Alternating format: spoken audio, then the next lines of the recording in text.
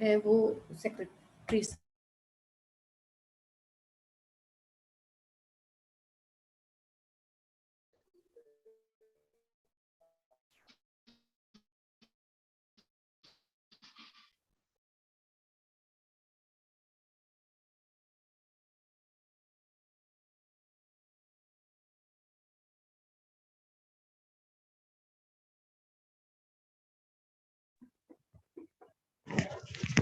Poonam ma'am, there is no voice.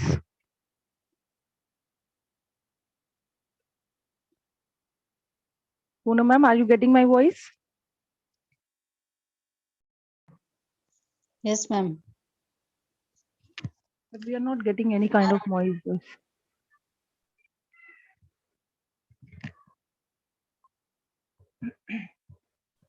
Nisha ma'am, I think there is some sort of problem. I think participant is like 100. So more people are not able to join the webinar. Okay, okay. I think there is some sort of technical issue going on. Okay, ma'am. Thank you. Okay.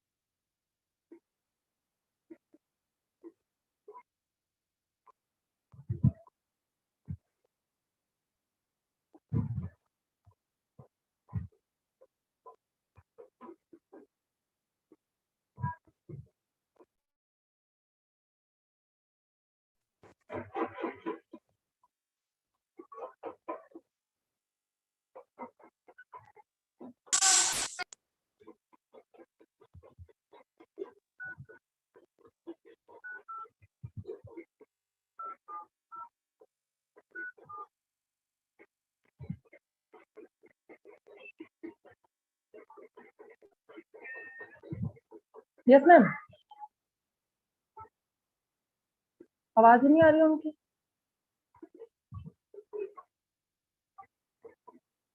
Okay, तो Poonam ma'am को call किया? नहीं, मुझे शुरू नहीं करना, उन्हें शुरू करना। नहीं मैम, वेलकम सेशन है बहुत सारी।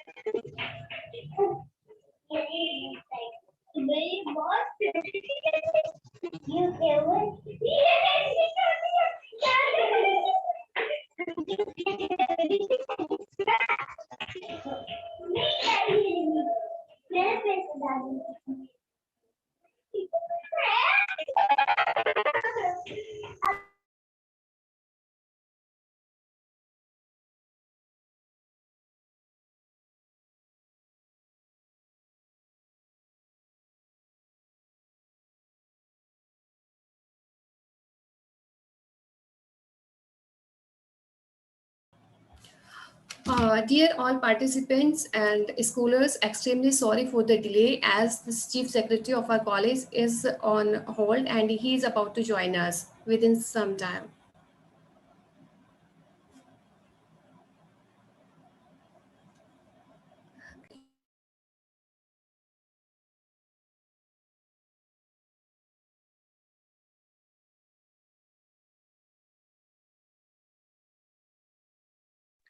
Poonam ma'am, we are not getting your voice.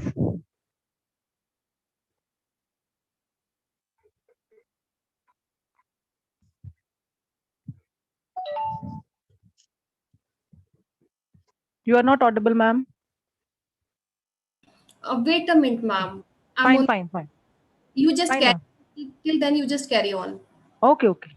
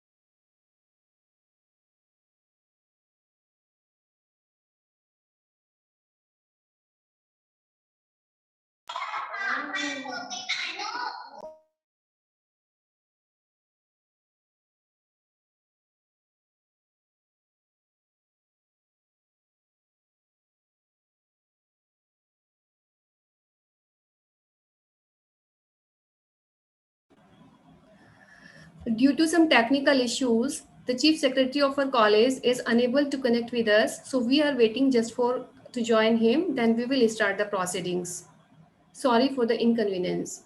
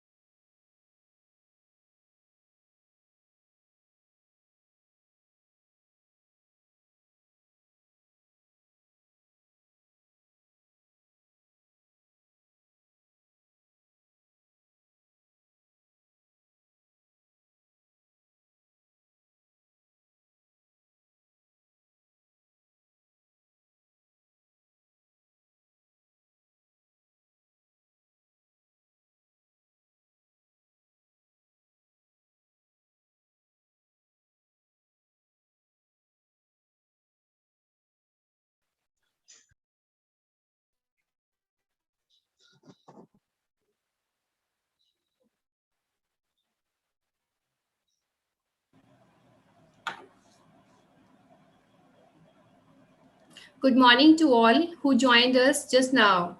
Sorry for the inconvenience as the secretary of our college is unable to connect with us due to some technical issues and he will be with us within few minutes.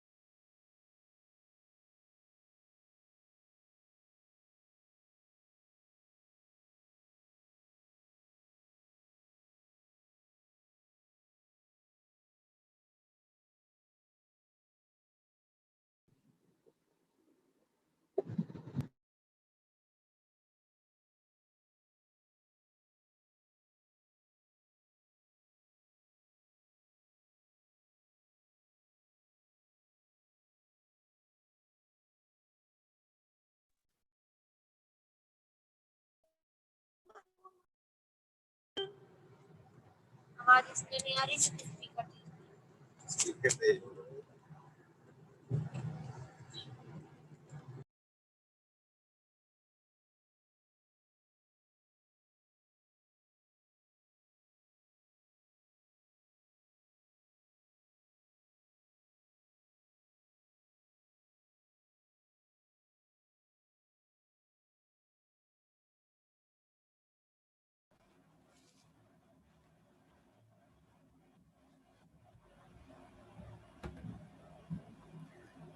Good morning to all. Now we are moving towards our proceedings as the secretary of our college is with us on the same platform. Before beginning, there are some instructions. Audience are kindly requested to mute their audio during the webinar, and the feedback link of the webinar will be given in chat box. Now, good morning to all, and myself, Dr. Poonam Chaudhary, an Assistant Professor, Department of English, Harsh Vidya Mandi PG College, Raisi, Haridwar, Uttarakhand, welcomes all of you in this much awaited one-day national webinar on the topic entitled Women in 21st Century Indian Literature, Contemporary Issues and Perspectives. The prime purpose of the webinar is to provide an platform to the scholars for academic discussion on the portrayal of women in 21st century. In fact, women always have been the focal point of any literary stream of any language, and the 21st century literature is no exception. I am very sure that this webinar would provide an apt platform for a healthy and fruitful discussion. Before we start the session, it is an absolute honor for me to introduce and welcome our chief guest and panelist for the day who has graciously accepted our invitation. First of all, with a thankful heart, I would like to welcome young and dynamic secretary of HUMPG College, Mr. Dr. Harsh Kumar Dolat. He has been our guiding force support to all the activities carried out in college as well as in our department. Now I will request to the secretary of our college, Dr. Harsh Kumar Dolat, to kindly and grace us with few words. Over to you, sir. Over to you, Harsh, sir. Over to you, ji Harsh, sir. Hello Yes, sir. You are audible. You can yes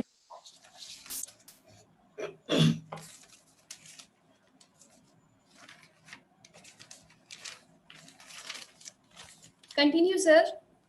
okay good morning all of you good morning all of you Good morning, sir. First of all sir thanks for invite me doctor Poonam Welcome, Chaudhary sir. और इसके साथ साथ आज के जो हमारे chief guest हैं doctor KP Singh ji आपने स्पेशल गेस्ट हमारे जो हैं जो हमारे चेयरमैन सर बनाए हुए हैं जी सर. एक सेकंड में हाँ ये chief guest doctor KP Singh ji और उसके साथ साथ हमारे जो आज पैनल सेशन होगा उसमें professor Sushil Kumar Sharma ji department of English Allahabad university Prayagraj और doctor Shravan K Sharma ji doctor Shweta Awasthi ji department of literature modern studies Uttarakhand Sanskriti university Haridwar और उसी के साथ साथ हमारे हमारे जो प्रिंसिपल हैं डॉक्टर जिशन पालीवाल जी और total English department assistant professor और सभी प्राध्यापक और सभी पार्टिसिपेट और कोऑर्डिनेटर और आपके सभी को आज के 20 women in 21st century Indian literature contemporary issue and perspective पर आपको बहुत बहुत वेबिनार पर हार्दिक शुभकामनाएं बधाई। और आज जो डॉक्टर पूनम चौधरी मैडम के द्वारा इंग्लिश डिपार्टमेंट के माध्यम से ये वेबिनार आयोजन किया जा रहा है उसके लिए मैं मैम को बहुत बहुत शुभकामनाएं देता हूं और इसी प्रकार से मैं ये आग्रह भी करना चाहता हूं कि हमारे सभी प्राध्यापक हर बार इसी प्रकार से कोई ना कोई वेबिनार कराते रहें जिससे हमारे स्टूडेंट्स में और हमारे साथ साथ हमारे देश का विकास होता रहे। लास्ट ईयर भी मैम ने 29 मई को एक वेबिनार कोविड-19 पे कराया था उसके साथ हम लोगों को बहुत ही ज्यादा सीखने को और उसमें वो इंटरनेशनल सेमिनार था उसमें हमारे देश विदेश से भी लोग जुड़े थे तो मैं अपने सभी प्राध्यापक से ये कहना चाहता हूँ कि सभी हमारे इस प्राध्यापक इसी प्रकार से, जैसे 5 जून आने वाला है एनवायरनमेंट डे, तो उसमें भी आप किसी प्रकार से कोई ना कोई आप आयोजन वेबिनार या कोई ना कोई, जैसे अभी 22 में इंटरनेशनल बायोडाइवर्सिटी डे पे डॉक्टर मंजू रानी में हमने बायोडाइवर्सिटी डे पे एक इनवाइट लेक्चर कराया, वो बहुत अच्छा, सभी को बहुत नॉलेज भी मिली। तो मैं पुनः आप सभी से अनुरोध करता हूँ कि आप सभी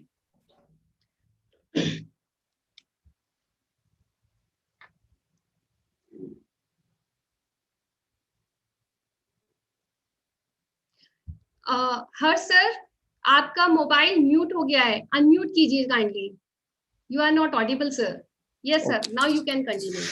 ओके। इसी प्रकार मैं पुनः अपने डॉक्टर पूनम चौधरी जी और टोटल इंग्लिश डिपार्टमेंट को पुनः बहुत बहुत कांग्रेचुलेशन और बहुत ही शुक्रिया अदा करना चाहता हूँ कि आज जो इतने भी हमारे महाविद्यालय यहाँ इस समय 500 महाविद्यालय उत्तराखंड में है, और अभी तक 3 या 4 महाविद्यालयों में हमारा महाविद्यालय डॉक्टर पूनम चौधरी के कारण आ रहा है, कि इससे कि अभी तक किसी भी, चाहे वो चमन लाल महाविद्यालय हो, BSM PG कॉलेज हो, और भी महाविद्यालय हैं, किसी ने भी ऐसा आयोजन वेबिनार नहीं किया है इस महाविद्यालय के और डॉक्टर पूनम चौधरी। और हमारे यहाँ आज जो टॉपिक मैम ने रखा है, आज हमारे यहाँ ये सबसे पहले सबसे ज्यादा संख्या भी स्टाफ में लेडीजों की है।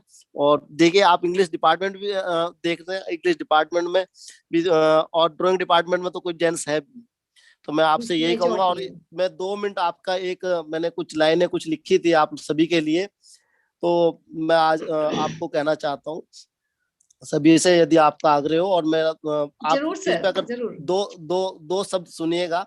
जरूर सर। समाज देश और दुनिया में जिस 21वीं सदी के लिए महिलाएं भारतीय साहित्य सामयिकी और प्रेक्षे पर है, समाज देश और दुनिया ने जिस गति से सकारात्मक परिवर्तन किए हैं, उस गति से अभी तक महिला के प्रति पुरुष वर्ग का दृष्टिकोण नहीं बदल पाया है। महिलाएं सदियों से उपेक्षित ही रही है, महिलाएं सदियों से उपेक्षित ही रही हैं, और आज 21वीं सदी में भी वह पूर्ण स्वतंत्रता से अपनी आशाओं, अपेक्षाओं और मन के पंखों को समाज के देह दृष्टि के कारण खोल नहीं पाती है। जब वे अपने को आत्मनिर्भर करने के लिए प्रयास करती हैं, तो पुरुषों की अपेक्षा उनके समक्ष अधिक परेशानियां आती हैं, किंतु जब वे इन बाधाओं को डटकर सामना करती हैं, तो महानता के परिचम पर पहुंच जाती है। भारतीय साहित्य के क्षेत्र में जब उन्होंने अपने भाव लेखनी से पृष्ठों पर उकरे, तो वे विश्व विख्यात हुई। कृष्णा सोबती, मनु भंडारी, अनामिका, मुन्नाल पांडे और मृदुला गर्ग जैसे अनेक नाम इस कतार में आते हैं। जबकि ये कतार काफी लंबी है। कट्टरपंथी राष्ट्र के जहां एक तरफ मलाला अपनी लेखनी, साहस और हौसले के बल पर विश्व का सर्वश्रेष्ठ सम्मान नोबेल पुरस्कार के रूप में पा सकती है, तो वहीं दूसरी तरफ पाकिस्तानी लेखिका रिहाना रूही बेखाब अंदाज में लिखती है और कहती है, दिल के बहलाने का सम्मान ना समझा जाए, दिल के बहलाने का सम्मान ना समझा जाए, हमको अब इतना भी आसान ना समझा जाए, मैं भी दुनिया की तरह जीने का हक मांगती हूँ, इसको गद्दारी का ऐलान ना समझा जाए। और इसी प्रकार से फिर ऐसे साहसिक कार्यों से अवश्य ही समाज की तुच्छ दृष्टिकोण में परिवर्तन आए, जबकि अभी भी अनेक परिवर्तनों की महती आवश्यकता है। 21वीं सदी के वर्तमान की बात करें तो आज भी स्त्री लेखिकाएं स्वयं के बारे में भी मुक्त होकर लिख रही हैं और कट्टरवादी आक्रोश का सामना करते हुए उनके हर प्रश्न को मुंहतोड़ और सटीक उत्तर दे रही। अनन्या से अनन्या एक कहानी यह भी कस्तूरी, कुंडल बसे गुड़िया भीतर गुड़िया, रसीदी टिकट लगता नहीं दिल जैसे अनेक विश्व प्रसिद्ध आत्मकथाएं स्त्रियों की जीवन गाथा और स्त्रियों के संघर्ष का सर्जन।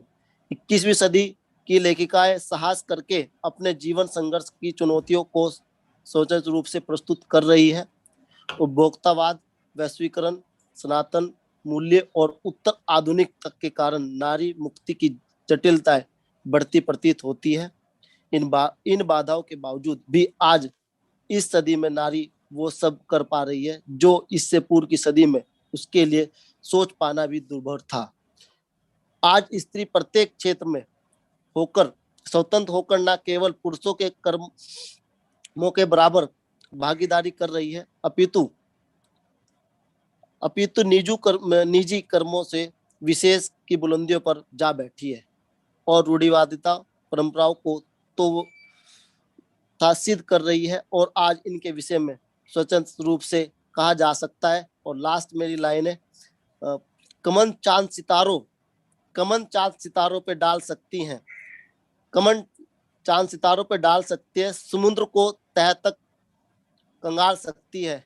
इनके वजूद के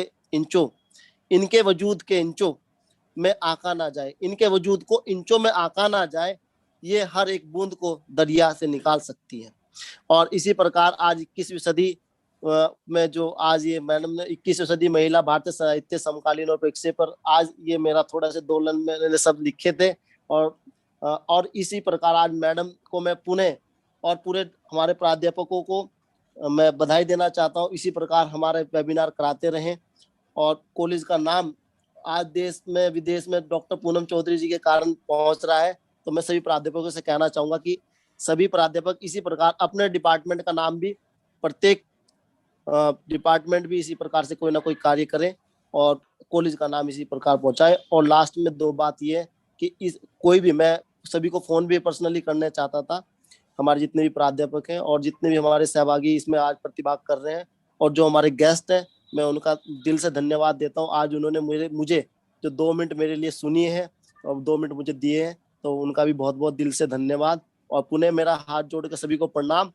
और आपको मेरे कोविड-19 इस समय बहुत ज्यादा प्रकोप चल रहा है, तो मेरी आवश्यकता आपको किसी भी प्रकार से मैं जहां तक प्रयास करूंगा कि आपकी मदद कर सकता हूं, तो आप मुझे किसी भी प्रकार से मुझे याद करें और मैं आप लोगों को कोविड-19 में कभी भी किसी प्रकार की कोई प्रॉब्लम आपको आती है तो मुझे याद करें, मैं आपके साथ हूँ। Thank you very much all of you और thanks. Thank you, sir, for inspiring words. But sir, one more thing that I want to mention, that there is our chief guest, Mr. Ajay Kumar Gupta, Director, Indian Social Science and Research. You forget to mention him. So kindly, I would request you kindly mention him also, address him also. Okay. Sorry, ma'am. Sorry for this, Dr. Mr. Yes. Guest of honor, Mr. Ajay Gupta, ICSR, New Delhi. Sorry sir, आपको मेरे सुन रहे हो तो उसके इसलिए mister Ajay Gupta, thank you very much and most welcome in this webinar. Sorry sir, आपको मैं आपका भी मिस्टेक नाम नहीं ले पाया। Thank you. Okay, thank you very much for your encouraging words, and your presence is indeed a source of motivation and inspiration for all of us. Once again, thanks a lot. Now, with this, I welcome the man who does not need any introduction and known among all of us for his wisdom and knowledge, our Honorable Principal, Dr. Rajesh Chandra Paliwal. He is a man who always stood behind us, leading us in all the issues and challenges, maybe academic or administrative. I special welcome to you, Paliwal sir. Now, in the series of welcome, I offer my heartiest thanks and welcome to our resource persons, eminent speakers, and all the scholars and participants who acknowledge our invitation. I really wish and hope that the expertise and academic research of our panelists will open new areas for discussion.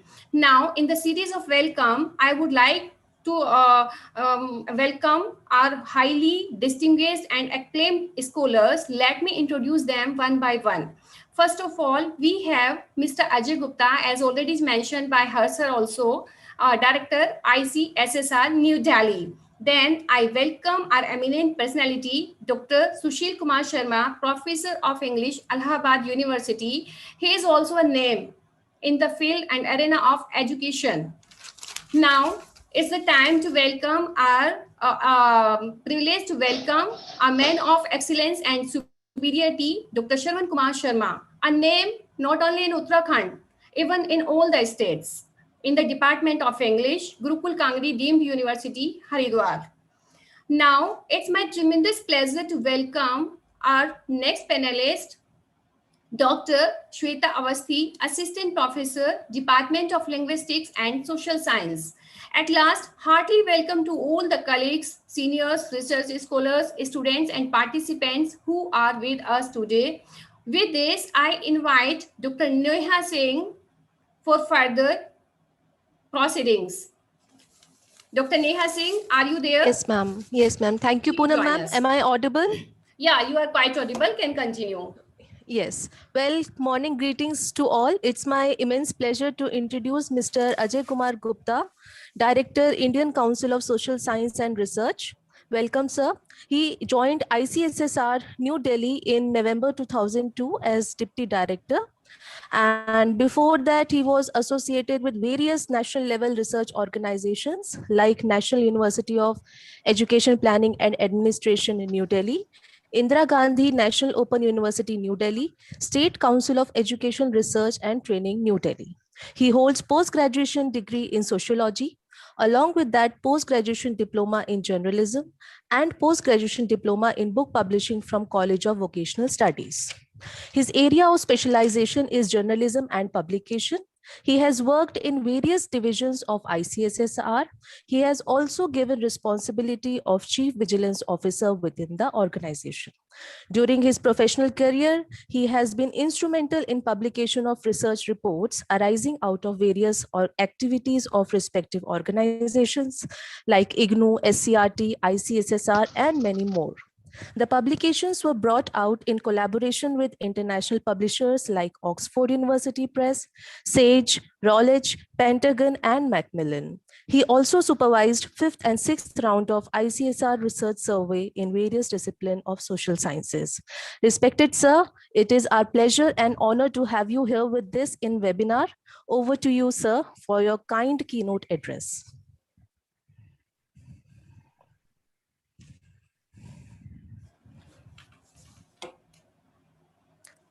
Sir, kindly unmute yourself. Are you there? Yes. Yeah, am I audible now? Yeah. Yes, sir. Yeah, Yes, yeah. sir. Sure, sure. Hi. Okay. Namaskar to all of you. Namaskar. And respected Dr. Poliwal, Principal Harsh Vidya Mandir PG College, Haridwar. Then Dr. Harish K. Daulat, Secretary of the Management Committee. Dr. Poonam Chaudhary, and all the fellow colleagues who have joined this webinar. First of all, I must congratulate your college and especially Dr. Poonam Chaudhary for achieving this program from ICSSR. Let me just tell you that it is not easy to get any kind of program from ICSSR because we get thousands of requests from all over our country and then we have to select a few.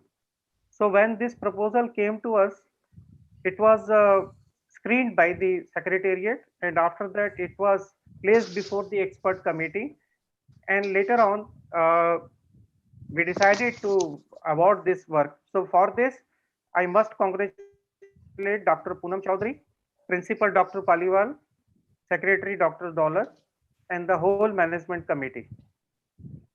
It gives me a pleasure, immense pleasure to get associated with you. Normally, it becomes very difficult for us to address seminars, but due to this pandemic now it has become a blessing for us that now we have got some time. Otherwise, it becomes very difficult. But first of all, let me just congratulate Dr. Poonam Chaudhary for selecting this topic, that is women in 21st century Indian literature, contemporary issues and perspectives. See, if we look at our history, women have always found place in our literature. If you talk of our Vedas, Mahabharata, Ramayana, or if you just read Kabir, Tulsidas, Rahim, everywhere you find that women have always found a very, very high position status. And in our past, even our yagya, they use not they were not completed if women don't participate in that. So that was the status which was granted by our ancient uh, scholars or our ancient people. But later on, I think the whole process got diminished due to, I think, what I feel is that because then Mughal came, then after that Britishers came, and somewhere we lost this status for our women, and it was only in the post-independent era that we thought that now the time has come then when our women they should get their due. And later on, if we look at our post-independence era, then the personalities like Dr. Sarojini Naidu, Dr. Ahilya Bai, Dr. Savitri Bhai Phule, Rani Jhansi, Lata Mangeshkar, I mean, I can keep on just adding to my list.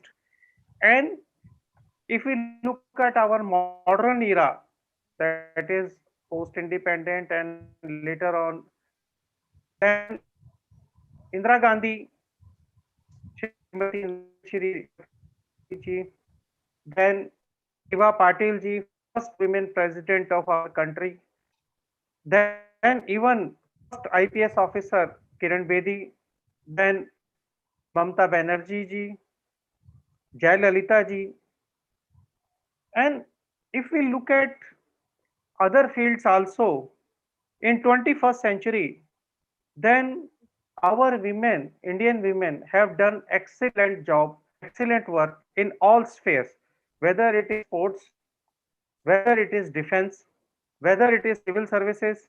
Who can forget PT Usha, who was at the podium of the Olympic gaining fourth position? She missed bronze medal by just a frisker. Then Deepika ji, who is doing wonders in archery. Then Fogart sisters, Monica Batra for table tennis. And then if we look at, yes please, if we look at any field, now they are flying our best of our aeroplanes. They have been yes please, any problem, No issue, sir. Continue कीजिए, any sir. problem? No issue, sir. Continue Yeah, कीजिए. please. Okay. And see, when we see the results of our 10th board and 12th board, I mean, we feel very pleasure. We feel honored that our girls students, they have outnumbered our boys students. And there is no place where they have not done excellent jobs. And even if we look at international level, say they have done wonders. Kamala Harris recently elected as Vice President of USA. She is and she is from Indian origin. Arunaditi Roy, writers like Arunaditi Roy, Shobana Dey, Manu Bhandari, Amrita Pritam. So these people have brought laurels to our country. Even in business sector, if we look at that, these people, women have achieved excellent positions. You talk of Coca-Cola, Dr. Noori. You talk of IAC, Dr. Majumdar. You talk of SBI, Arunaditi Chaudhary. You talk of ICIC.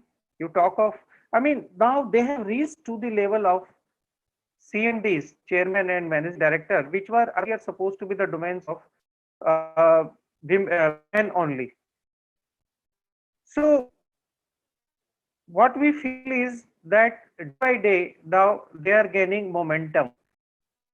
Now the time has come when people are writing, and we are now even movies are being made exclusively for women. Who can forget movie like Pakija, which portrayed Meena Kumari ji, Umrao Jan, which portrayed Rekha ji.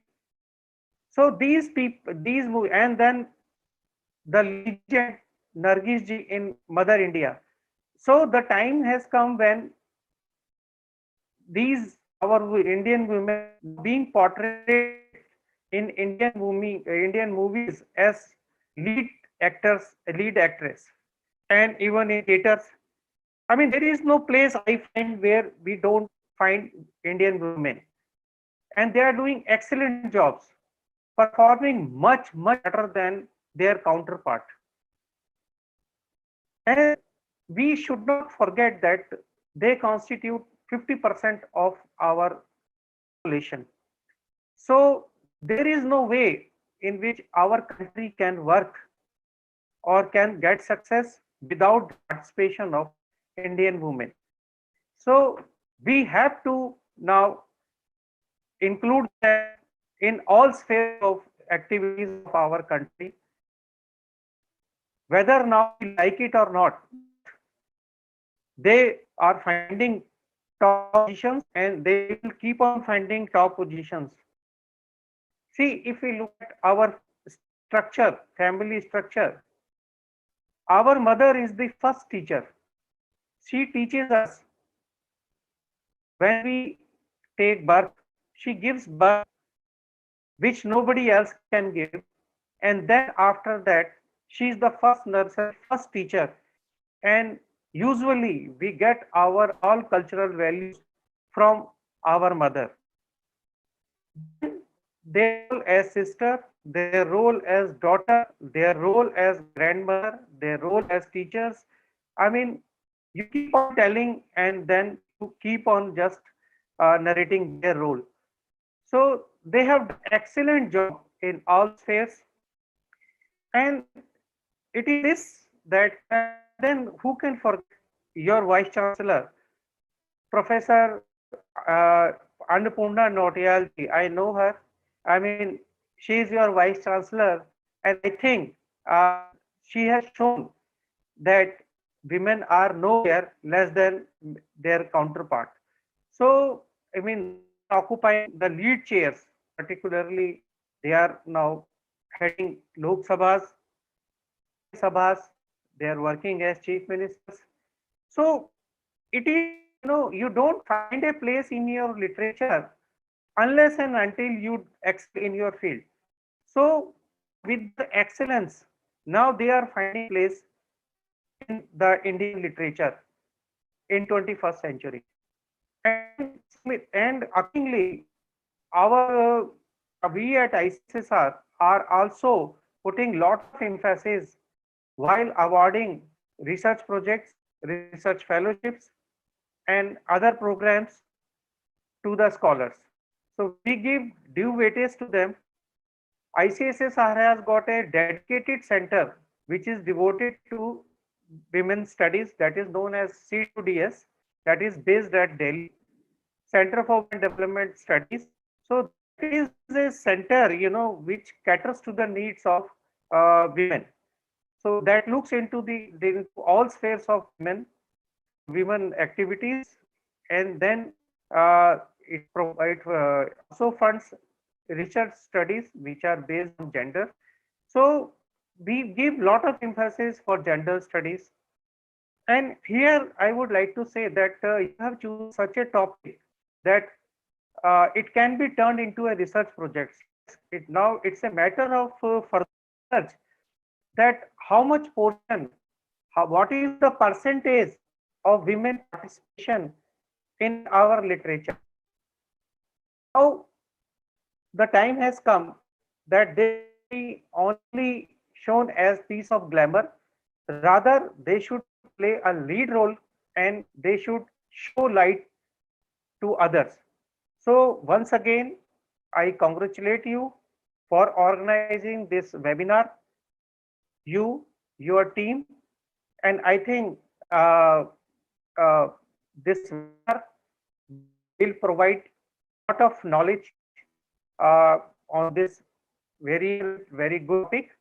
And I think you also publish the proceedings of this webinar, and please don't forget and copy to us, and we will see that if it can be published also. So once again, I wish you all the best for this webinar, and if I can do anything for this college, I am very much fond of Uttarakhand, and I look forward if I can come to your college and visit your college. So I look forward for the once the pandemic is over. So I look forward for that. So once again, on behalf of ICSSR, thank you very much for inviting me to this webinar.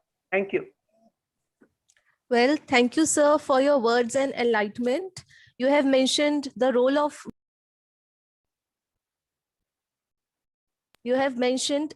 of various women in national and international repute, whether they belong to literature, science, business, sports, politics, academics, and even mythological importance. And thank you for providing us with the information regarding the support system we have nowadays in ICSSR.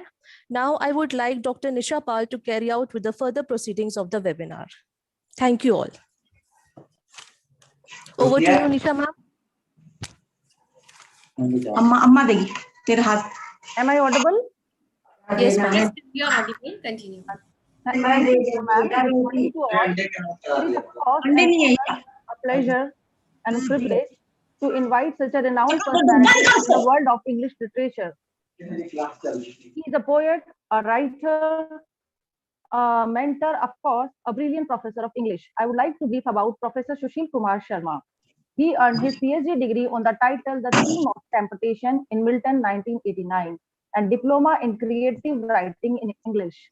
He has been serving the University of Allahabad Prayagraj as a professor of English since 2003. Earlier, he has served in number of reputed universities like G.B. Pant University of Agriculture and Technology, IKS University, Chitrakoot University, capacity. Professor Sharma has published 5 books, 45 research papers, 10 reviews, and 29 book reviews. Requested to mute your mobile phones.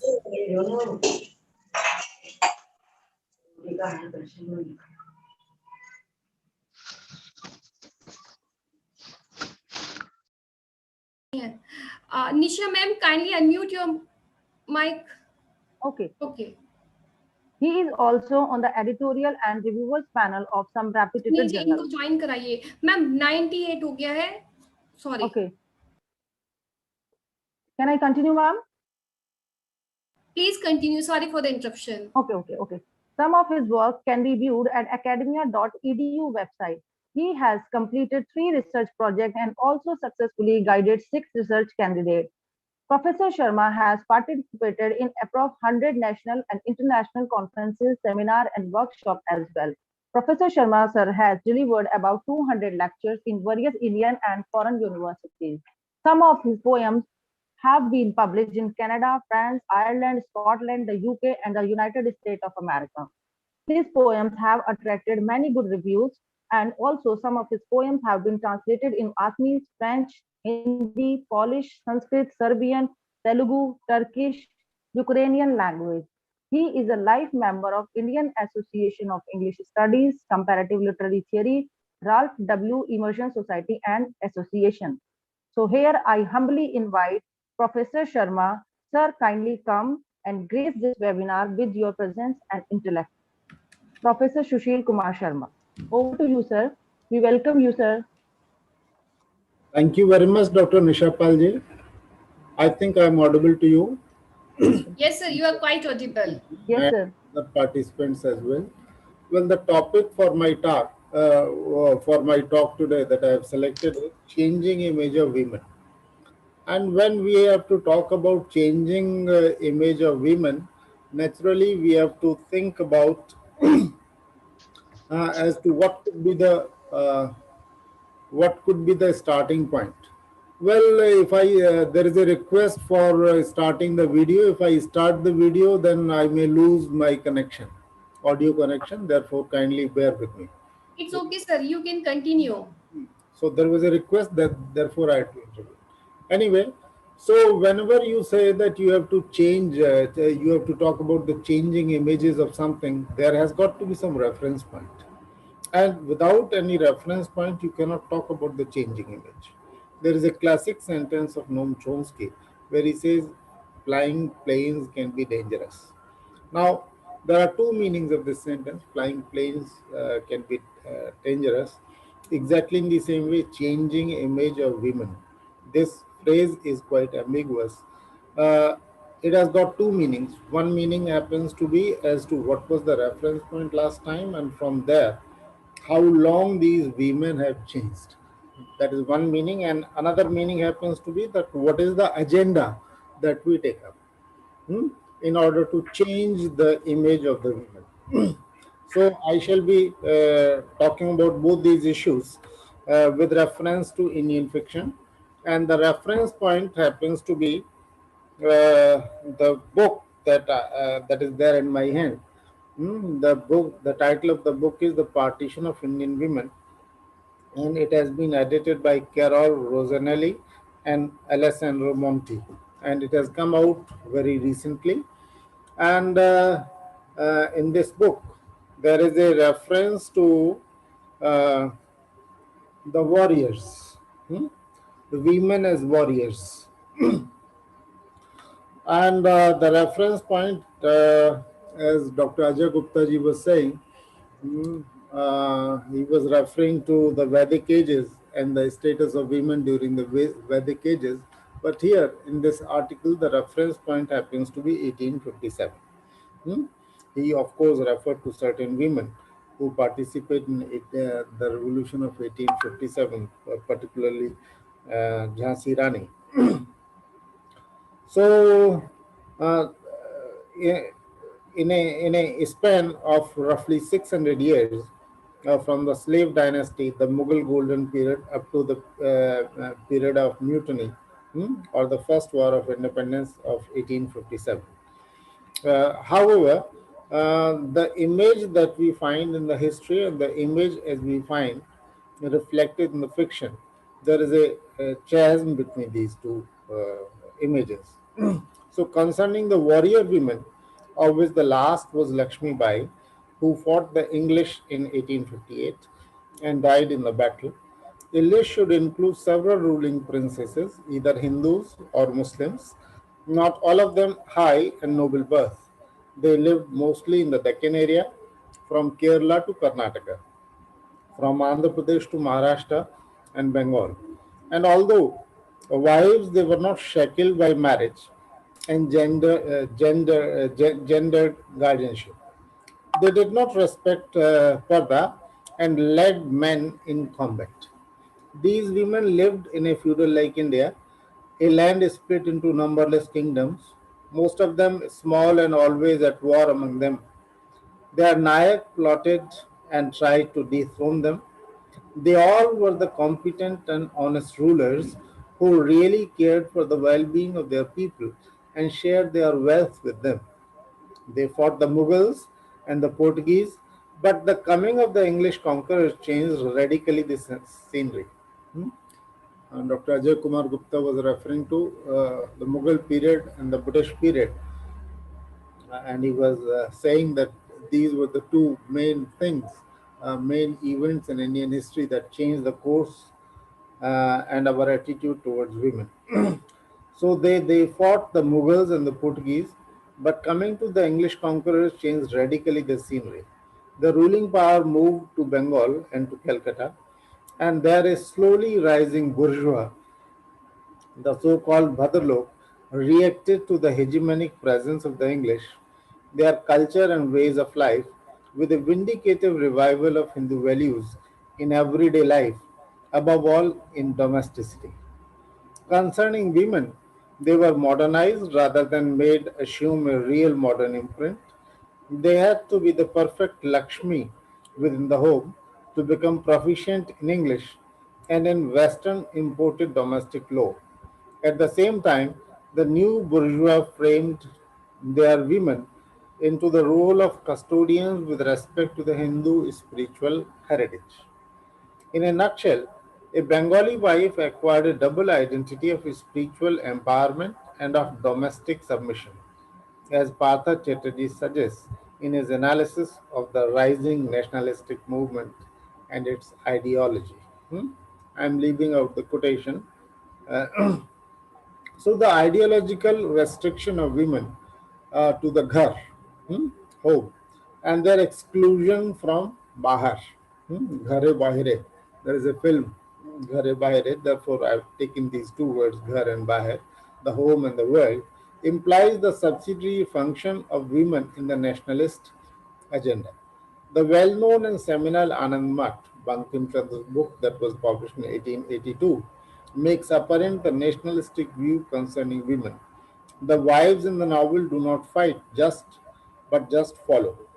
Anuga and their militant husbands follow their militant husbands and bolster spiritually them in the resistance against the English without having any real autonomy of action.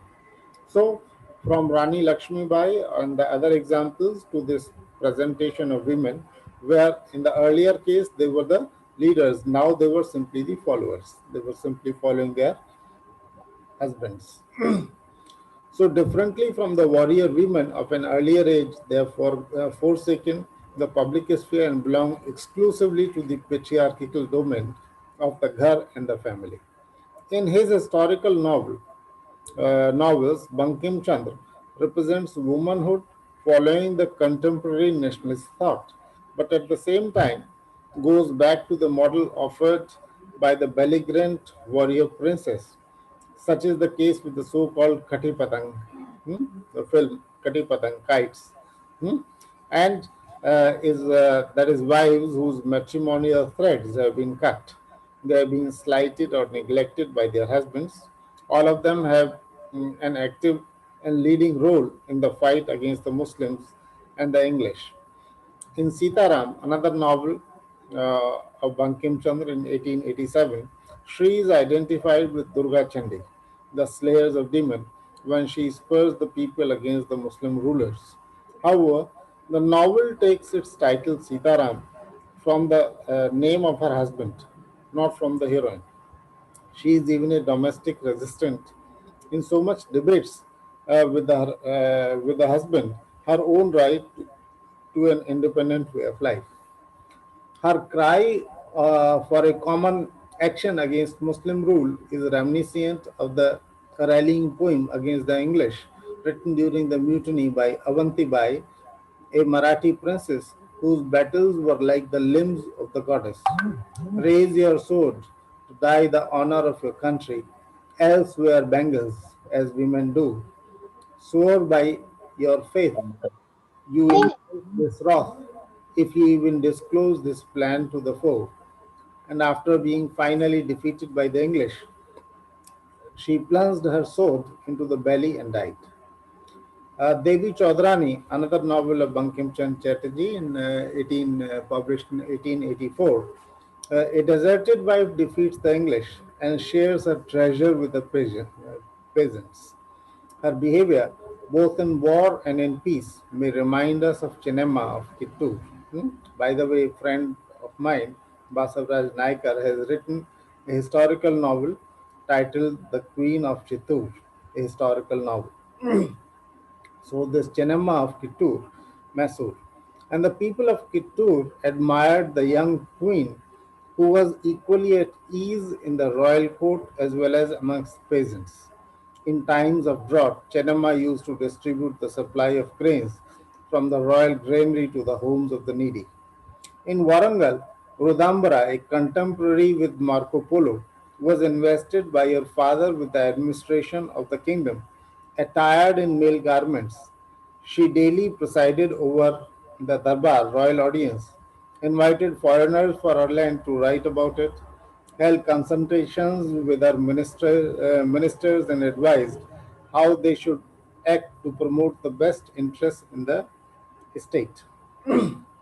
These women did not depend upon their husbands and did not come finally back to them. As to the heroines imagined by Bankim Chandra, often did, nor had to stimulate a numinous identity as Indra was obliged to do in order to get back her husband. Another novel by Bankim Chandra. Now, let me move on to another novel. How much time do I have, Poonamji? Yes, sir. You can How continue. much time? So continue, sir. Okay, okay, okay. Then I move on to another novel of 20th century. Having discussed the situation 19th century, mainly 19th century, and this novel that I am referring to happens to be Manju Kapoor's The Immigrant. This novel was published in 2008 or 9, and the immigrant who comes as a wife has a more difficult time in comparison with a working male immigrant. If works exists for if work exists for her, it exists in the future and after much finding of feet. At present, all she is a wife, and a wife alone for many, many hours. So, what is her status when she goes as an immigrant to a different country? And her status is simply reduced to the status of being a housewife. And the protagonist of this novel, Nina, happens to be in this predicament. An impoverished college lecturer in English literature. She is still unmarried at 31 after a stormy and hot affair. She lives with her aged and ailing mother in a crowded and dreary two-room flat in Bombay. Being out of the matrimonial market, she accepts an arranged utilitarian marriage with a successful Indian dentist living in Canada, although she is not actually attracted emotionally and is fully aware of the subaltern role and meek behavior expected from a dutiful Indian wife, quite an independent woman. Nina realizes soon that Ananda and her husband cannot satisfy her sexually, and that is semi importance because of which Canadian fiancé has quickly left him. In the truth, reason of the marriage with an uncomplaining Indian bride, fully devoted to her pati. And as a matter of fact, he purposes to use Nina in bed as a docile guinea pig meant to improve her failing virility. Although superficially kind with his wife, Anand does not mind leaving her alone and sometimes lost in unknown surroundings all day long in a small, spaciously furnished flat in a town Halifax, systematically swept by an icy wind, a pelting rain, and a freezing snow. As a result, Nina is reduced to a state of psychological distress and solitary waiting for him to come. We should not speak of an improved half parda, but a male selfish lack of care and attention concerning the too difficult process of growing into location of his forlorn wife, a private commodity to him. Now, subaltern therapeutic sex on his behalf is the only duty that Anand requires in this uncommunicative married life, though a restrictive interpretation of these duties. On moving to Canada, he has been instructed to manage a domestic course on himself. By applying Canadian standards, he follows a divergent way of life with respect to her. He cooks his meat, but at the same time takes care of the lentils and the salad and the strictly vegetarian Nina eats. She is still an Indian in her heart who finds it difficult to wear ill fitting Western clothes and misses the extended network of the relationships with friends and family circle. To her, social life in Canada is featured as a grim sequence of families of migrants coming from all over the world, all of them entrenched inside their professional and private lives. Now, let me move on to another novel. uh, and this another novel happens to be two novels from South India, and these novels have been published in regional languages and have also been translated into English. One of them was published in 2015, so this is a real 21st century novel. Uh, and another was published in 2016, so that is another 21st century novel. One novel happens to be Pathevan, the Begetter, published in 2015. It is a Hindu Tamil narrative, and Rabaiba, through all joys and sorrows, this happens to be a Muslim narrative. Now, Rabaiba is one of the most educated girls of the village. Her only lack and deficiency was her poverty and absence of proper support and resources. His father, a devout Muslim, is teaching in a small madrasa. Notwithstanding her traditional and religious background, Rabaiya does not feature in plain and rather dull Mufassil simpleton. The possible different readings of her name may suggest and reflect the qualities which are essential to her character and to its understanding. As Rabbi or Rabbi or Rabaiva, Rabbiya, she evokes a process of ascending or a spring or a luxuriant nature, not a passive girl anyway. Rabia is an avid reader both of the religious books and of fiction. She loves radio programs in Urdu, but also Hindi film songs. She also nourishes her heart romantic dreams and aspirations prompted by film music and songs. She imagines her future husband as a prince who comes to her riding on a horse. He would kneel before her like a slave, and his imagined presence transports her into a storm of emotions which leave Rabaya in an unbalanced state. The honoric predisposition is strongly shown by Rabaya may be accounted because of the relative isolation to which girls are submitted in rural communities, but also elsewhere with respect to the freedom of encountering boys. Cinema, with its two passional plots and sung interludes, is often responsible for their improper and indecent, and that is unsuitable attitudes not conform to the accepted standards of feminine morality. The real question to be posed concerning Rabaya may be if she is just a silly girl or someone who tries to evade out of incipient domestic drudgery and squalor. Her parents have been trying many times to arrange a suitable marriage for her, but they have always failed because of the requested dowry that they cannot pay. Now, let me move on to the Hindu story.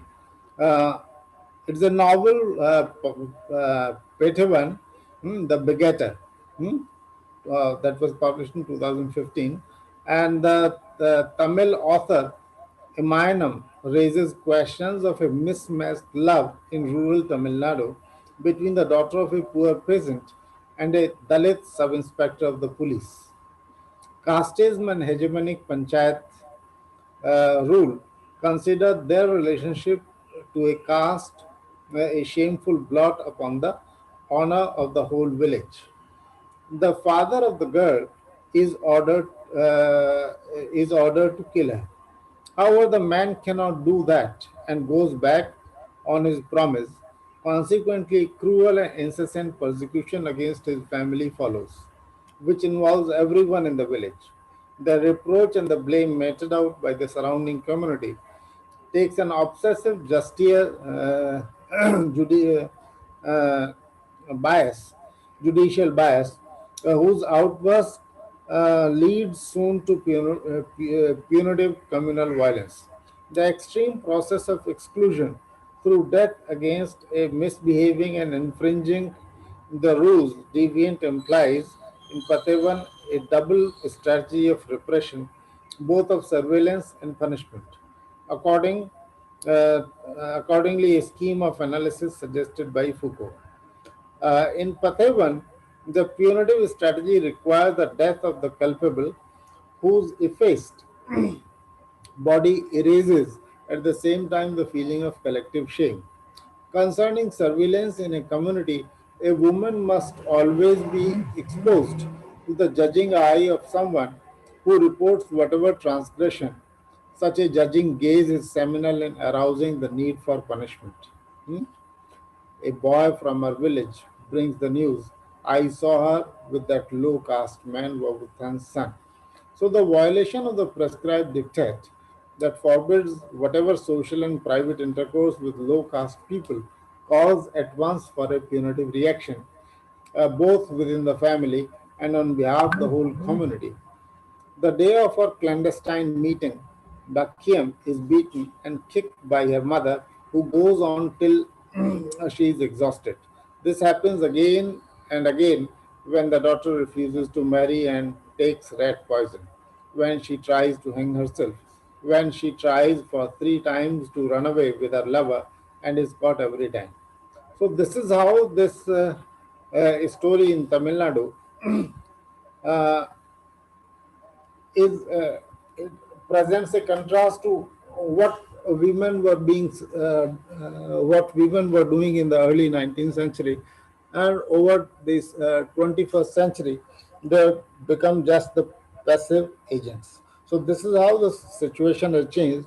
Why this situation has changed like this?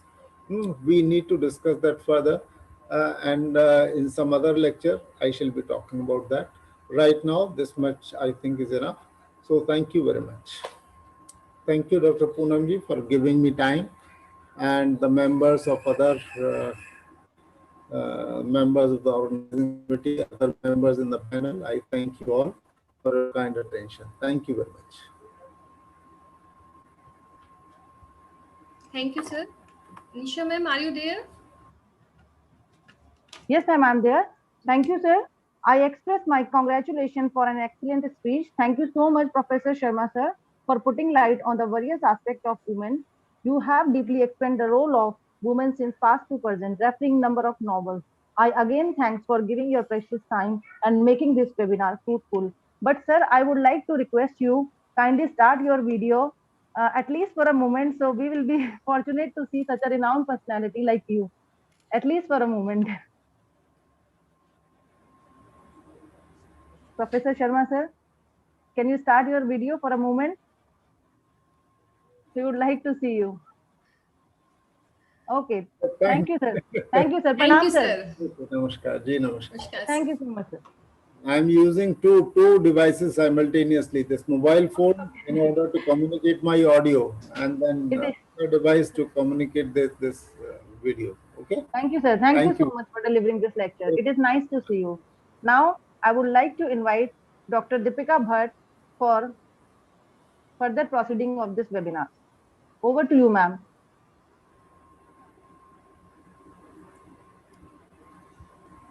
Am I audible? Yes, ma'am. Am I audible, ma'am? Nisha ma'am? Yes, ma'am, you are audible. Am I audible, Nisha ma'am? Yes, ma'am. Yes, ma'am, Good you are morning, audible. Dr. Deepika Bhatt. Okay. Good morning to all. Myself, Dr. Deepika Bhatt. Thank you, madam, for having me on board. I feel privileged to extend my warm welcome to one and all presented here. Now, without taking much time, I am sharing a short introduction of our next speaker, Dr. Shravan Kumar Sharma, sir.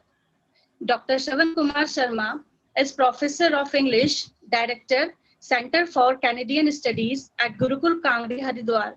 He is also Director of IQAC. He has written 6 books on Indian literature tradition and 75 research papers on various aspects of literature in various anthologies and national and international journals of repute, and has delivered more than 100 lectures in India and foreign universities. He has supervised 55 PhDs so far. Since 2002, he has been editing successfully the Vedic Path, a quarterly English journal of Gurukul Kangri, Haridwar.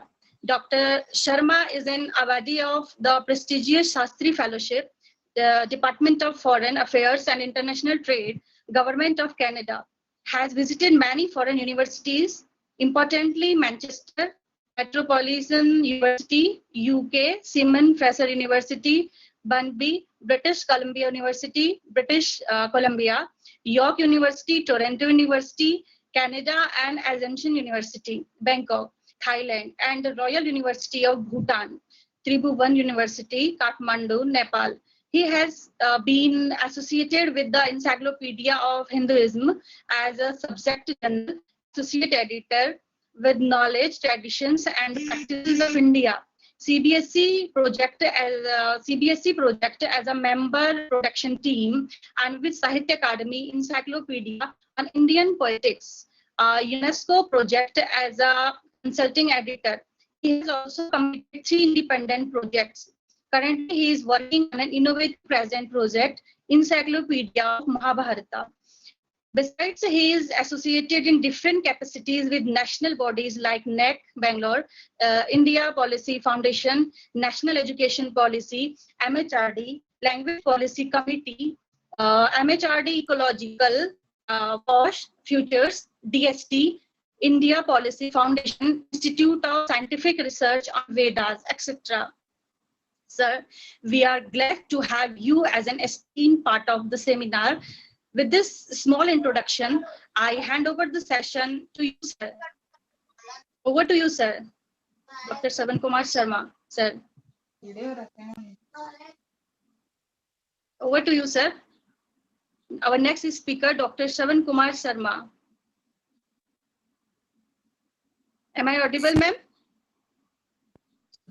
Poonam, ma'am? Yes, ma'am, you are audible. Audible What is now? there? Okay. Yeah. Earlier I was using mic, but I think my mic was not working, so I was not audible.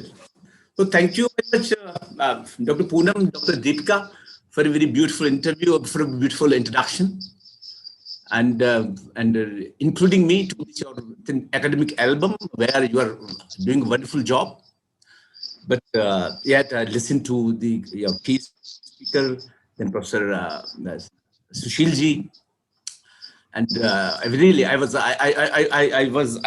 found myself encountering so many new things, right from the Vedas to the different novels, and the way Dr. Sharma has a graph of the fiction, Indian fiction.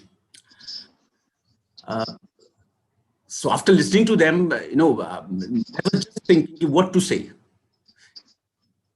मुझे लगता है कि last 30 years तो बात करते करते हो गए, पढ़ाने से तो बहुत हो गया, पर हमने बहुत लॉन्ग टाइम कि फेमिनिज्म पे बात करते करते के ऐसा लगने लगा है कि हम बात ही करते रहेंगे फेमिनिज्म पे, ये होगा कब फेमिनिज्म।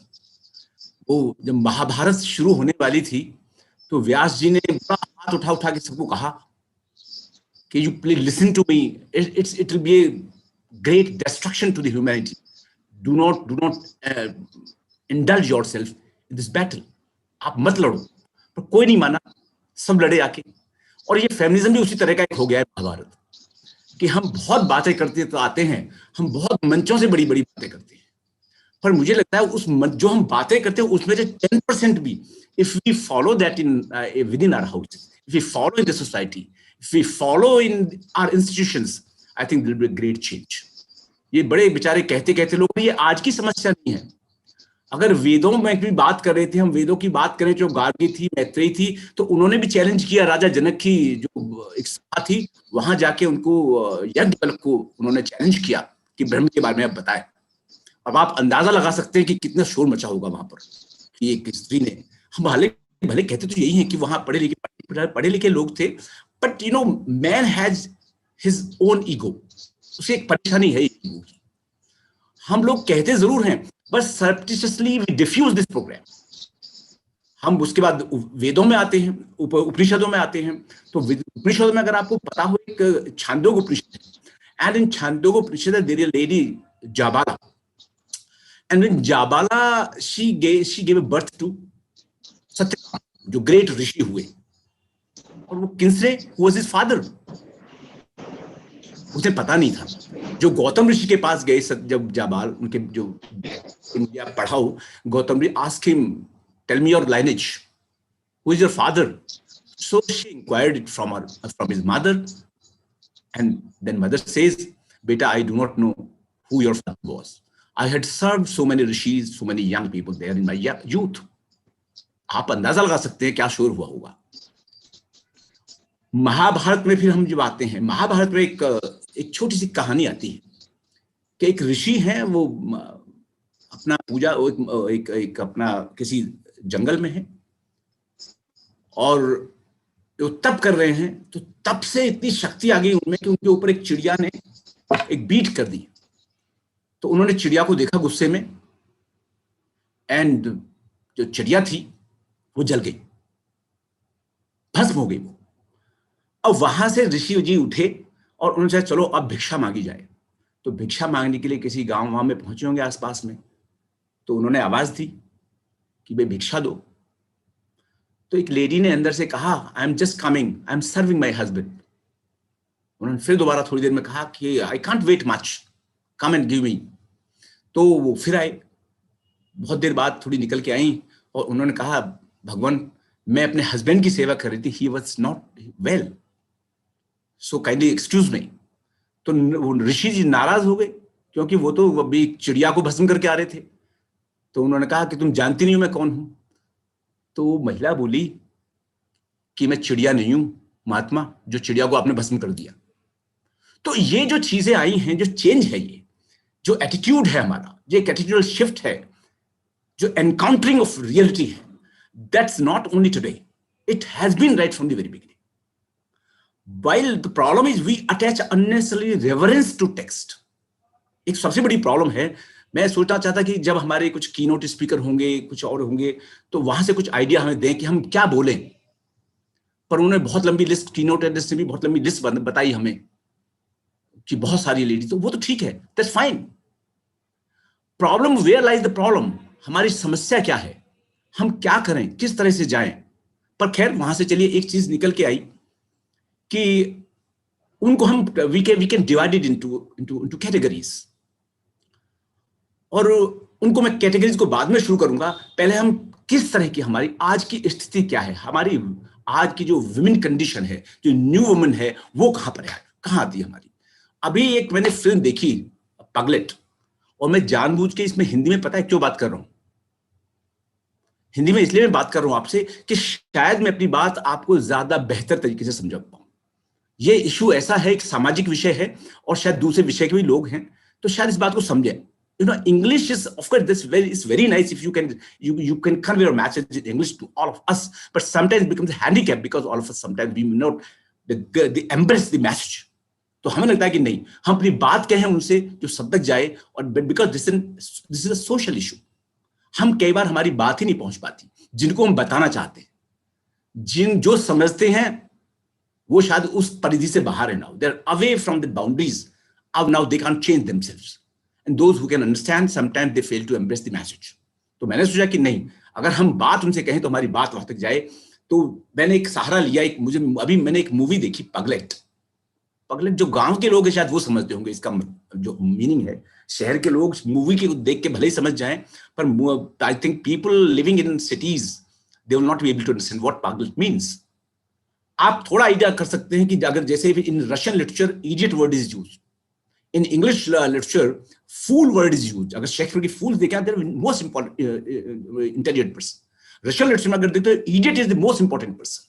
और गांवों में जो हमारी जो गांव है ना हमारे, जिनको हम बिना पढ़े लिखे गांव कहते थे, अब तो पढ़े लिखे गांव नहीं रहे, जब बिना पढ़े लिखे गांव होते थे तो उनमें बड़ी पगलेट टाइप लोग होते थे, and they were most intelligent. गांव ही वैसे तो बड़े इंटेलिजेंट समझदार होते थे, पर जब से गांव में भी शिक्षा हो गई तो वो भी सब हम जैसे ही हो गए, तो इसलिए ज्यादा प्रॉब्लम हो गई है फेमिनिज्म की ओर। तो पगलेट में होता क्या है, एक पगलेट में जैसे स्टोरी ऑफ इंडियन 13वीं, जो 12वीं, जो एक 13वीं होती है ना, तो 13वीं है, अब young man has died who is the source of earning the family, and now the concern of the all relations and the family is the young widow.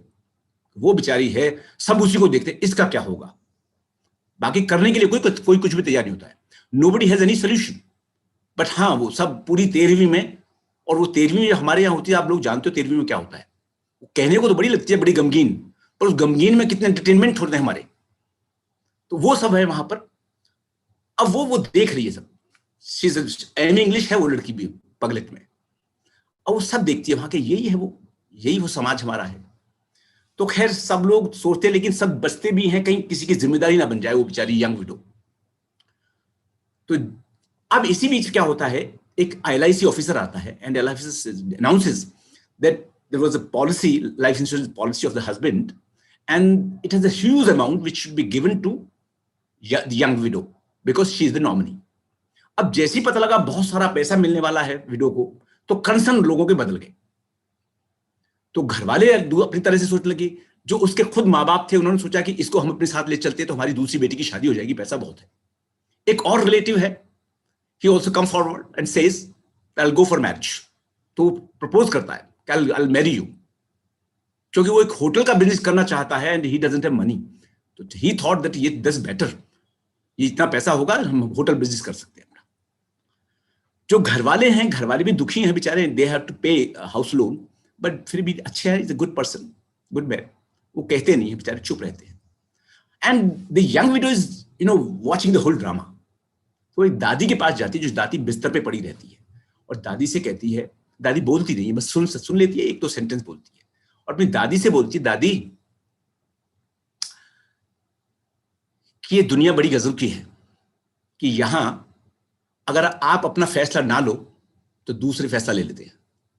तो इसलिए I have decided to take my decision, मैं अपना फैसला ले रही हूं. और वो क्या करती है, जो अमाउंट होता है LIC का, उसके बदले में सारा चेक पे एक साइन करके, ब्लैंक चेक पे दादी के पिलो के नीचे रख देती है, और एक लेटर भी लिखती है उसमें, एंड गोज अवे, और घर छोड़ के चली जाती है. और घर छोड़ कहां जाती है वो? छोड़ के हमेशा के लिए नहीं, नौकरी की तलाश में चली जाती है. बाद में वो लेटर पढ़ा जाता है, उसमें कहती है कि ये पैसा मैं आपको दे रही हूं, आप लोन चुका देना, और मैं नौकरी के लिए जा रही हूं. तो एक जो चीज है, दो चीज बड़ी इंपॉर्टेंट मुझे इस कहानी में लगी. The one was the ability to take decision, and second was ability to develop, nourish and repair relations. दो चीज बहुत इंपॉर्टेंट है. तो अगर आपके यहां है, तो ये हमारी आज की मॉडर्न फेमिनिस्ट वुमन है. इससे अगर हम पीछे देखें, हमारे और मॉडल्स क्या क्या रहे हैं. एक मॉडल रहे हैं, हम सबड्यूड मॉडल की बात नहीं कर रहे. Subdued model is the beginning point. Those who have been subdued, who are exploited, who are dislocated. एक वो तो है, वो रहा है, जो अपनी बात ना कह सकते हैं, ना सुन सकते हैं, ना उन्हें कोई अधिकार है. एक वो है, और वहां से कितना हमारा मूवमेंट हुआ है, जो चेंज आया है वहां से क्या हुआ है. तो पहला चेंज था दैट फर्स्ट टाइप ऑफ, जब हम देश पांडे वगैरह ये सब सारी आई, और आपके शोभा देश पांडे आई, उसमें फिर रमा मेहता आए, फिर आप कंटेम्प्रेरी विमेन आ गई हैं, उससे पहले आपकी अनिता देसाई वगैरह सब लोग. जो अगर सारी विमेन को, या अभी Sharma ji were also enumerating the names, your Ajay Gupta ji also enumerating names, के इतनी सारी विमेन है हमारे यहाँ. तो ये विमेन है, लेकिन उसके बाद सोशल प्लेटफॉर्म पर उनकी क्या स्थिति है. So the first time of women are those who think that relationship including marriage is a trap. Therefore they reject relationship, and they find place outside marriage. But after trials and tribulations, they realize that imitating man is not leading them to a dignified life. Second, in which we can include the protagonists, women protagonists of Shobha Day, highly extra ambitious, and they try to make sense out of the senseless society, senseless institution where all values and traditions have crumbled down. वहां उन्हें कुछ नहीं मिलता, कि जब है ही नहीं कुछ भी, where we don't have any system, कि सारे system of marriage, your institution of marriage, your institution of society, your institution of family, वहां है ही नहीं कुछ. So what kind of sense you are trying to make. वो second एक group आता है. थर्ड ग्रुप आता है where relationship is not a battle ground, family is not a battle ground, marriage is not a battle ground, society is not a battle ground, where you have perseverance, where you have ability to take decisions, where you have ability to develop relationship.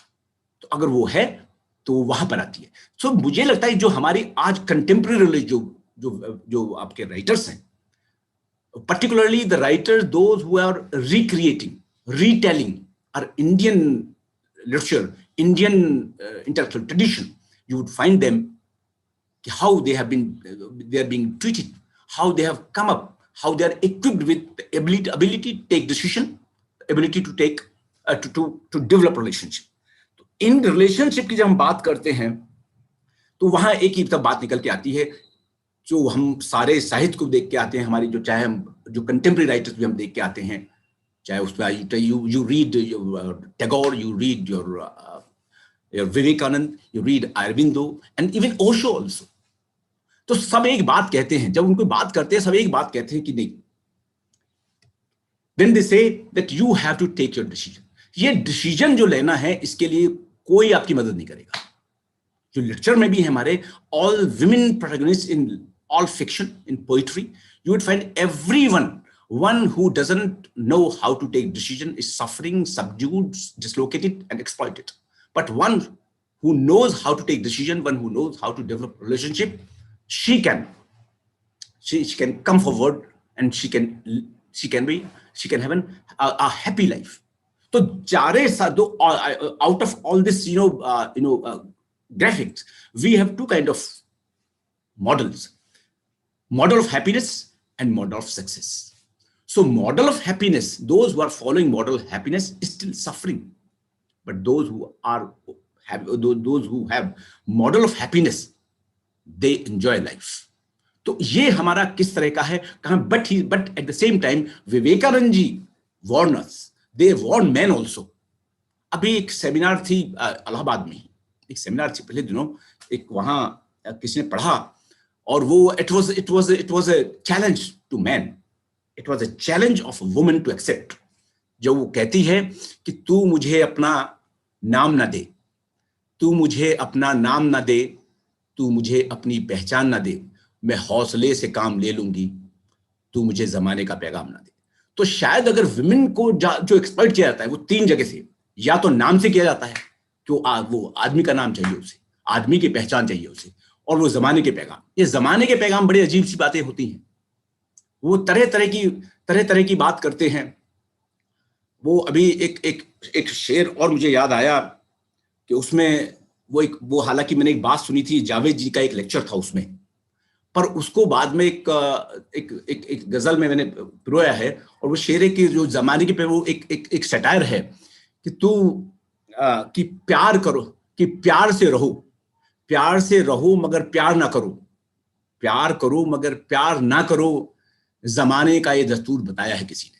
तो ये जमाने का बड़ा दस्तूर है, हमेशा there always contradictions. आप प्यार से रहो लेकिन प्यार मत करो, आप पढ़ो लिखो लेकिन पढ़ लिख के आप ये बात मत करो, पढ़े लिखो जैसी बात वही करो आप फैमिली में आके.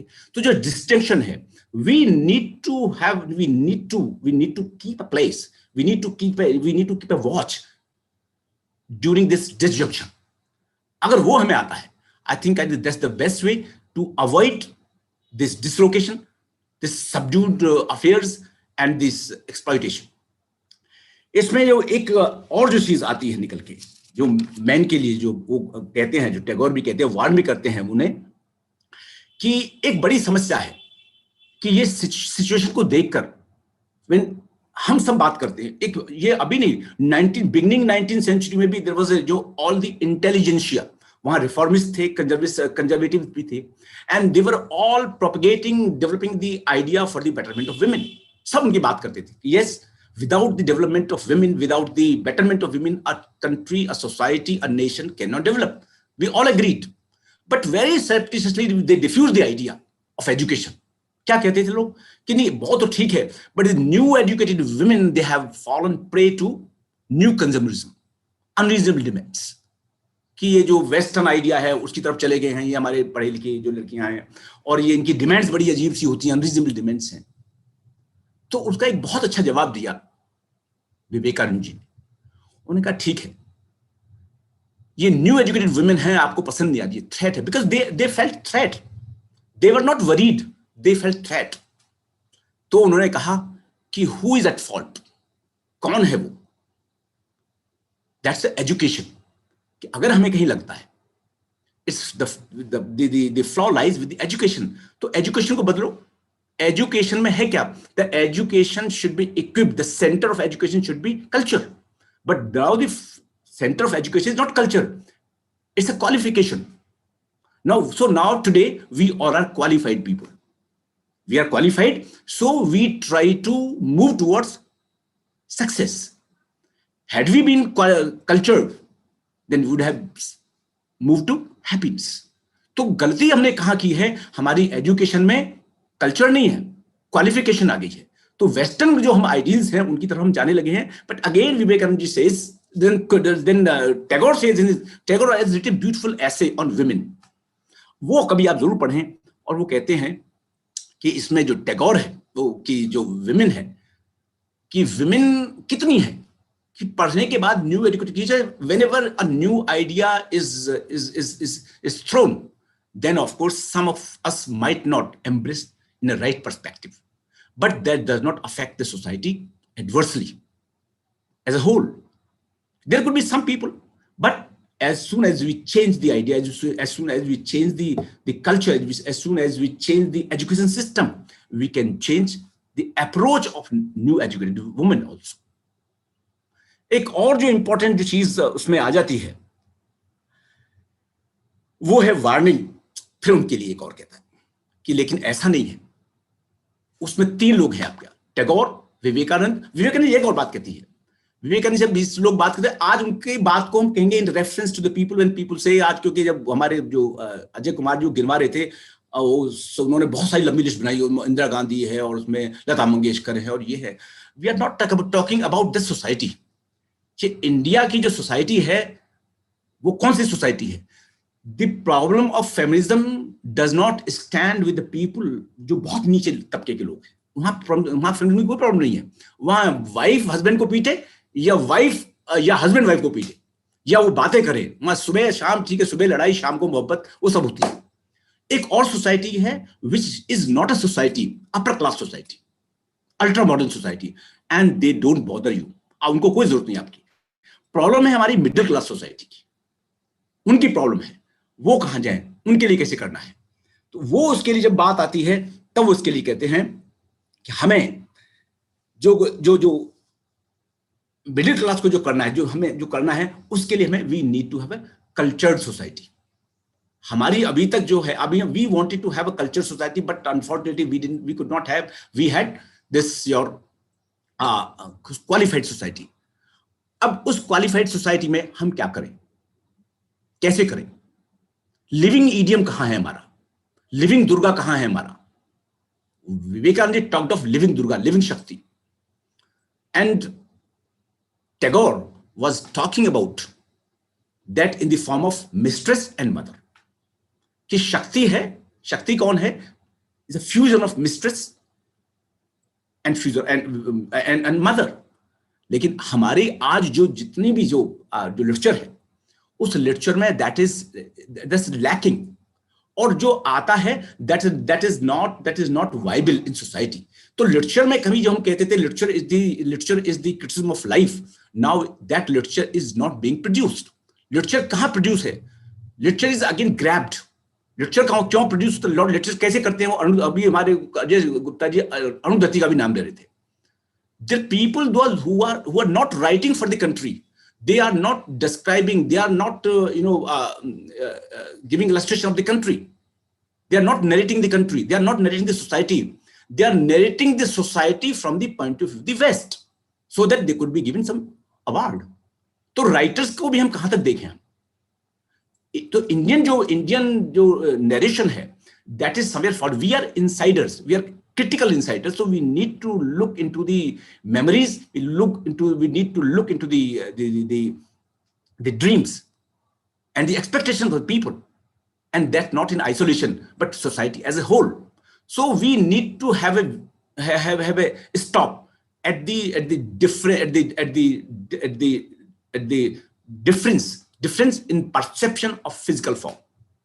ये फिजिकल फॉर्म का जो परसेप्शन है, हम वेदांत की तो बात करते हैं, हम कहें वेदांत में वी ऑल आर सोल्स, वहां कोई डिफरेंस नहीं है. फिर डिफरेंस नहीं तो why to make human cry. तो हम बात कुछ करते हैं, सोसाइटी में कुछ बात करते हैं, लिटरेचर में कुछ और बात करते हैं, हम कहीं किसी प्लेटफॉर्म पे हम और बात करते हैं. But keeping all these things into view, the soul, the message of our writers और our thinkers or our shastras is to that women should come forward to take decision. जब तक हम डिसीजन नहीं लेना शुरू करेंगे तब तक हम कह सकते नहीं फेमिनिज्म आएगा हमारा. हम बहुत बात कर रहे हैं अभी जब गिनवाते हैं हम इतनी सारा हमारा फेमिनिज्म हमारा बहुत डेवलप हो गया है, तो आज डेवलप नहीं हुआ. डेवलप क्या? A woman is not secure on the road. She is not secure in the street. She is not secure in the workplace. So what kind of feminism we are having now? But nobody else would come. जो हमारे शास्त्र जो सब कहते हैं कोई आपकी मदद करने नहीं आएगा.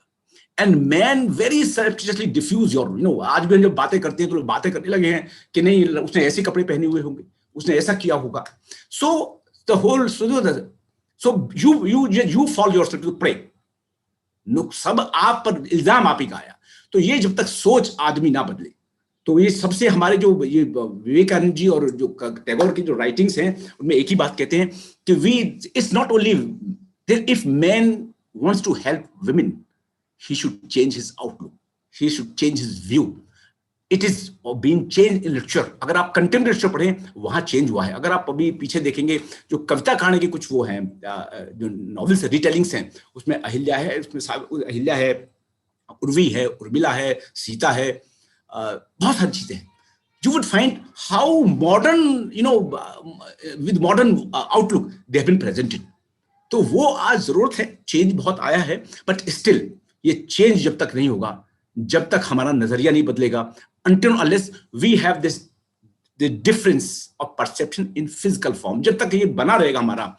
जो व्यास जी को एक बार कहा, सोचो आप महाभारत के जमाने में लिखने के बाद जब उन्होंने अपना लिखा, एक बार वो जा रहे थे किसी नहर, अपने उनका बेटा शाम को आया and he was very disturbed and he said कि I want to go to forest, I don't have any happiness in life. तो व्यास जी कहने कहा मैं तो खुद ही दुखी हूँ, बुजुर्ग आदमी, तुम कहाँ जा रहे हो मुझे छोड़कर? कि no, I'll leave house. So he undressed himself and started going to the forest. So surreptitiously Vyas ji was following him, follow किया और देखा उन्होंने एक बार some girls were taking bath in a lake. तो जैसे when he passed by them, they didn't bark. When Shuk, the young naked son of Vyasji passed by them, they did not take his presence. But as soon as Vyasji reached there, सबने कहा अरे व्यास जी अरे कपड़े पहन. व्यास जी ने कहा बेटा I am just like your father. Why didn't you mark my young son who was naked and just passing by? And I am and I'm an old man, you're just like your father. उन्होंने कहा because you have still a difference of perception in physical form in your eyes, which is absent in the eyes of your son. कि हमारी आंखों में जो भी भेद है, जब तक ये भेद खत्म नहीं होगा तब तक कहीं ये प्रॉब्लम ऐसे नहीं खत्म होने वाली है. इसी में हमारे सारे राइटर्स जुड़े हैं. बट हाँ, but there is a warning to women also that they should not imitate men. Imitating man is very dangerous. By imitating man, they cannot lead a very dignified life. And Poonam जी जब last time when she invited me, उनका sir आप हमारी उसके लिए लिखिएगा कुछ seminar के लिए. So I conclude my discourse with few couplets. सूरज झुका है देखो सलाम कर तुमको, सूरज झुका है देखो सलाम कर तुमको, हैरत में है देख आसमान पर तुमको, और फलक का आलम बदला है दफतन, फलक का आलम बदला है दफतन, हवा ने रागनी गाई है रख जुबान पर तुमको, और बदलने का अंदाज देखिए जरा, और बदलने का अंदाज देखिए, मौसम बदलने का अंदाज देखिए जरा, है थम गया तूफान पहचान कर तुमको, और इस दुनिया के पीछे अभी एक दुनिया है, इस दुनिया के पीछे अभी एक और दुनिया है, कुछ और चलना होगा इत्मीनान कर तुमको. तो अभी आपका सफर बड़ा लंबा है ये विमेन के लिए, but they need to have very responsible ability, they need to have ability to take decision. जब डिसीजन लेना नहीं शुरू करेंगे, until unless we allow them to take decision in the family, or in institutions of society, I think this journey will be on. Thank you very much.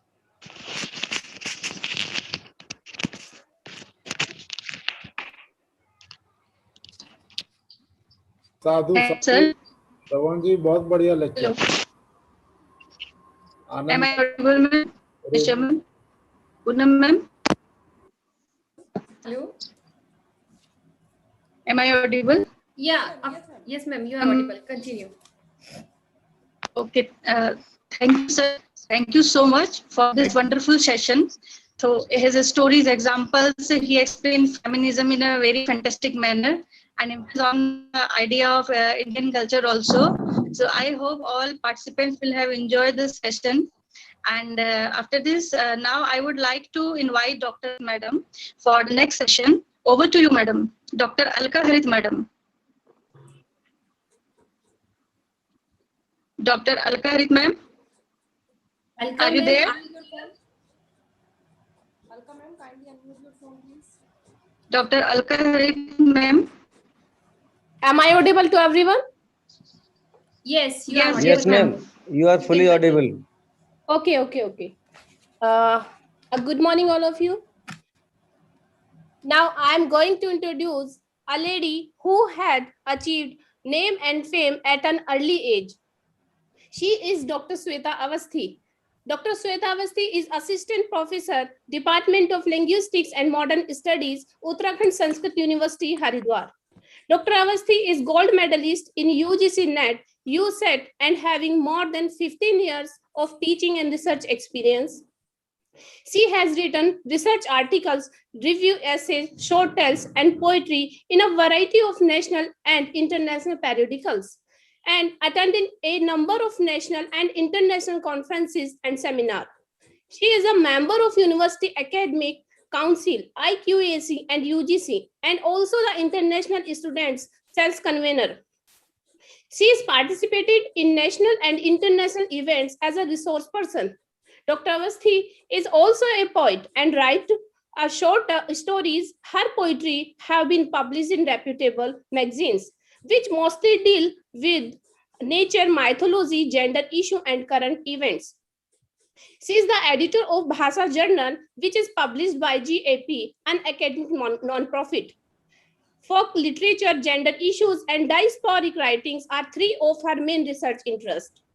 She is currently working on Vyogiji's poem interested in translating Dogri poetry. She recently co-edited a book on folklore entitled Reimagine Folk, Life and Literature. Now, I would like to Dr. Avasthi to share her views with us. Welcome, ma'am, and share her views and share your views with us. Welcome, ma'am. Thank you so much. Am I audible and visible too? Yes, ma'am. Okay. Thank you so very much, and heartiest congratulations for conducting such a beautiful seminar. We have had various lectures before, and I would like to refer Professor Shravan Kumar question that when feminism will come. So, sir, you have brought up a nice, beautiful, and emancipated daughter of yours, Ashima Shravan. So, I think when every father understands this and plays his role in this act quite honestly, like I think feminism will arise that very day in society as well. And referring Sorry to to interrupt another, you, ma'am. Sorry to interrupt you, but we are not getting your voice properly. Can you be a bit louder? The sound is very slow. now, am I audible? Yes, ma'am, you are audible, but your sound is very slow. Can it be a bit louder? I think she's quite loud. I think there might be a problem technically. Okay. So, shall I start now? Yes, ma'am. Yes, ma'am. Now you can continue. Okay, fine. Just a second. Allow me to share my screen, ma'am. Poonam ma'am. Yes, ma'am. You are quite audible. Can continue. No, I'm just asking you to allow me to share my screen. Yes, ma'am. You can share your screen. Sunil ji, kindly allow Shweta ma'am to share her screen. Sunil ji, are you there? Hey, Kushal. Setting enabled.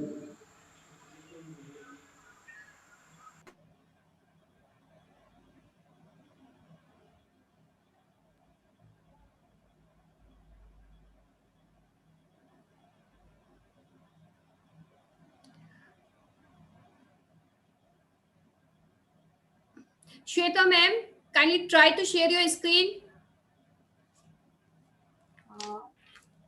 Is it visible?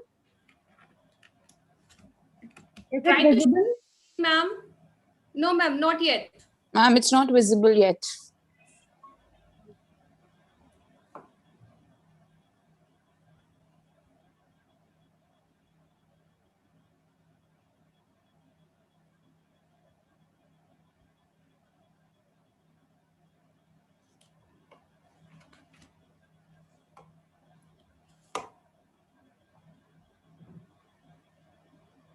Now, is it visible?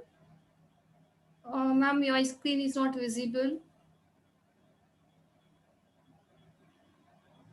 Okay, just bear with me. Okay.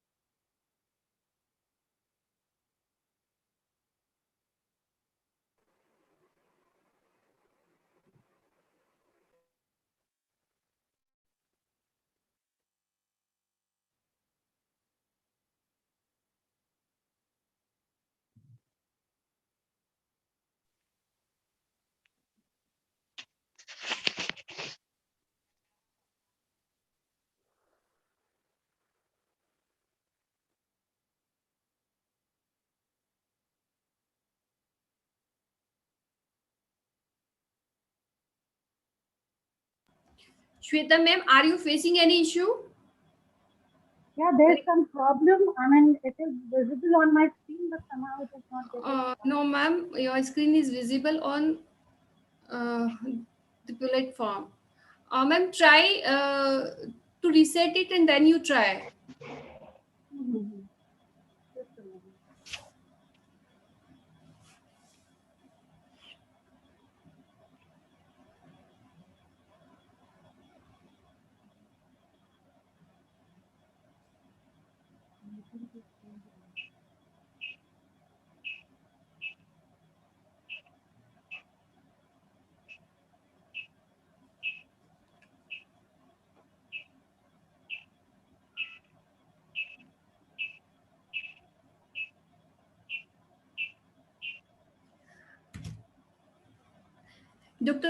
Dr. Rajan Lal sir, kindly mute your mobile. Okay, ma'am.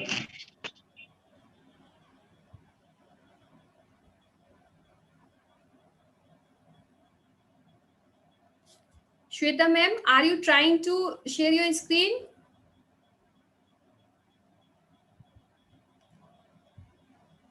Shweta ma'am, are you there?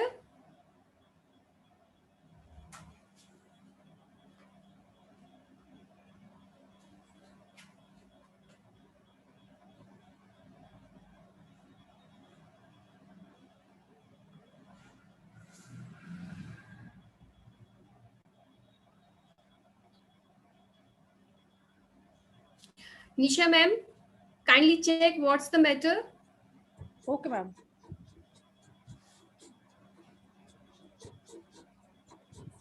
I think she is not there, ma'am, for a moment. So can we proceed our webinar further and she will join later? Okay. In meanwhile, I can call her. Okay. Might be she is joining us. Now she is sharing her screen. Yeah. Yes. Okay.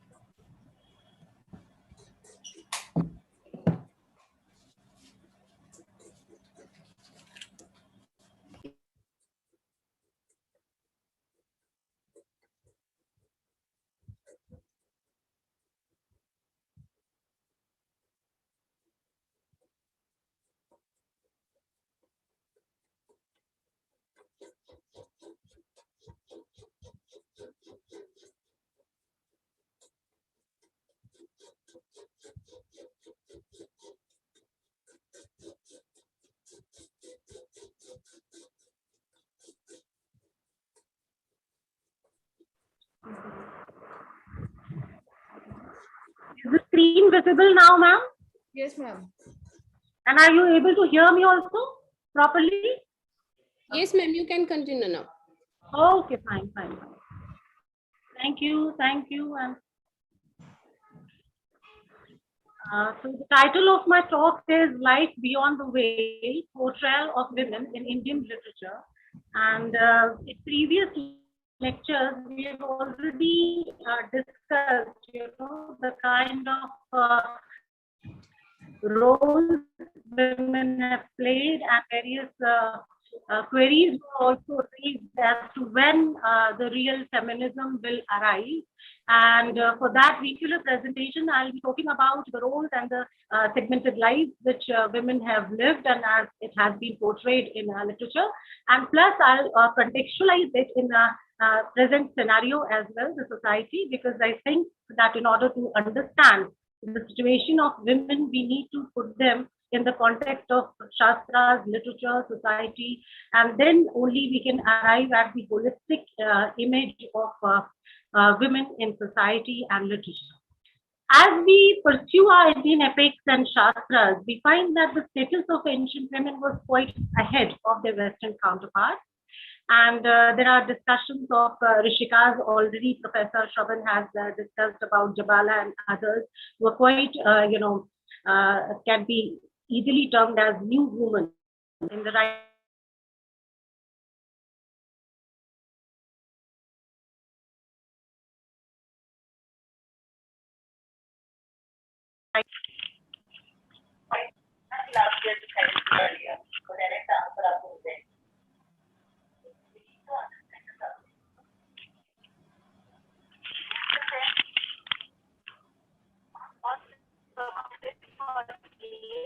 Shweta ma'am, you are not audible.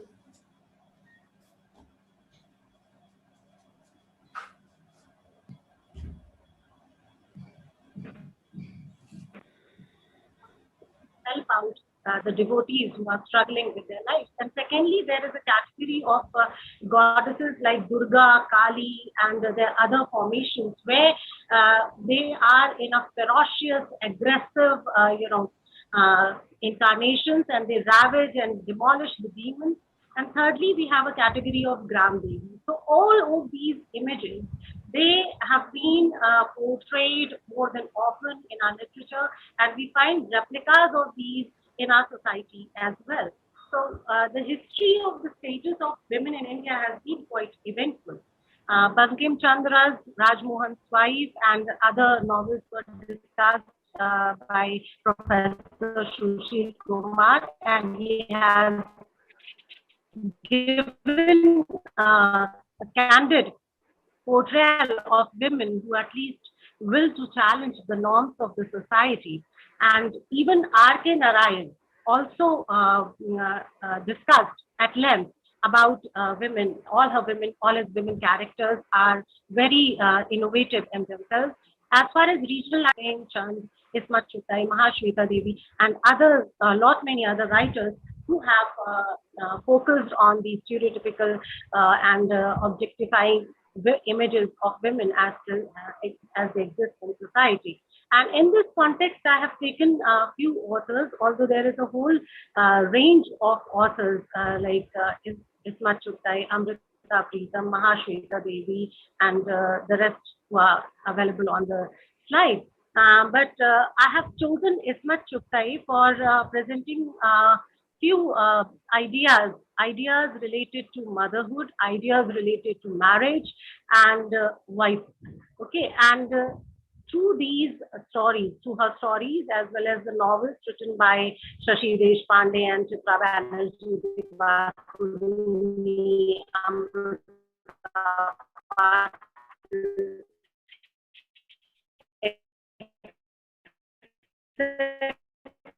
I'll be hinting at how the patriarchy as a system uses these as tools of patriarchy for subjugating and regimenting the lives of women.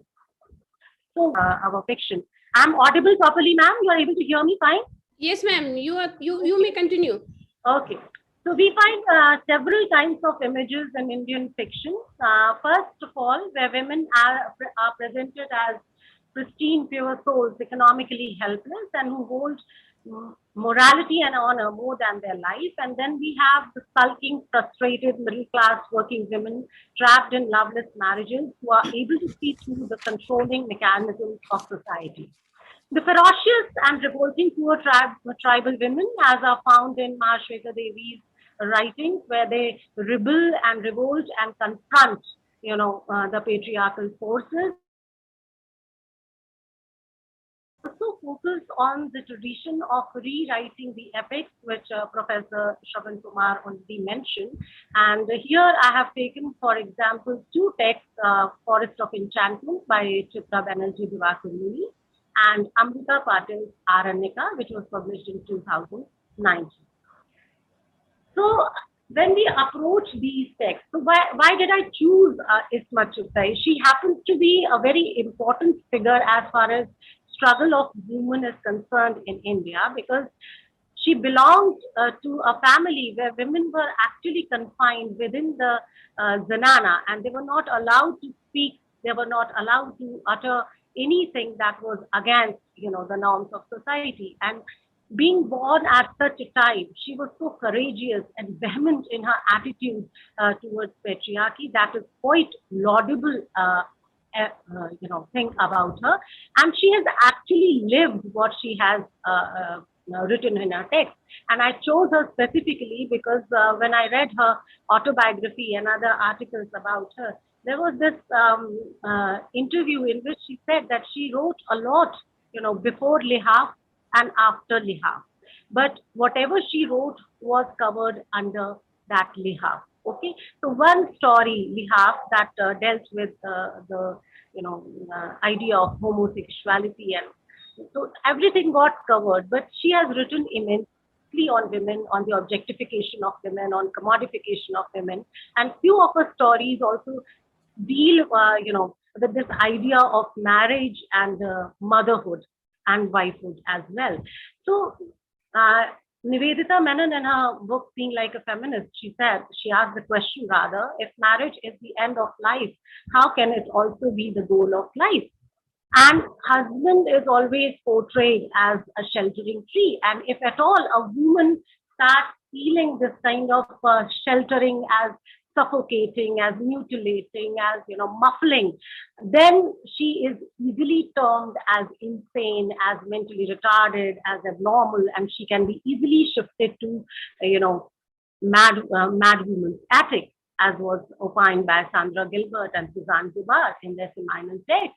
And because the perception of society is that what else a woman would want? A husband, a well-earning husband, and a good household, and lovely children. What else a woman could desire? And if she desires, then it is a mistake on her part. And she will have to marry because patriarchy is not that comfortable still with the idea of vulnerable women, unmarried women, or for that matter, widows. Okay. And and you've seen that widows were also confined to a particular sector, where they were supposed to live, a very marginalized kind of life, without any desire, without any right to, eat properly, a kind of good meal, which is so easily available to everyone else. And the case becomes more severe in the case of Kashmiri women, where we have this concept of a half widow. Okay, half widow is a woman whose husband has gone missing. When these men from Kashmir region are taken for interrogation by the army, and sometimes they go missing. So at that point of time, the situation of this woman whose husband goes missing becomes even more vulnerable, because she loses her property rights. She cannot marry also because, in paper she is still married. She's not a proper widow, and she's not a proper married woman. So these are certain very pertinent issues which need to our focus and which need to be discussed in society as such. And here I would like to refer to a story, Chauthi Ka Joda by Ismat Chugtai, where she has talked about Kubra. Now, Kubra is the daughter of a widow, and her mother has started weaving her bridal gown since the time of her birth. And she actually wants that her daughter gets a nice husband before she dies, because she doesn't want her to end up like her own. But what she actually manages is to cover her daughter's body with a white shroud at the end of the story when Cobra ends her life. So her sister says, did my sister hunger after men? No, the thought of a man did not come to her as a longing, but as an answer to her need for food and clothing.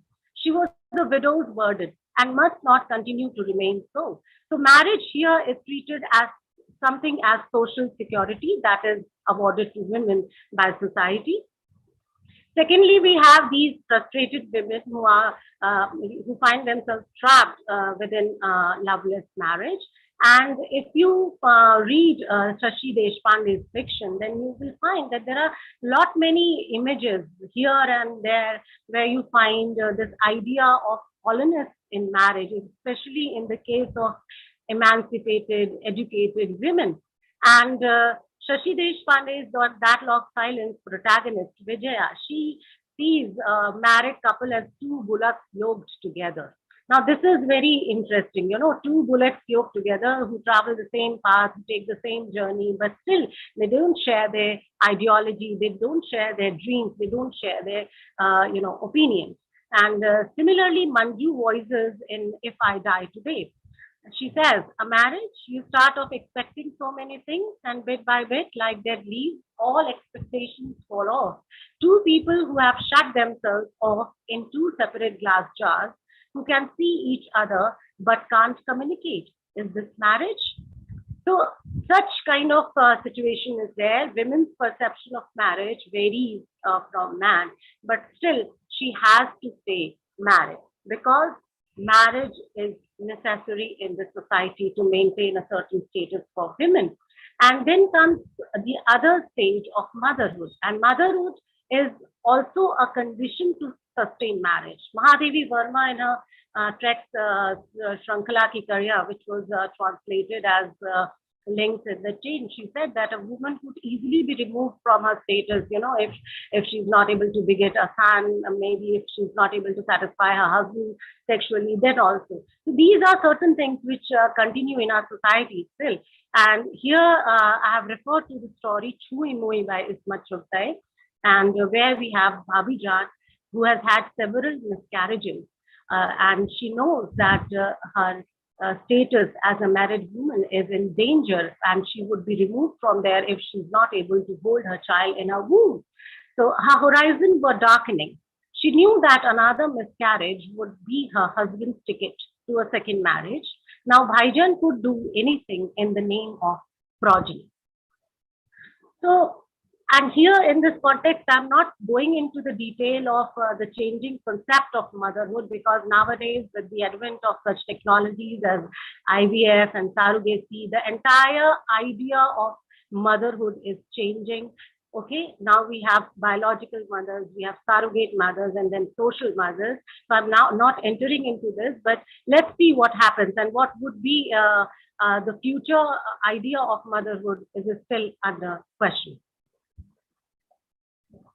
Secondly, I'd refer to novels by Chitra Banerjee Divakaruni, and how, still we had discussions earlier that how women will achieve real feminism, how the status and in the society per se would change for women. And here Divakaruni has given her own kind of solution that if women stick to the skills, the skills which they have already by birth, then this thing will change. And all her women characters, recently she has brought out another novel as Last Queen, and all her women characters have certain skills.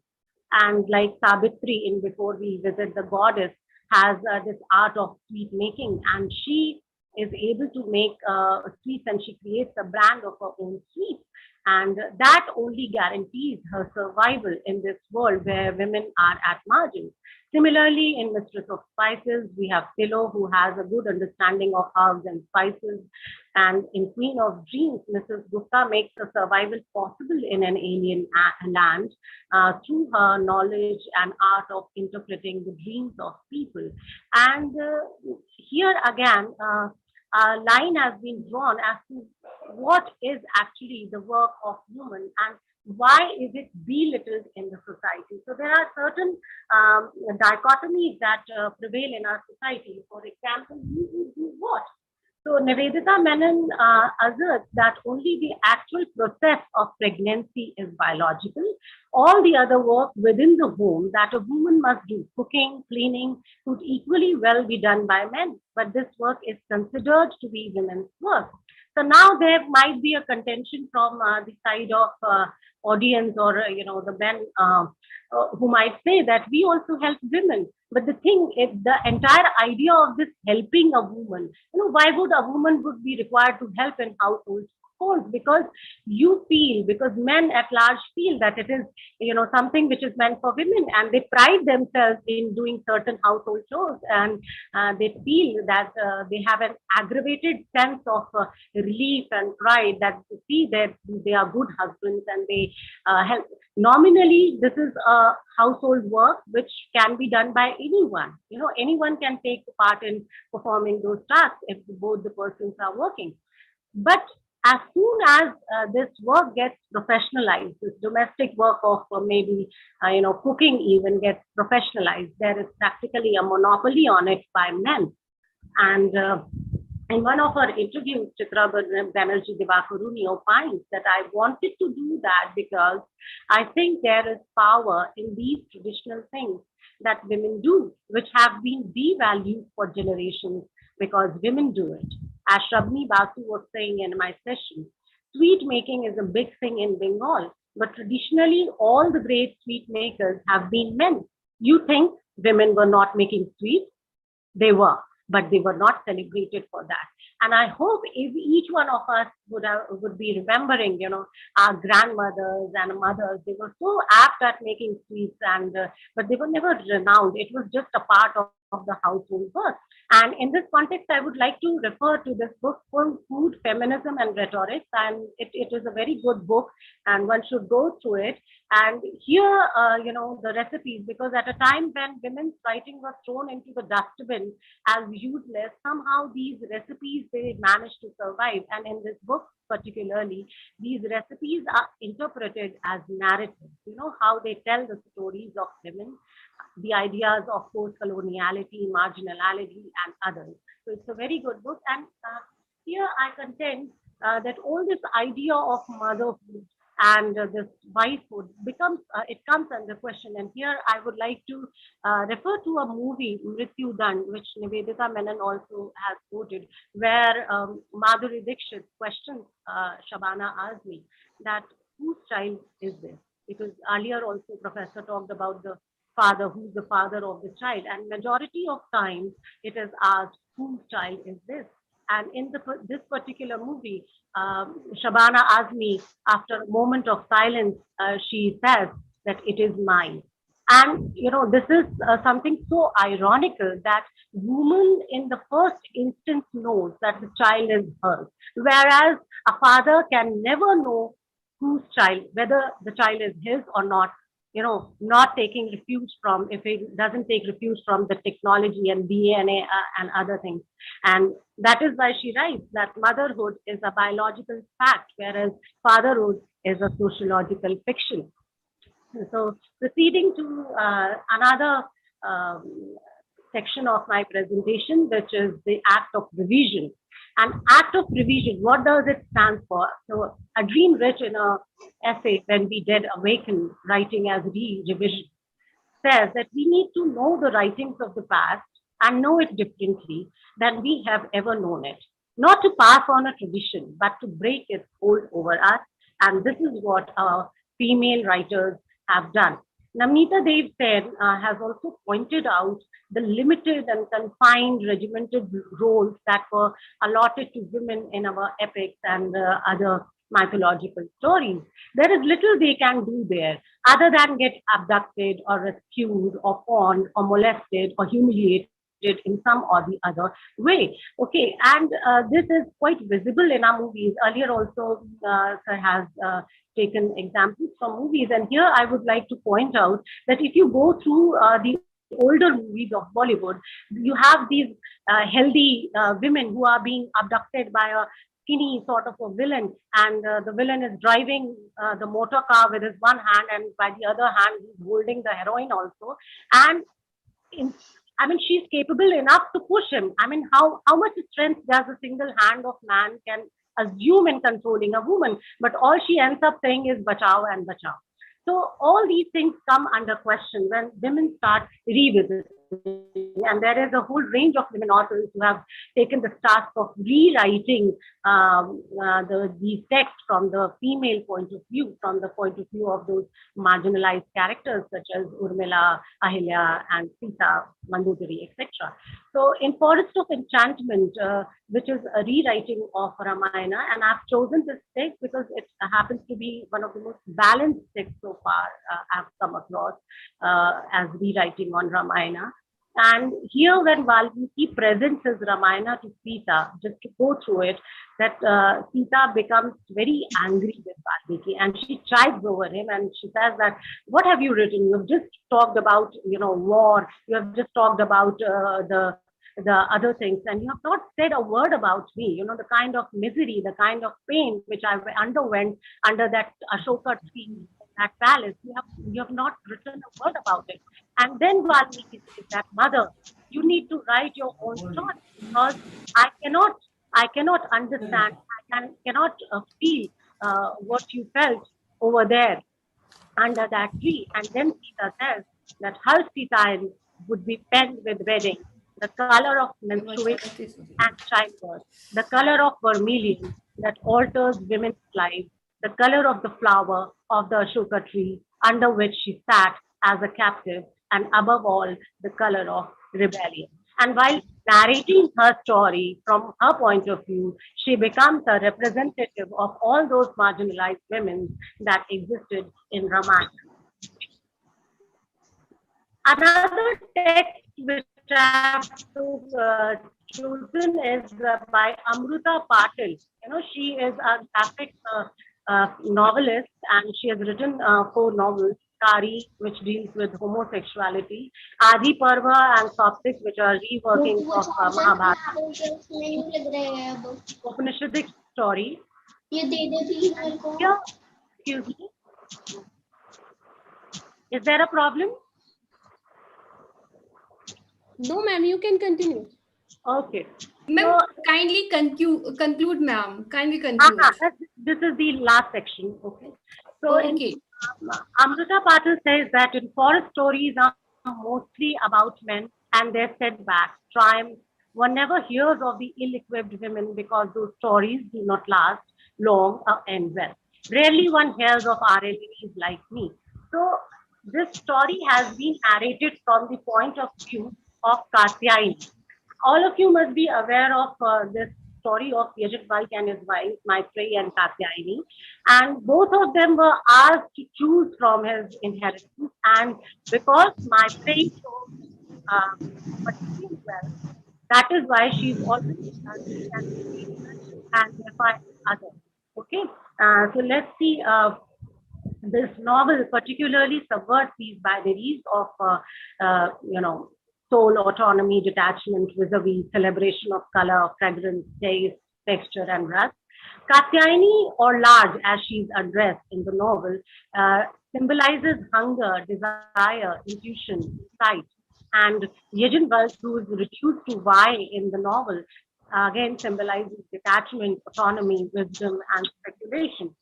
So here you can see Katyayani Large and this figure of this pot, and pot is a very prolific symbol in all our traditional literatures as well as folklore, and this symbolizes cosmos. So you can see that she actually symbolizes cosmos, and she establishes that wisdom can be achieved anywhere, not only in the ashram of a guru. So this idea of the institution has been here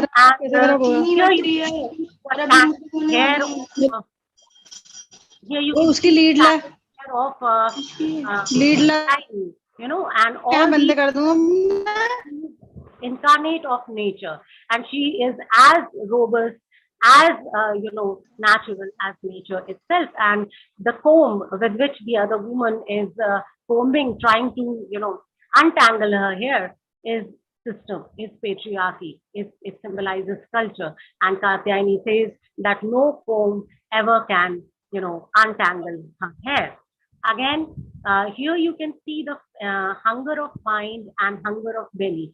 So two images, they symbolize the attention, the kind of interpretation which Yajanvalk and Katyayani have. Now, Yajanvalk sees Katyayani's kitchen fire as below his intellectual fire, whereas Katyayani visualizes both of them as equal. Okay. And lastly, we have this the character of Weaver, and you can see that Weaver is sitting with her, if it is visible on the screen, that her legs are outstretched in front of Yajanval. So this is again a sort of challenge to the hierarchy of knowledge systems, and she symbolizes the ungendered mind, and she challenges the hierarchy. Finally, I would like to conclude my talk by reading this poem, Be a Good Girl by Professor Anu Unyal, who is a poetess as well as my supervisor also from Lucknow University. Good girls, stay away from streets, stray not in the dark, sleep early. Good girls, don't drink in open. Good girls, don't have boyfriends or wear short cut sleeves, dresses that cling. Good girls, don't smoke or read porn. Good girls, refrain from laughing and ogling. Good girls, do their homework. Good girls, say their prayers. Be a good girl. Good girls get soaked in blood in their sleep. No one knows why. Good girls get killed inside their bedroom. No one knows why. Good girls die and no one hears their scream, shout, or cry. Good girls are found buried in the forest, ripples apart with a knife. Good girls get raped, brutalized. No one knows why. And still they say, be a good woman. Thank you from my side. Thank you very much, Dr. Sweta ma'am. We are very thankful to you for your wonderful presentation and deeply appreciate for the inspiring presentation you made at this meeting. And your thoughts and views are enlightened our minds and shows us a new path. Well, thank you very much. Well, I am going to give the control to Dr. Poonam for the process of this webinar. Take control, Dr. Poonam ma'am. Thank you, ma'am. Thank you so much, ma'am. Now, before concluding the plenary session, I want to invite one more notable academic intellectuals, Dr. Neelam Kumari, Head Department, Kisan PG College, Sambhavli, Hapur, Uttar Pradesh. She will also deliver some views and thoughts on the same topic. Over to you, Dr. Neelam ma'am. Are you there? Yeah. Okay, ma'am. Welcome, ma'am. Thank you once again, Puramji, for inviting such a wonderful webinar and giving me the opportunity to share my views among such a galaxy of scholars. Ma'am, your voice is not quite clear. You are not quite audible, ma'am. Okay. Am I audible now? Yes, ma'am. Now you are audible. First of all, good afternoon, everybody, and a warm welcome to all. Respected Chief Guest of today's webinar, Mr. Ajay Gupta, Director ICSSI, New Delhi.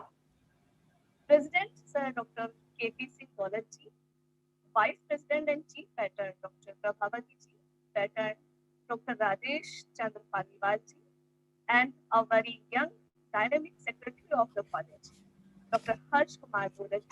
And I think this college is also named after his name, Harsh Vidya Mandir. And all the eminent panelists, Professor Sushil Kumar Ji from Allahabad University, Dr. Shravan Kumar Ji from Gurukul Gandhi University, Haridwar, and recently we have just have a talk with Shweta Avasthi Ji, and all the participants. Once again, good afternoon to everybody. First of all, my heartiest greetings to the convener, Dr. Poonam Chaudhary M, co-convener, Dr. Deepika Bhatt, and Dr. Pramod Kumar for organizing such a wonderful webinar. And I must appreciate and congratulate them for such a relevant topic. And so far as the theme of and the sub-themes of the webinar is concerned, they are really very catchy, very attractive. And I have just noted down randomly sub-themes of your topics. That is, number one is 21st century Indian literature of women, emergence of new women, elite women in changing society, and depiction of women in literature through the ages, women in Indian society, and last one is the voice of Indian women novelists in literature. And in these sub-themes and the topic, one thing is common, that is women. So in all these perspectives and in this context, I would like to recall a very famous and quoted line of a great Victorian poet, Lord Alfred Tennyson, in which he has just described and differentiated the works and the powers of man and women. And he says, man for the field and woman for the heart. Man for the field and woman for the heart. Man for the sword and for the little sheep. Man with head and woman to command. It means man with head and woman with heart, man to command and woman to obey. It is the destiny of a woman that man, whether he is right or wrong, a girl or a woman has to obey him. And if we compare and contrast the status of the women with a man in Indian society, we have the same picture that has been written by the national poet, our Rashtra Kavi, Natl in Yashodhara. अबला जीवन हाय तुम्हारी यही कहानी आंचल में है तुम आंखों में पानी. Am I audible, Poonam ji? Yes, ma'am, you are quite audible. Okay. So now this is the situation that we are facing. And this is the status of people that has been discussed and left over for the consideration. And now, each and everybody will not accept the fact because now the women is emerging as a new women. But in our country, Bharat, and as Dev Bhumi is called, there is a proverb in Sanskrit that Yatra Naristu Pujamte Ramante Tat. If it is so, so Ma'am, why sorry is for the only interruption, but your voice is not quite audible. actually there is Neelam ma'am, yes quite actually audible. hello Might be some, yes, ma'am. hello I'm just finding a maybe Now, few minutes. Actually, there is a proverb in okay, Sanskrit. continue, ma'am. There is a proverb in Sanskrit. Yatra naristu pujante ramante tat devta. So, if it is so, why only Sita, Draupadi, and Damini has to give their only Agni Pariksha? As for whether we talk about Dwapar Yuga, whether we talk about Treta Yuga, and this Kali Yuga is going on. So still, we are discussing gender discrimination, female infanticide, Beti Bachao, Beti Padhao Abhiyan, and social harassment, and that is sexual harassment in workplaces. And dowry system is still prevailing in our society. In my concern, I think we all are educators, we all are men of literatures, we all are atheists and academicians and research scholars. We must think over these kinds of things because these are the very serious issues, these are very burning issues. And so far as we must do something innovative, we must do something creative to how we can remove these kinds of things from our society. Actually, I just want to recite a poem that has been written by myself.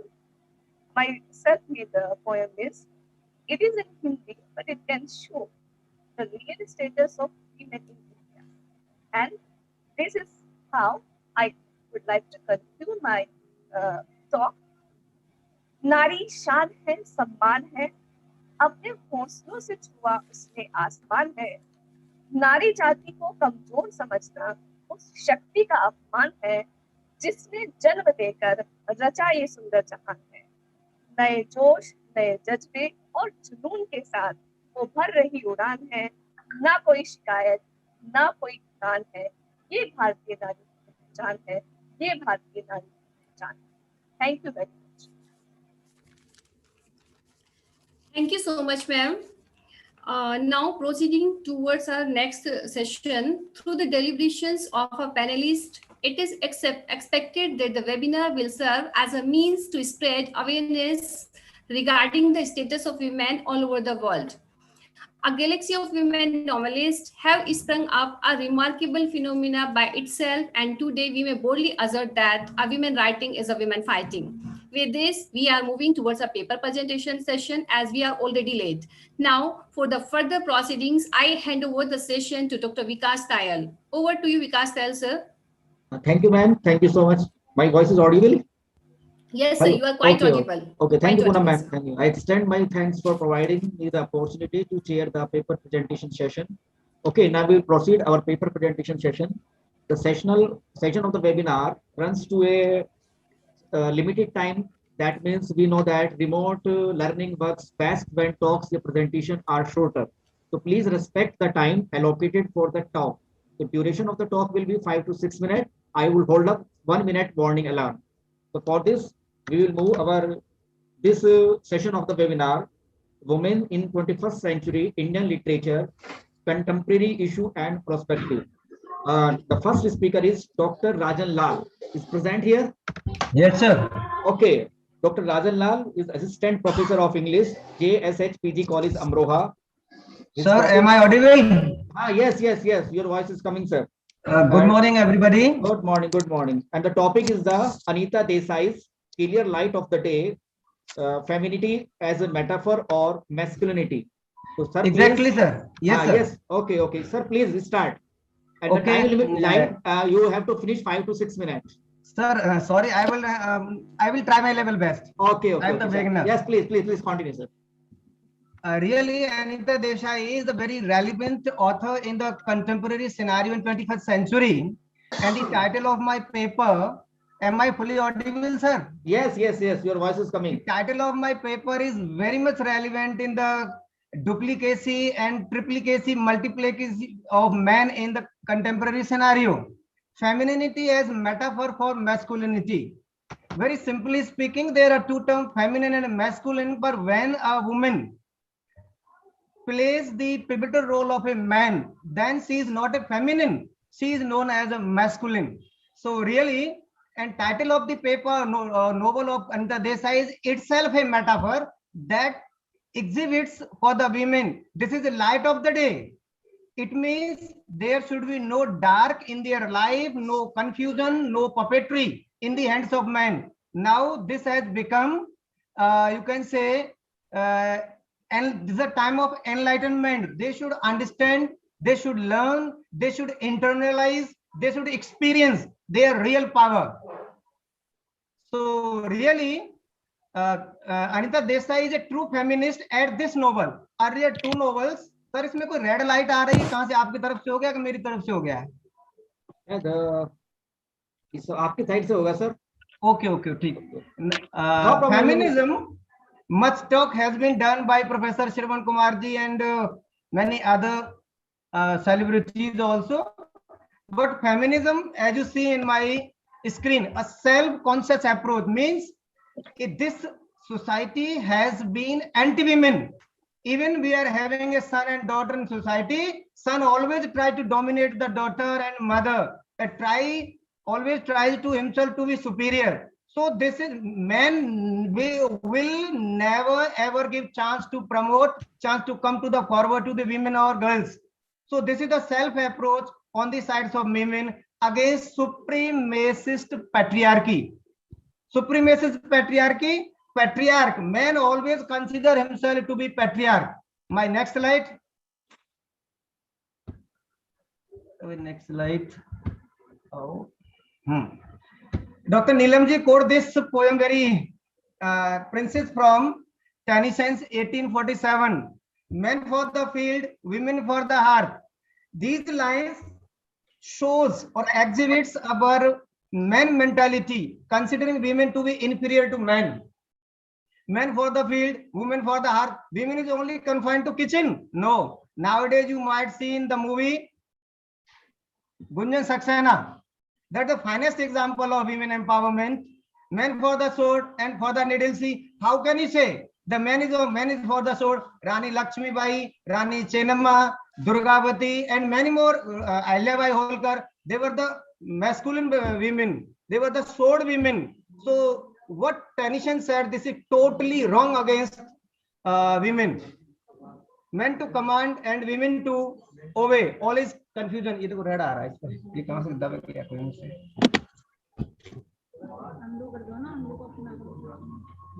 चलो मैं continue करने दो फिर गड़बड़ हो जाएगा.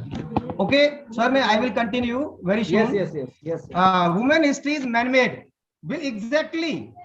You see in the bottom of the screen, Red Stockings Manifesto, New York, 1969.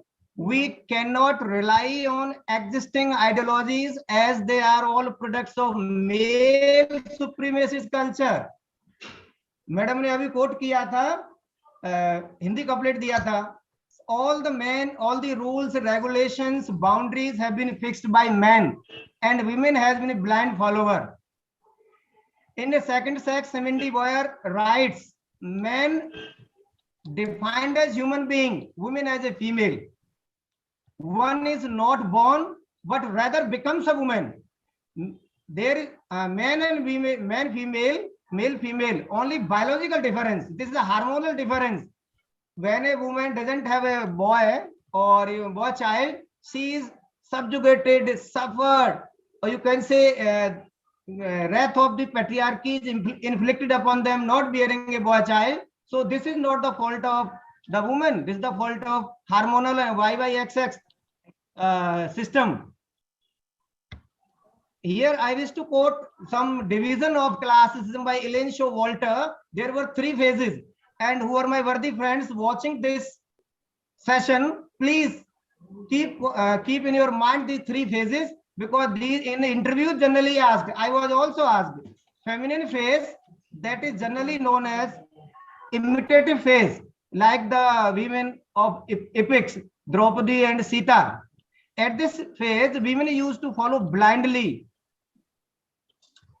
what husband says, bhala hai, bura hai, mera pati, mera devta hai. This was the imitative blind phase of women. So that is now over.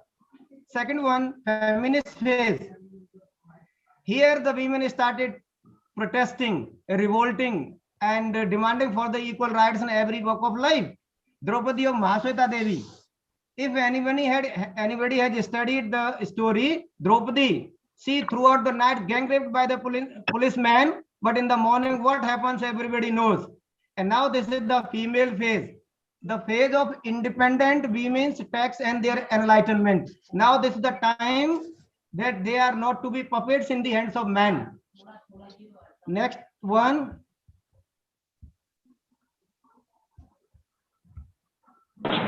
Anita Desai and her women.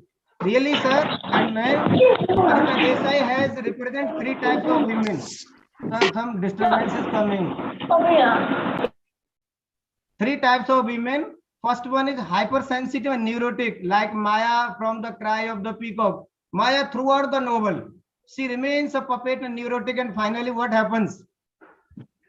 And next one, clear light of day. Sorry. Voices in the city. Second category of women is they are the silent sufferers. And finally, when they are unable to bear the, you can say, inflictions or patriarchies, you can say wrath, so they generally follow the path of Monisha, who commits suicide by outpouring kerosene on her body and leave the world forever. But real one is this is the real novel. Here we have Anita Desai as a true feminist, metaphor for masculinity. Many examples I have quoted. Try Razia Sultan. Really she was a lady, but she did in her kingdom as a real man. Rani Durgavati, Rani Lakshmibai of Jhansi, Ahilyabai Holkar, Veer Mata Jijabai. Really, they were the masculine women. They were the metaphor for masculinity. Now I come to my novel, Clear Light of Day. Dear sirs and madam, this is really a metaphor for masculinity. The pivotal character, Vimla, is the real heroine of the novel, and the whole family consists of 4 children. The local of the novel is Old Delhi, and you see in the picture Vimla, their parents enjoy the life of pre-colonial society, but unfortunately speaking, how kind of parent they might have been, they hardly paid any attention to their bringing up. When they leave the world, Bimla is only the character. The whole family's responsibility comes on her shoulders, and there are 4 children in society. There are. Next one. I'm just trying. Raja, Bimla, Tara, and Baba. These are 4 children in the society, and Baba is, you see, that is the person, smallest child in the society, and he is autistic. Autistic, a person who becomes unable to speak. And as the time passes by, Tara gets married to Bakul, and after some time, Raja, her own brother, he also decided to marry and leave the world to move away. But Bimla is the real character who plays the role of a real man of the society. She earns and takes care of Baba. So for this, she has to remain a spinster, unmarried throughout of life. Really, at this critical juncture, she acts heroically and does support the family. So I can say Bimla is only biologically she is a female, but really, practically, physically, she is a real man, real masculine society, because she holds and performs whole responsible society and takes care of Baba as a true father, not a sister. So, dear sirs and madam, many women in society, Bimla is only a sample. They are running their families, and their husbands are doing nothing. They are only drinking and sleeping, eating, drinking, merry-making is their own goal of life. Dear sir, so most of the women, they are trying to be like Bimla and running the family as a man. So really, Bimla's character is a real metaphor for masculinity. With this, I stop my presentation. Thanks. Thank you so much, sir, for this nice presentation. I would like to invite our next speaker is Dr. Andruti Shah, Assistant Professor, Department of English. Are you there, ma'am? Yes, I'm here. Am I audible? Oh, yes. Okay. And thank you so much for giving. Her topic is the patriarchal dominance and rebel in a era pandemic TD. My mother's voice being from a feminist perspective. Yes, ma'am. Please continue. Thank you so much, Vikas Tayal sir, for giving me opportunity to speak. And I would like to thank convener and all the participants from all the people who are listening to me. The current paper which I'm going to discuss is the patriarchal dominance and rebellion era Pandey's Didi. So here what the points which I would like to highlight is actually like we people are the women of the hills. So when we people are talking about the women of hills, so it is something where we are talking about that how the females or the women of the hill becomes the victim of the mountain society. As Ranjan Lal sir has already mentioned that he was quoting Simone de Beauvoir, that is the second sex, that nobody becomes a woman. That is, it is the influence of the society. It is something is nobody is born as a woman, rather becomes a woman. Is something which he was quoting, and that is where we are saying that if we want to liberate a woman, there are only 2 perspectives. One is the radical approach, or the other perspective is something which we people can say as the liberal approach. So where we are saying about these kind of things, that means if we have to liberate a woman, so it is either through the education or through a kind of a self-awareness. And when we if we just look towards back to the histories, this is what we people have seen, that from centuries women are someone who are actually struggling for their own rights. They are someone who are trying to banish from the patriarchal dominance, and that is where we define a feminism as a kind of a discourse as well as an academic discipline, where people are trying to question that why men are dominating women, either whether it can be considered in the name of a religion, or why do they want to enchain a woman, and why we are talking about the objectification of a women. So it is something where literature is something which am I audible? Am I clear? Yes, you are clear. Okay. So that is where we can say that literatures are something which can be considered as a reflections of the human society, and that is where the topic which I have taken, that is Excuse me, is something that is my mother. Yeah. There's quite disturbance from other person's microphone. Please, Yeah, I think if you can just Ranjan Dr. Lal, Rajan Lal to mute his Lal mic. has, I think he's I talking would to like to someone on the request. phone. Dr. Rajan Lal, kindly Please, Dr. so unmute kindly yourself. mute your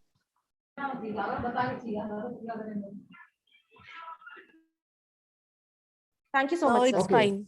Okay, so now this paper is something which will this paper is something which is analyzing that how Hill women are being treated by the male-dominated society, and automatically they become subaltern, or they are someone who always try to remain subservient to the man.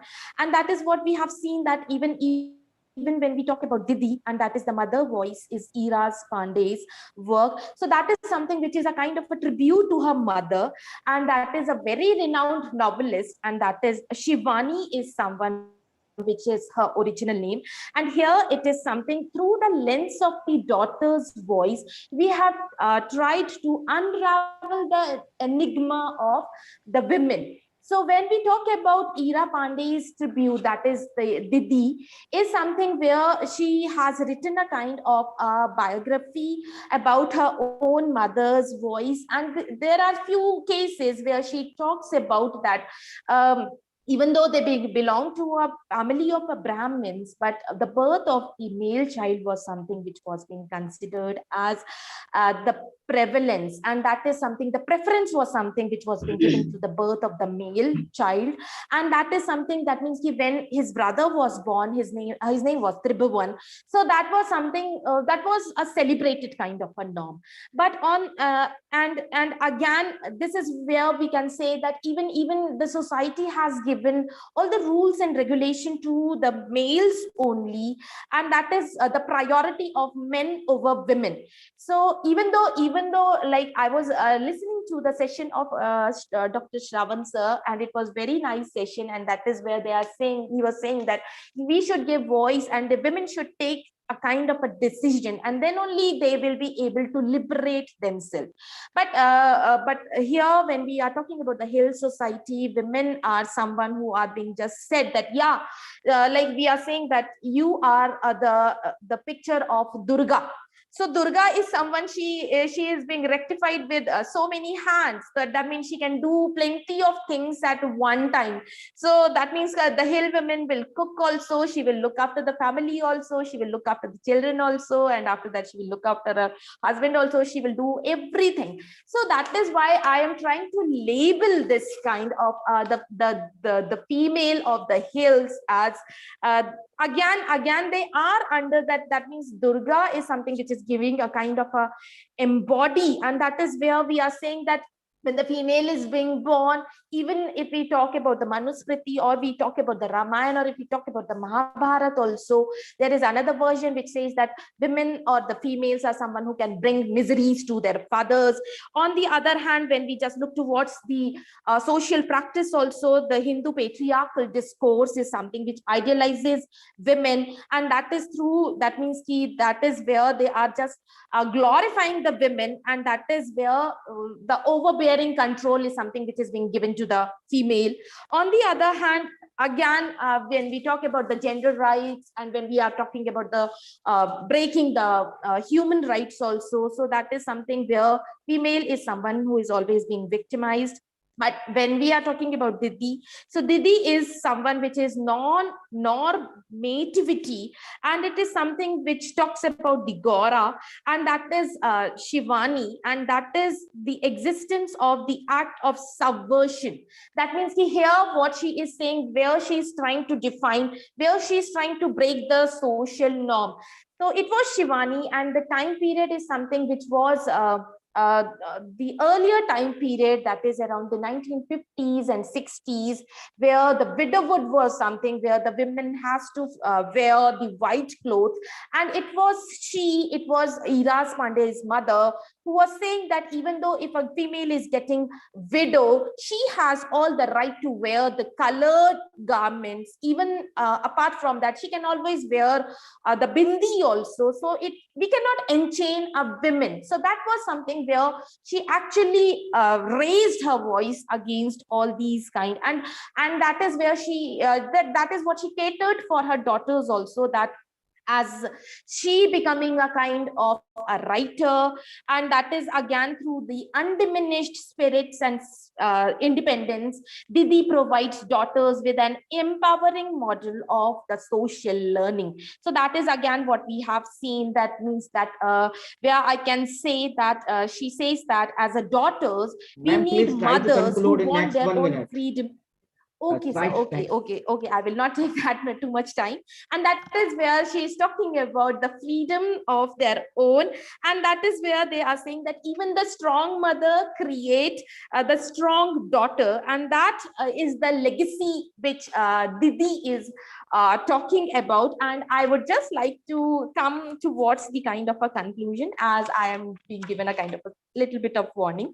So here again, she is also saying that she created her own daughters in such a kind of a manner that through their own writings, they can also recreate, and they can just bring up their own voice, and even they can write about their own selfhood instead of retaining a kind of a silence, either through her works. Like even if we just look toward the Shivani's Chauda Fere, so she is talking about the liberating of women. She talks about that women should not be marginalized, but they should have their own voice. And this is what we have seen, that she is trying to label it, and that is what she is saying, that even the act of translation again becomes a kind of a feminist act, and that is a kind of an act which is something which discovers the self through a different kind of the labels, like reclaiming our own stories, like reclaiming our own mother tongue. Like we were talking about the palace of enchantment, and where we are saying that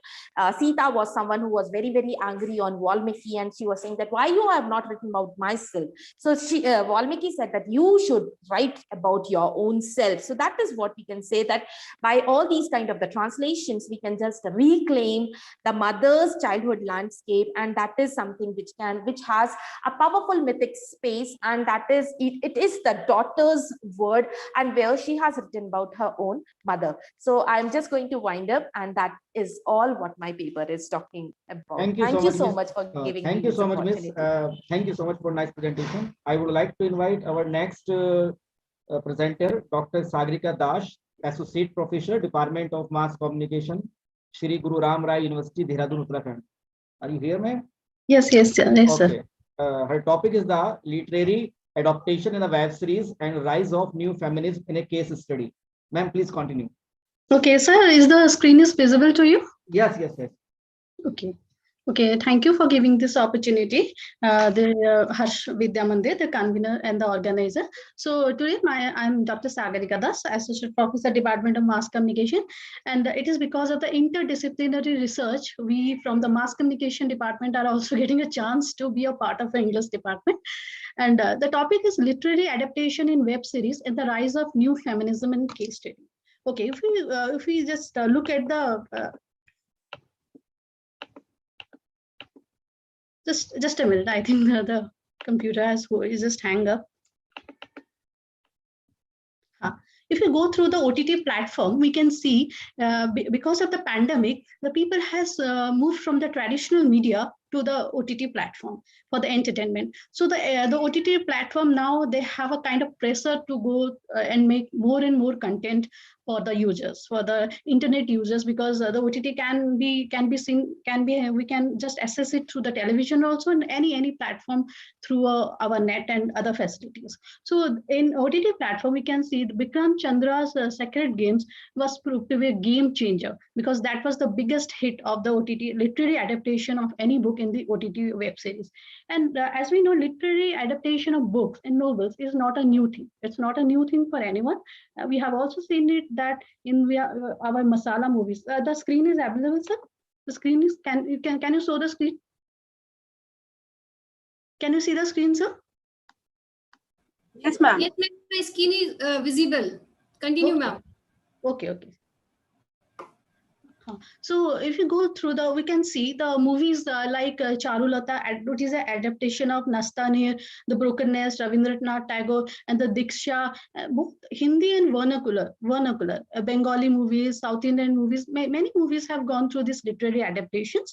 And if we compare the female characters of the commercial movie with these literary adapted movies, we can very clearly see that while the feminism and the female shown in the masala movies are for only entertainment and for the item numbers, there were strong characters. There were strong female characters of the adapted literatures which has been portrayed in the movie. So moving in the similar step, OTT platform is also creating a new content with this literary adaptations. And the more freedom that OTT platform has received or has compared to the other traditional media, that we have an absence of strict censorship, which has given a creative freedom to the makers and producer of this web series in a detailed and elaborate manner.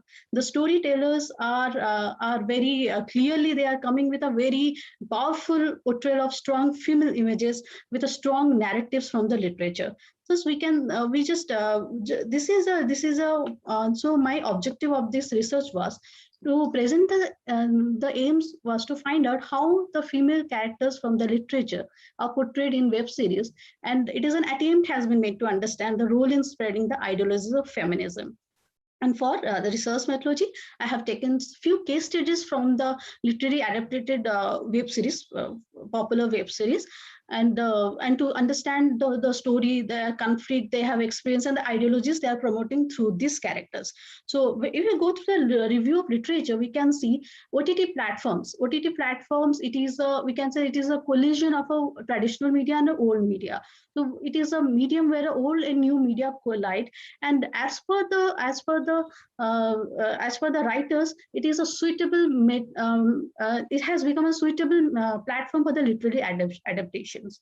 And the theory of adaptations also strongly suggests that, argue that a text can not only survive when it shifts from one form to another, but it can also thrive. So adaptation is very much necessary, and they strongly argue for this. And the other one is when we see that because of the visual version of the literature, we can see that creates more emotions. The narratives, the shots, the camera movements that feel more close to the characters, and they can just try to leave the characters and just get into the characters. So I think the literary adaptations or the screen adaptations of such literary adaptations of such in web series is certainly going to help the viewers, users, and the books also. So even the young writers, we have many young writers who are just coming through we are just touching the Indian sensibility through these movies. So we can say this can help also to provide a digital content, many digital content. So next, few of the case studies have been taken. As I will quickly wrap up this case studies. This is Leela. Leela, that is a Netflix web series. It is quite popular, and it has adapted from the Prayag Akbar Leela. And we can see the central character Salini, who is fighting to get back her daughter. And we can, through this series, we can see this is a struggle. This is a struggle of women who is who is facing an oppressive society, who is just receiving the demeaning treatment and struggling with harassment and discrimination of the society. Still she's fighting back. fighting back. And the other, we can see during the series, we can see how the women are given drugs to suppress their emotions, and because of the patriarchy, inequality exists, and interreligion marriage is not admissible. And when Leela went for inter-religion marriages, she was just put in a home where for her purifications. And other, we can see for examples that a woman is married to a dog as a punishment, and the one that is written on the in the center of purification, we can see an ideal woman is one who is domestic goddess and serve the household. So we can see Miss, I request you please conclude in 1 Okay, minute. okay. Just as and the next character is from the married woman, and that is also has been adapted from the Manju Kapoor's Married Woman. We can see this is a love story between the two women, and here we can see there is a famous dialogue in this. If we stress that तुम caterpillar से butterfly हो गए हो, वापस cocoon में कैसे जाओगे? So still cocoon resembles the family where the Indian women are struggling with a restricted and limited freedom of many things. And next is suitable boy. We have two characters. One lady who has all the freedom, the Lata Mehra, who has all the freedom to find a suitable boy for an arranged marriage. But the second character that has been played by Tabu from the Saida Begum. She has given a koti at the end of the city because she's a tawaif. She is a prostitute. So men belonging to super social status manipulates us image while society undermine their self-respect, which can be seen now also. So if Lata Mehra like characters are given more and more importance in the web series, we can see honor killing and killing. The dowry system can end automatically. The educated women will be given their freedom to choose their sexual or their marriage partners. And the second is the Rabindranath stories, and we are all aware of the stories of the Rabindranath Tagore. We have here the strong character of Charulata, Binodini, Mrinal, who are just fighting for their sexuality, for fighting against oppressive society, and the regressive husband Mrinal is fighting out. So we can see from at that time, at the Bengal of 19th century also, we can have the characters, the female, they were bold enough to reject the cultural and the social stigmas and the patriarchal system of the making their own identity. And another that is for 11th hour, that is that has been adapted from the 8 hours of author Upendra Naburi. This is a vernacular Telugu language web series that has been telecast at AHA. We can see the character of Atarika Reddy. She resembles the modern women. She is a skillful decision maker, and she is fighting with the corporate male-dominated world, and how she has survived the conspiracy on the political conspiracy and the corporate drama that has been sold. Next, there is the Queen. As we know, this is a Queen adaptation of Anita Sikumar's novel Queen. That is the Tamil Nadu politician's Jayalalitha. The whole series is about her struggles, the obstacles she has went through against the male-driven character of cinema and the politics he has come across, and how she has battled the humiliation of the male counterparts to come across it, and with her determination and confidence. And the last one is Charitrahin. Charitrahin again has been adapted many a times, and this has in a web series of Sarat Chandra Upadhyaya. The characters, they can see the women are accused of being characters when they rebel of their sexual preference. And this story also highlight the gender equality, rejection of women with a taboo like the Indian woman. So after all these case studies, there is the analysis. There's the web series, the Binodini, with the Atrika or the Astha or any character from the web series. This literary adaptation has helped to give a new contemporary woman through this web series. And this web series, this is not a 3 hours movie, so it is of long hour. So we can leave up the characters, and the people can access it anytime. The OTT has the advantage that we can assess it every time, so they can be lived again and again. And I think more and more such screen adaptation through web series will help reinterpret and recreate the strong and independent female characters and their ideologies. And such characters not only inspire the Indian female to build their own identity, it would also give them confidence and courage to raise voice against any physical, emotional, psychological oppressions and suppressions. And such female protagonists or such web series characters, strong female characters, if they are portrayed from the literature, so they will also bring a new wave of feminism in the society, definitely. So this is the reference, and all from me. Thank you. Thank you so much, Miss. This new type of this research in your web series. Recently, I have finished Married Woman yesterday, and I have seen all the episode. That's a really nice one. Thank you. Thank you so much, ma'am. Thank you for this next presentation. Now, I would like to invite our next speaker is Dr. Anuradha, Assistant Professor and Head of the Department of English, MDSD Girls College, Haryana. Her topic, are you there, ma'am? Yes, I'm here. I Okay. hope I'm audible. Yes. And her topic is the Sita as a reflection of contemporary woman, the forest of enchantments. Please, ma'am, continue. Okay, good morning, sir. And Good morning. first of all, I would like to congratulate all the organizers of this wonderful and insightful conference, and especially Dr. Poonam ma'am, convener of the conference. Thank you, ma'am, for giving us such a wonderful platform to present our views. And my topic is Sita as reflection of contemporary women, the forest of enchantments. The Forest of Enchantments is a beautiful piece of literary rhyme by Chitra Banerjee Devakurni, written in 2019. Chitra narratives have made her a social revolutionary who depicts women as strong and thoughtful. She discusses about famous female characters of Indian mythology and writes about them with empathy. She has depicted the plight of Draupadi in the Palace of Illusion and Sita in the Forest of Enchantments, and her works are real depiction of humanist disapproval against magnificent avarice at large and in particular against the patriarchal culture. The Forest of Enchantments is a wonderful creative work where Sita is identified as as a contemporary woman. In Ramayana, Lord Rama is presented as Yug Purush, and Lord Rama is instead with all the powers related to mind as well as body, whereas Sita is presented as follower of Lord Rama. She is a devotee wife who supports her husband in all her decisions. She is epitome of womanhood with all traits of modern women. In the present work, Sita narrates her own story in her own voice. She has her own way of life and makes her own decisions.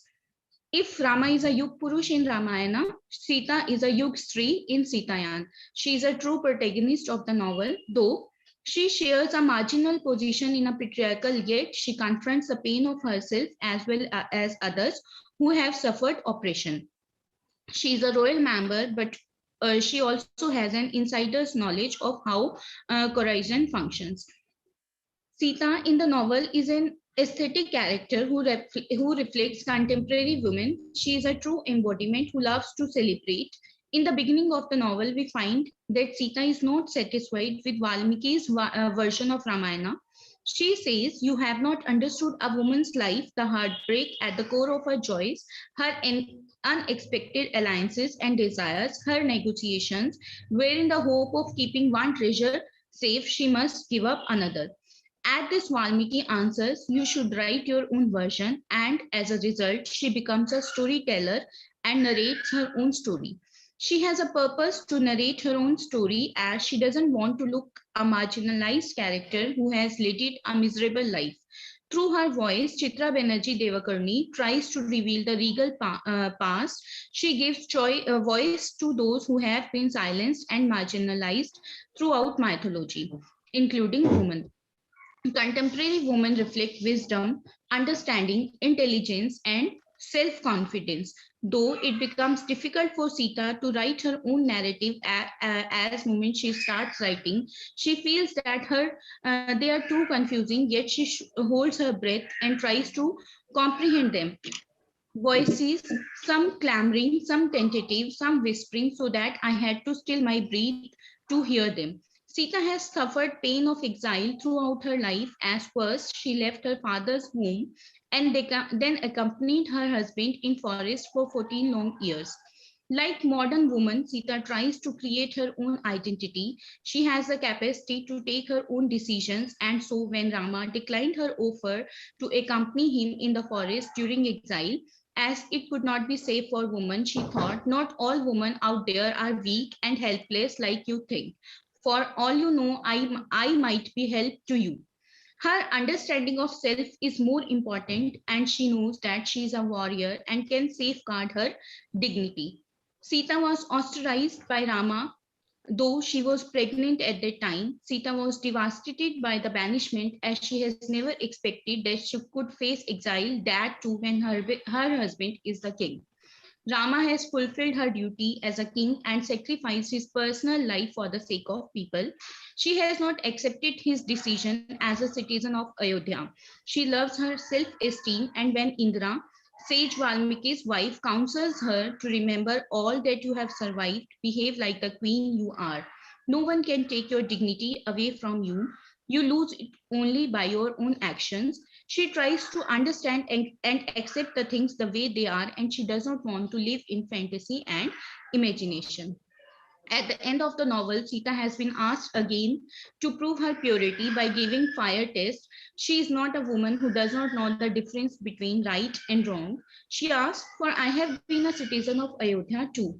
Did you act justly when you sent me away to forest, knowing I was innocent of what gossip mongers whispered? Were you fair to your unborn children when you sentenced them to a life of hardship, perhaps even death in the wilderness? And she declines the offer and declares that she does not want to set a wrong example, as people will use this action forever to judge other innocent women. She And you does not have to finish want. the next 1 minute, please. Yeah, I'm just about to finish. She doesn't want that the contemporary women come to prove their innocence and purity every time the society demands, and she states, for the sake of my daughters in the centuries to come, I must now stand up against this unjust action you are asking of me, because this is one of those times when a woman must stand up and say अरे no ये तो more. History में नहीं Thus, आया यार, to Google को. conclude, Chitra has given a new narrative and possibilities through Sita. She has presented her as a wise woman who assumes in the very beginning that Valmiki's narrative must have been told by a masculine power. Thank you so much. Thank you so much, Ms. for nice presentation. Now I would like to invite the next speaker is Dr. Rachna Agrawal, Assistant Professor, Department of English, Government Degree College, Jahangirabad, BSR. The topic, are you there, ma'am? Dr. Rachna Agrawal? Hello? Yes, Okay. sir. Yes, Okay. sir. Dr. Okay, Rachna Agrawal, and topic I'm is the starting. Okay. image of new woman in contemporary Indian fiction. Please, ma'am, continue. Yes, sir. Yes. Okay, thank you, sir. A very good noon to all. Myself, Dr. Rachna Agrawal, Assistant Professor, English Department, Government Degree College, Jahangirabad. First of all, I would like to thank the entire team of Harsh Vidya Mandir, PG College, Rezi Haridwar, for providing me an opportunity to present my paper in front of such renowned conventions. And I would like again special thanks to all organizing committee. My topic is Image of New Woman in Contemporary Indian English Fiction. Here I start, sir. Women have always been an important, am I audible, sir? Am I audible, sir? Women have always been an important subject for writers in Indian from the ancient times to the present day. Sometimes they have been portrayed as incarnation of virtues such as love, affection, sympathy, and even Shakti, and sometimes they have been considered objects of dominance, torture, and humiliation by men. In modern times, women are treated variously by the novelists in India. Some of the very recent novelists of Indian writing in English, particularly those who have been influenced by the Western culture, are trying to present ultra-modern portraits of Indian women. These writers have pictured the budding of new women who firmly refuse to become prisoners of orthodoxies, fossilized traditions, and stereotypically idealized identities. The present paper seeks to study the selective fictional works of the Indian writers in English with the purpose to explore the female consciousness in contemporary Indian English fiction. My study focuses on the selective fictions of Kamla Markande, Shashi Deshpande, and Anita Desai. Indian fiction in English traces its origin with the advent of English education and English language in the pre-independence era. It is firmly rooted in Indian cultural background and specifics, which makes it essentially different from English literature. In the past colonial period, with the rise of feminist consciousness in Indian society, there came a flurry of writers who concerned themselves with the issue relating to women quite passionately. The women novelists in Indian writing in English have perceived new methodology and strategies in feminist narrative practice as opposed to the traditional approach. The objectives of the women novelists like Kamla Markande, Shashi Deshpande, and Anita Desai is to achieve realization, self-realization, self-expression, self-fulfillment, self-definition, self-actualization, and self-emancipation on the part of female protagonists. The writers and their protagonists are influenced by the West and Western education and often apply Western concept of feminism to the Indian setting. They seem to revolt for the sake of revolt. These writers visualize all the kinds of barriers in women empowerment and have in their own different ways to attack the institution of arranged marriage and articulate their protagonists. Conscious and subconscious struggle to live beyond dominant power structures. These women writers transform their own experiences as women as well as their femininity into literary expression. Sita, Savitri, and Shakuntala model is replaced by the new women. New literary female model, assertive, self-willed, searching to discover her true self, a class-oriented fiction emerge. This new woman is always shown for the quest of identity or self-exploration. The growing independence and mobility urban middle-class woman shows the shift from the external world to an individual world. The rebellious young women refuse to accept endless suffering. The journey to selfhood and the freedom that constitutes the burden of the female experience becomes a cultural motif. The self-exploration gives a questioning status, liberating her from the entire mythological and constraining stereotype. Kamla Markande excels in recording the inner workings of the minds of her women characters, their personal perspectives and social confrontations. She endeavored to portray them as individuals growing into themselves, unfolding the delicate processes of their being and becoming. Her heroines display high degree of competence in countering their oppressions and maintain a down-to-earth attitude towards life in general. Her novel Nectar in a Sieve is a restrained as well as a touching account of the life of an Indian peasant woman, Rukmani, and her struggle for survival and her abiding love for her husband, Nathan. She, with an overly respectful manner toward her husband, is sharply sensitive to the patriarchal oppressions a village woman encounters in her life, child marriage, and dowry. Rukmani is shown with a heroic impulse and with an epic touch in her struggle with hunger, soulless industry, nature, and landlordism. Ma'am, please try to conclude. Okay, sir.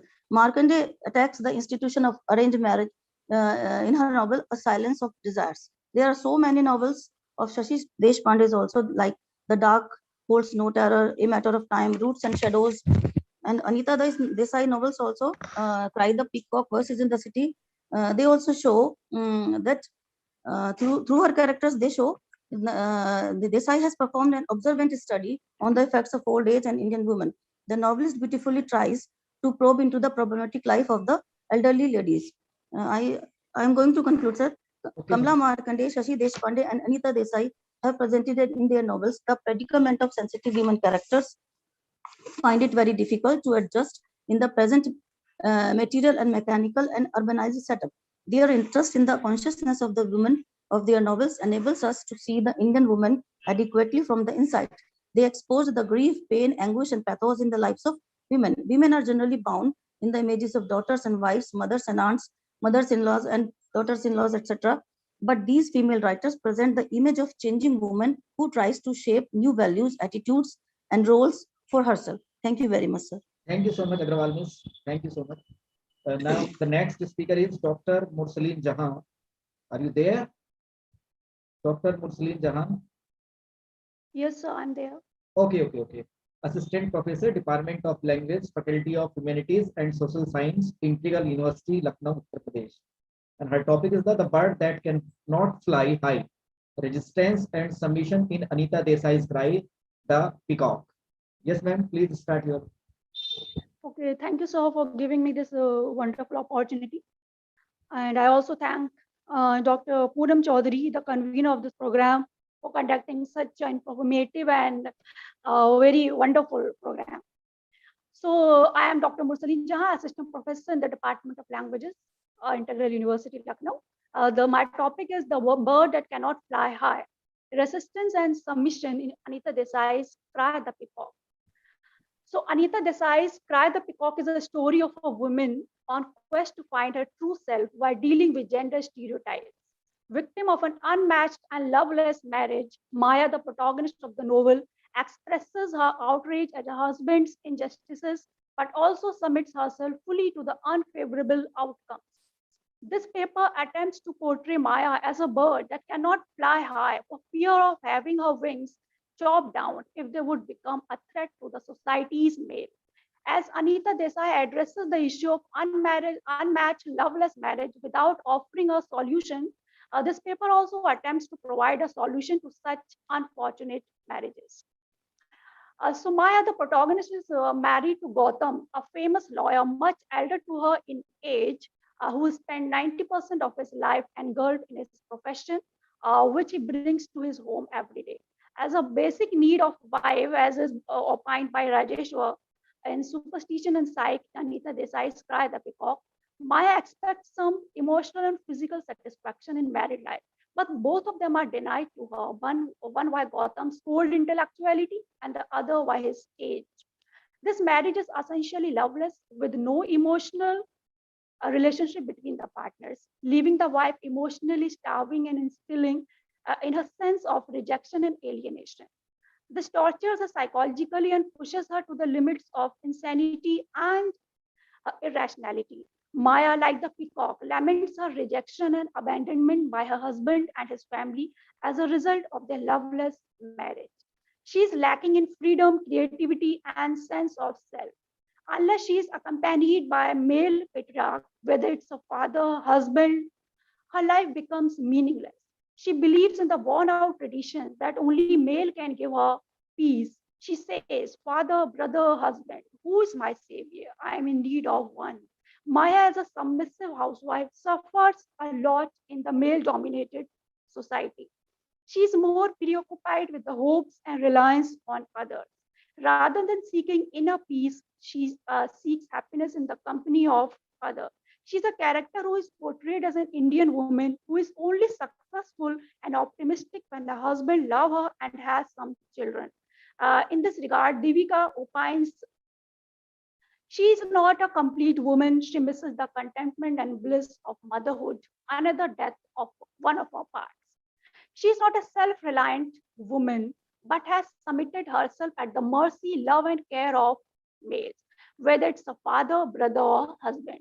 She is not ready to take a bold step to discard such type of marital relationship in which she has just become a decorative piece.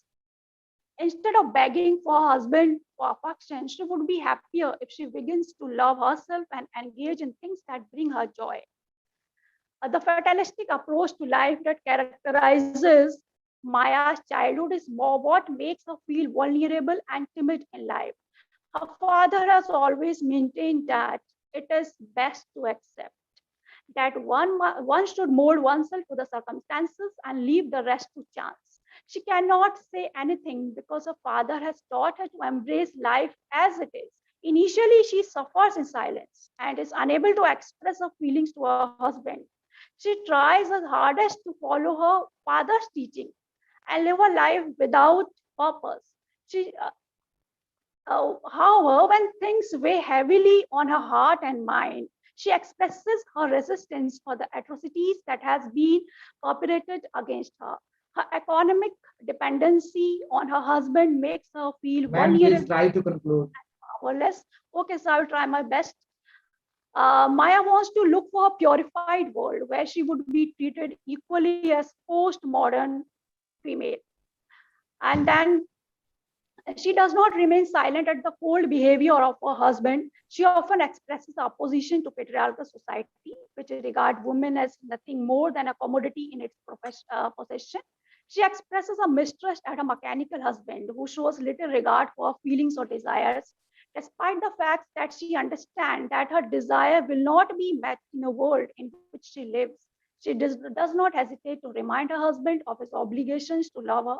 She wants to fly high through the wings of her ambition, but she inefficiently of a high flight because her wings have become too heavy with the burden of patriarchal norms that a woman in a patriarchal society is subjected to. the end, what happened? Maya loses her sanity and kill her husband by throwing him off the roof as a result of a prolonged life between two conflicting worlds. Her desire for liberty consumes her to the point that she becomes so bitter to take the most uncommon and heinous action of killing her husband. The patriarchal seclusion, resentment, and injustices have finally driven the peacock into killing her soulmate. This is the ultimate sort of resistance which could ever be shown by a woman against the unbearable atrocities of her husband. Wanted every time by the unfortunate Prohensi, she has compelled to take this bold step, not just to kill her husband, but to save herself to be died an unnatural death. Maya is unable to submit herself to an extent of losing herself for forever because either she or her husband must have to breathe his or her last. She is in fact secures her right to life by taking the life of her husband. But killing oneself or one's life partner is not the only and the right way of liberation from the life's hardship. As such, acts only add to the chaos. When a marriage becomes so acrimonious that partners become threat to each other, the middle path must be sought out. So 1 minute only. Breaking the marital cord and embarking on a separate path to happiness might be the ultimate solution to such problems. In Indian society, the assumption that marriages are sacred bond and cannot be dissolved by divorce for personal reason. When people can't find a way out of unsuitable relationship, they engage in extramarital affairs, torment their spouses, or even kill their soulmates, like Maya did to get out of hers. It would have been a wiser choice to dissolve the marriage by divorce in order to save both of their lives. So she also killed herself towards the end, and I'm just concluding it. So in Anita Desai's Cry the Peacock, Maya is depicted as a woman who displays both resistance and submission to her husband's insensible attitude. She is portrayed as a woman who has the strength to stand up for her rights, but lack the vigor to crack the shackles that prevent her from taking the risk of disrupting marital relations in conventional society in order to find solace. So Maya, like a peacock, is a bird that can fly, but not quite high. Thanks for listening. Thank you so much. Thank you so much. Now the next speaker is Dr. P.H. Lakshmi, Assistant Professor, Department of English and Culture Studies, Manipur University. Are you there, ma'am? Yes, sir. Can you hear Okay. me, sir? Okay. The topic is the resonance of the women writers from Manipur. Ma'am, please start. And please try to bind within 5 minutes. Okay, sir. A very good afternoon to the respected chair and to all the learned participants. The topic of my paper is Resonances of Women Writers from Manipur. So in the recent time, we could witness the emergence of the writings from the Northeast, which is perceptible in the academia, which exposes many challenges encountered by the people from this region. Though, often we use Northeast as a homogeneous term, but Northeast comprises the 8 states, which is our unique history, culture, and society. And Manipur is also one of the states of the Northeast, which is having its own distinctive cultural legacy abounding with myths, legends, folklore, language, and literature. So my paper will try to address some of the recurrent themes and subject matters which have been addressed by women in women writers of Manipur. And as far as the Manipuri literature is concerned, Manipuri literature is basically written in regional language, which is Manipuri, and many of the literary works have been translated into English. And the Northeast and Manipuri literature has been overshadowed for a very long time by the mainstream literature, that is Indian literature. The reason may be the perpetual evaluation of the literature of this region in terms of violence, bloodshed, and instability, which further alienate them from assimilating to the mainstream genre. Regarding the women writers from this reason is concerned, they try to highlight the emerging issues in the society as well as the predicament of women who have now started asserting their subdued voices. And some of the themes that they have taken up in their works are the issues of identity and indoctrination of women in culture and society, and private lives of women, and social position of women, and women's desire and aspiration, stereotype, among others. And regarding the women writers of Manipuri literature is concerned, writings of women have its own period of struggle because they have been dominated by the male writers for quite a long time. So in the recent time, Manipuri women writers not only highlight the subject of gender patriarchy, but they also try to foreground the problems Savita impinging Mahali, on women kindly that mute goes your to the phone. turmoil due to ensuing conflict. So one of the pertinent issues that I would like to address here is women as victims of violence. In the armed conflict region, women suffer from double subjugation or double victimization. One for being born as a woman, and other for being born in a state where the armed forces have dominated the natives.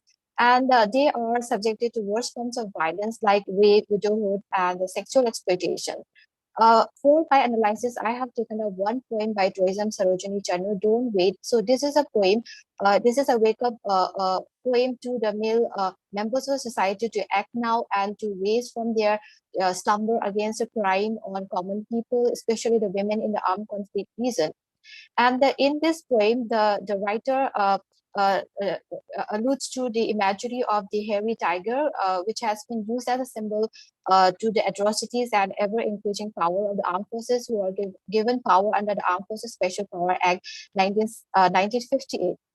And not only that, the poet also brings up the images of those victims, both men and females in this poem. And she also mentioned the youth who have been the victim of the armed conflict in Manipur. And along with that, the poet also movingly enunciates the atrocities confronted by women like Manorama, as these are some of the women who were the victims of the armed conflict, like Manorama and Janu Rose and Sanita, who had been wounded in the most horrible infringement of women's body in the form of rape. Not only that, the poet also talks about Iram Sharmila, who has been on passed on to death for 16 years to repeal the this draconian act that is the Armed Forces Special Power Act 1958. And after that, the poet also alludes to the naked protest by the 12 women of Manipur in front of the Kangra fort with the slogans like Indian Army rape us and Indian Army take our flesh, which was triggered by the sight of the broken and abused body of Thangjam Manorama. And in the end of the poem, the poet ignites the male members of society to revolt against the intimidating power which has brought reign of terrors and authority to the people. And along with that, another poet, that is Tourism Sarojini Channu, she also talks about the social participation of women in the society. So Ma'am, the please poem try like to goes, conclude. Try to okay, conclude. okay. And another pertinent issue that the poet has the other women poet has taken up is the big future opportunity due to conflict, and how the child in the womb does not agree to come out from the womb because of the violence that is prevalent in the society. So in conclusion, what I like to say is that Manipuri writings are at the intersection of changes and transformation. And though many writers struggle to come out from the violent discourse that has been circulated, violence and bloodshed will invariably be the subject matters of writers who were born in the time of hostility and conflict, which made up the bloody history of Manipur due to the painful journey of forceful annexation and its aftermath. Thus, no writer can easily disregard the narrative of violence while writing about the circumstances of women. The women in Manipur are known for the courage and audacity and boldness, but they are also the victims of the society. And however, again, the evidence of a substantial role that they play in every juncture of history is there, but they have been the worst victim in the times of war. With that, I'd like to conclude my paper. Thank you so much. Thank you so much, miss. Thank you very much. The next is the Dr. Anjorani. Is here. Dr. Anjorani, Assistant Professor, Department of English, University of Patanjali, Haridwar. Sir, she will not be here due to some crucial condition in her family. Okay, okay, no On problem. the next one. Okay, next one is the Miss K.V. Priya, Assistant Professor, Dr. MGR, Janki College of Arts and Science, Adyar, Chennai, Tamil Nadu. Is here? Yeah, I'm here. Yes, please start. Yeah, good afternoon, sir. And I'd like to thank all the organizers for giving an opportunity to present the paper. I'm going to cut down the introduction and the comparisons because I think we are hard pressed for time. Yes, So, 5 or 6 minutes. You have to. yeah, I'm going to straight away plunge into my topic. The topic of my paper is marginalization and subhumanization of women in the 21st century Indian literature with reference to Pyre by Perumal Murugan. So I'm not going to go back and touch history of Manusmriti, Ramayana. We have seen all the speakers have mentioned have gone back to the past. So I'm just going to begin by saying that there has been a paradigm shift, especially in the last 2 decades. So your when video is not coming. Your video. Oh, just a minute, sir. Just a minute. Yeah.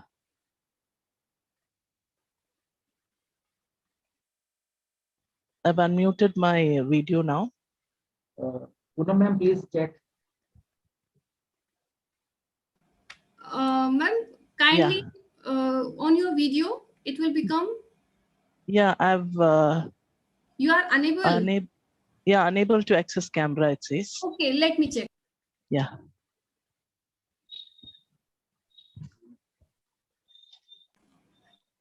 Ma'am, you just continue. I'm checking. Okay. So I was just. Yeah. So as I mentioned, there's been a shift in the last 2 decades as to how writers have been penning about the burning issues that have remained dormant for long with a no holds barred approach. Now these writings in a way must say it is like taking the veils off a society. At the same time, many writers have also come under physical threats for expressing their forthright views, and a case is, a clear-cut case is an example of Perumal Murugan, the author of Pyre. He had to face the wrath of a large section of people for defying the accepted norms in the society. Now, he's an Indian author who's been writing in Tamil, born in the year 1966, a 21st century writer. He's a poet, a scholar, a novelist. He's written 5 novels, and it has been translated into English. And one of them is Pyre, and it's a must-read book, I should say. It was originally written in Tamil, Pukkuri, that was written in 2013, and it was translated into English in 2016 by Anuruddhan Vasudevan. So he is a writer who narrates the society from an Indian perspective, as Dr. Shravan Kumar Sharma mentioned in his keynote address. So like many other Indian writers who come later, okay, they've mirrored the predicament of Indian women. We've heard about women writers like Chitra Banerjee, Shobha De, Anita Desai, Jhumpa Lahiri, all contemporary writers who've made a bold impact and powerful impact like any other female writer. And I'd like to mention, about a writer first, Dalit woman writer here, Bama. Now, in her work, Karuk, she published in the year 1992, she brought to light many instances from her own life as a Dalit woman. Now, her title, Karuk, is a clear novel title. Karuk is a clear-cut proof that Dalit women are considered to be untouchables even today, though our Indian constitution has abolished untouchability in the year 1950. And the evidence is this work, which is a discrimination and which continues to happen even today against what is enshrined in our constitution. Now, Perumal Murugan, who I'm going to look at, and his work, Pyro, is a powerful revolt against the inequality prevalent in the Indian society, in the same lines of Bama. And even his book were banned for airing the voice of the marginalized. Now, his book is a very, very typical example of marginalization and subhumanization of Indian women in the present century. Now, the story is all about a remote village, which is in Tamil Nadu, called Kattupatti. That's where the setting is. And like any other Indian village, intercaste marriage is a taboo there too. Pointless to state that even today, several Indian states right now, even our government is mulling to bring in laws to check interreligious marriages in the name of controlling religious conversions. So that's the setting, a very realistic, based on a very true happening in India recently. The setting and background of the story are so much rooted in Indian hierarchical social system where ideals such as equality and respect are rare commodities. Now, women continue to be oppressed, subjected to traumatic experience. So does the heroine of the novel, Pyra, this novel is a gentle reminder of the profound symbiosis of self and society. Now, the narration is very straightforward, based on a true life incident, as I mentioned before. Now, when an Indian woman marries a man outside her caste against the wishes of her parents, she elopes and elopes for the sake of love. And that's what she does. And the heroine's name is Saroja. Now the man who she falls in love is called Kumaresan. Now they get married. She runs away. She elopes. Now from here on, the moment she walks away with Kumaresan and towards his village, Perumal Murugan from this point on takes us through a whirlpool of subhumanizing events that happen in Saroja's life. Okay, so now when we read, the reader, we suffer as she is traumatized and harassed by her husband's family. Now, what's the reason for marginalization? Nothing but the old, age-old caste discrimination. The manifestation of marginalization begins when she steps into her in-law's house. She is welcomed by a mother-in-law. Maybe I'd just read out a small quote from the text. When the mother-in-law, Marai, she's hitting her chest when the daughter-in-law comes in. Now she says, I have only one son, I quote, one son to continue my family line. After destroying his life and burying him alive, here she stands on top of his grave, lush like a iruku shrub. I cannot bear to look at this plant. Oh God, how can I uproot her? So from the very beginning, she wants to uproot the daughter-in-law. Now, Saroja feels very helpless. She feels like an animal in the hands of a predator. Her love for her husband is the only thing that keeps her alive. Now, she's thoroughly terrified from the beginning till the end. As the narration progresses, I'm going. Yes, sir. Yes, sir. Just a minute. Yeah. So she feels alienated, isolated, waits for acceptance, and throughout the novel, mother-in-law is out and out to destroy her, and she gangs up with the community and they burn her alive. The villagers, knowing that she sat in the bushes, lit it up. And it's an atrocious crime that's committed by the villagers in Katapati. So this is a very our heroine is treated like an animal. So this is this is a point where India has to reflect, fight back against marginalization and subhumanization in the 21st century. Now the very ending is forcing us to think as a community to change our ways. How can an Indian woman be punished for falling in love? So that's what Perumal Murugan is trying to look at and tell us, like this year's Sahitya Academy winning novelist Imayam, who's been churning the Indian mindset in helping our country to empower women in the best ways possible. Now, whether it be the rural or the urban, one aspect that can change the system is education. And women's education, I think it has direct implications for decision making at the household and the community level. Thank you. And that was my conclusion. Thank you, sir. Thank you. Thank you. Yeah. Thank you so much. The next is Natl Kumar, Assistant Professor, Department of English, Maharaj Singh College, Sahanpur. Yes, sir. Good afternoon, everyone. Please start. Yes, sir. I am Natl Kumar, Assistant Professor, Maharaj Singh College, Saharanpur. The topic of my paper is the spirit of revolt, study of women characters in the select plays of Vijay Tendulkar. So for the present study, I have taken the 3 plays. One is Silence the Court is in Session, Kamla, and the Sakaram Binder. And I try to conclude, I try to find out how the women in the place of Vijay Tendulkar try to revolt against the middle class society. Because when we read his plays, we always found that women are given the secondary place in the society, and they are deprived of a lot of privileges of the society that they deserve. So in India, women were on the receiving end of most of the situations. The blame of everything is put on women. If a woman was tortured, abused, even she was raped, so every time the blame has come on the women, not on the men. As we know that every time when these kind of incident has happened in the society, so at that time we found that the people always shows that this incident has been done because the women was wearing these kind of dresses, they were having these kind of manners, they were behaving in that way. So every time whenever something wrong is going to be happen with the women, so the blames has come on her. So when we read the literature, we also found that women are presented as secondary one, as an object, and she is the victim of the patriarchy, and they are dominated in this as they are dominated by the society. So when we talk about Vijay Tendulkar, he is one of the prominent Marathi theaterist who has given a way, or he has basically represented how the women are going to be treated in the Indian society. And he is one of the among the few dramatists who always have the women as their protagonist. Because when we read his plays, most of his plays are centered around women. Like women are always remain in the center. Like in Silence, the Court is in session. Leela Binare is in the center. Like in Kamla, we found Sarita is in the center.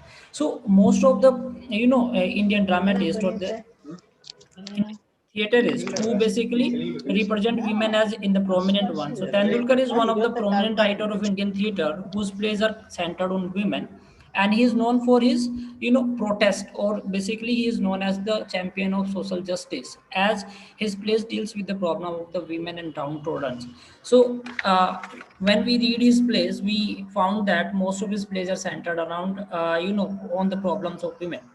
Let us give an example from the play Silence the Cottage's Session. So in this play, Leela Binare is the center of the in the play, and she is a school teacher who is single, unconventional, and full of laughter, and she is rebellious as the heroine of Shakespeare. So when we read his plays, we found that Leela Vinare has become basically the target of the male-dominated society. The reason behind was that she was unconventional because she was, educated. She was rebellious, and that was also the reason she was, became the target of this male-dominated society. So when we read this play, we found that Tendulkar introduces a woman who became the victim of social evils and was deceived by the society many times, because she has been deceived by her maternal uncle, she has been deceived by Professor Please try Tambe. to conclude. Try to conclude. Yes, sir. So when we are reading his plays, we found that most of the plays of the the Tendulkar are centered on women, because women are always treated very badly.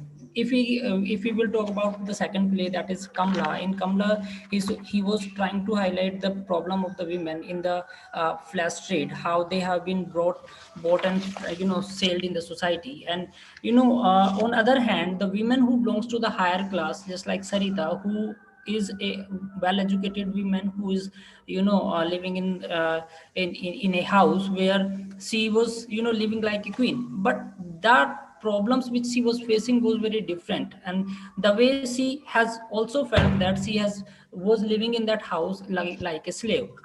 The another play which I have taken for my study is, Sakharam Binder, that basically talks about the women who This has time been. is short. There are so many participants now. Yes, sir. Please Sir, try. I'm trying to conclude, but give me for half minute more. So when we read his plays, we always found that most of his plays are talks about the women. They become with the victim of the institutions, like the family, like the theater, like the state, or the sexual modes, and they are hardly able to surpass the social orthodox. But in his place, we found that the women has been given a voice so that they can revolt against the male dominated society. uh, thank you, sir. Thank you so much, sir. Our next participant is Dr. Ms. Kavita Mahle, Assistant Professor, Department of English, NKBMG College, Bareilly. Are you there? Yes, ma'am. Yes, sir. Please, ma'am, start. And please try to wind up with the 5 minutes. Good afternoon, all of you. And I would like thank you so much, all of you. And I would like to thank you, Dr. Poonam ma'am, convener Dr. Poonam ma'am, for providing the opportunity to present the paper. Sir, my topic is Ammu as the worst sufferer or Arundhati Roy. My topic is Ammu as the worst sufferer and victim of male domination in the work of Arundhati Roy, the god of small things. The paper presents the social positions of women in the context of feminism. Feminism is a movement which aims that women should have the same right or opportunity as a man, politically, economically, and socially.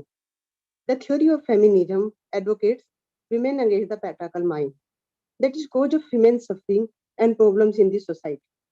Arundhati Roy portrays the social problems and condition of women of her times and tried to draw the attention of the fact that women who is dominated by the male ego and supremacy is bound to suffer. The worst sufferer in the god of small thing is Ammu. She suffers due to biased attitude and male-dominated patriarchal society. This research paper highlights the patriarchal form of domination. It adopts a feminist framework in highlighting such issues. Moreover, the paper discusses the technique and significance of narration as a tool of masculine domination. This research paper portrays Ammu as a sad and much wronged by man and man-made system who is powerless enough to prevent her downward journey, which terminates only in ignominious death. Susanna Arundhati Roy was born in 24 November 1961. She is best known for her novel The God of Small Things. In 1922, she is the first Indian-born author to receive the Booker Prize for this novel in 1997. Ammu is the central figure of this novel, God of Small Things, by known novelist Arundhati Roy. She is the most ignored and humiliated character in this novel. She faced partial and biased treatment before and after her marriage.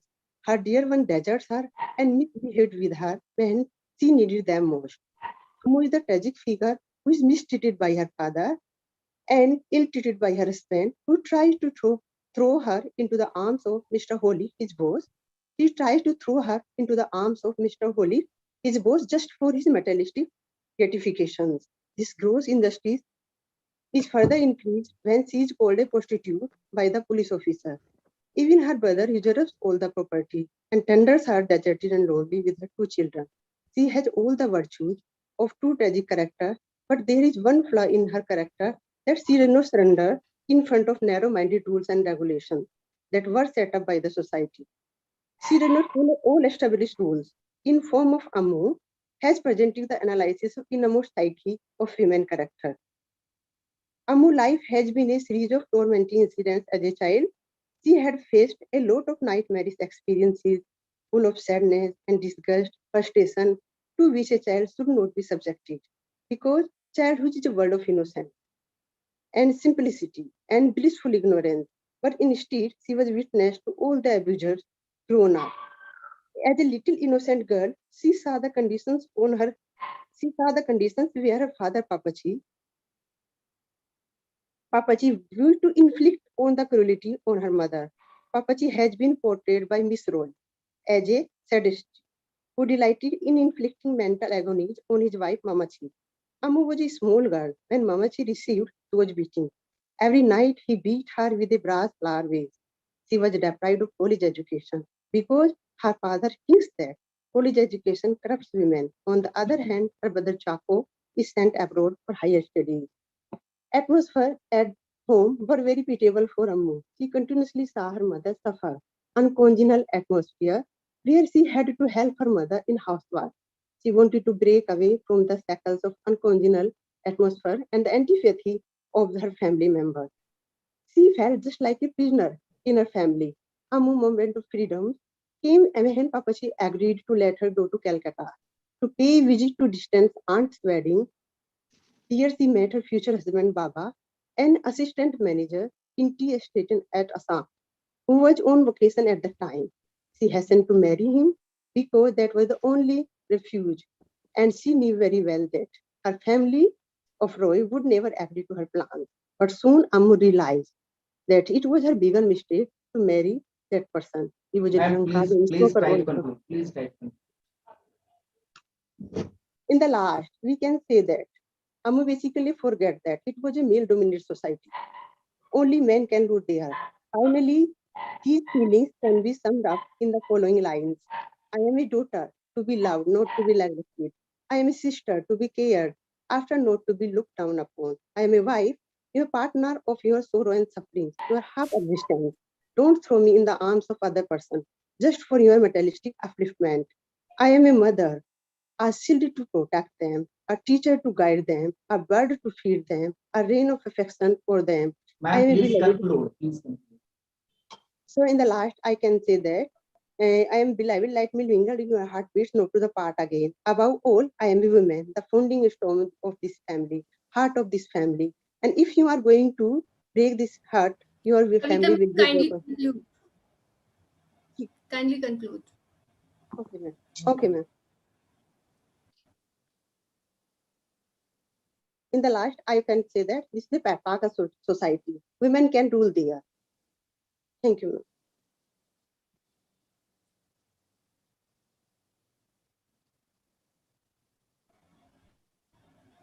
Over to you, Vikas sir. Our next speaker is Ashima Shargam, Assistant Professor of English, Sri Bhagwan Das, Adarsh Sanskrit Mahavidyalaya, Haridwar. Are you there, ma'am? Yes, sir, I'm there. Okay, okay. Her topic is the Indian model of contemporary feminism, Kavita Kane, Sita, and awakening, Ahilya's awakening. Yes, please. Thank you, sir. Good afternoon, everyone. And the title of my paper is Indian Model of Contemporary Feminism, Kavita Kane's Sita Sister and Ahilya's Awakening. So when we talk about feminism or when we talk about women empowerment, we immediately start looking at women, from a very commercialized technological sense. We talk about equality, we talk about imitating men. But, my question is it all?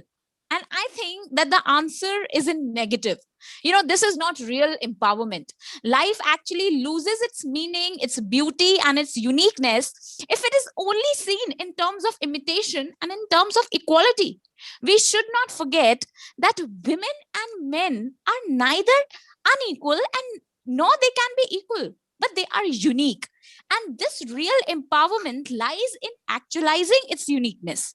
In this sense, a woman is empowered if she actualizing this uniqueness can surmount any challenge in life responsibly, if she undergoing the process of weathering terrible personal losses and misfortunes does not give up her willpower and compels the system she's put in to acknowledge her empowered location. And the present paper aims at portraying through two characters of Kavita Kane, that is Urmila from Sita's sister and Ahilya from Ahilya's awakening.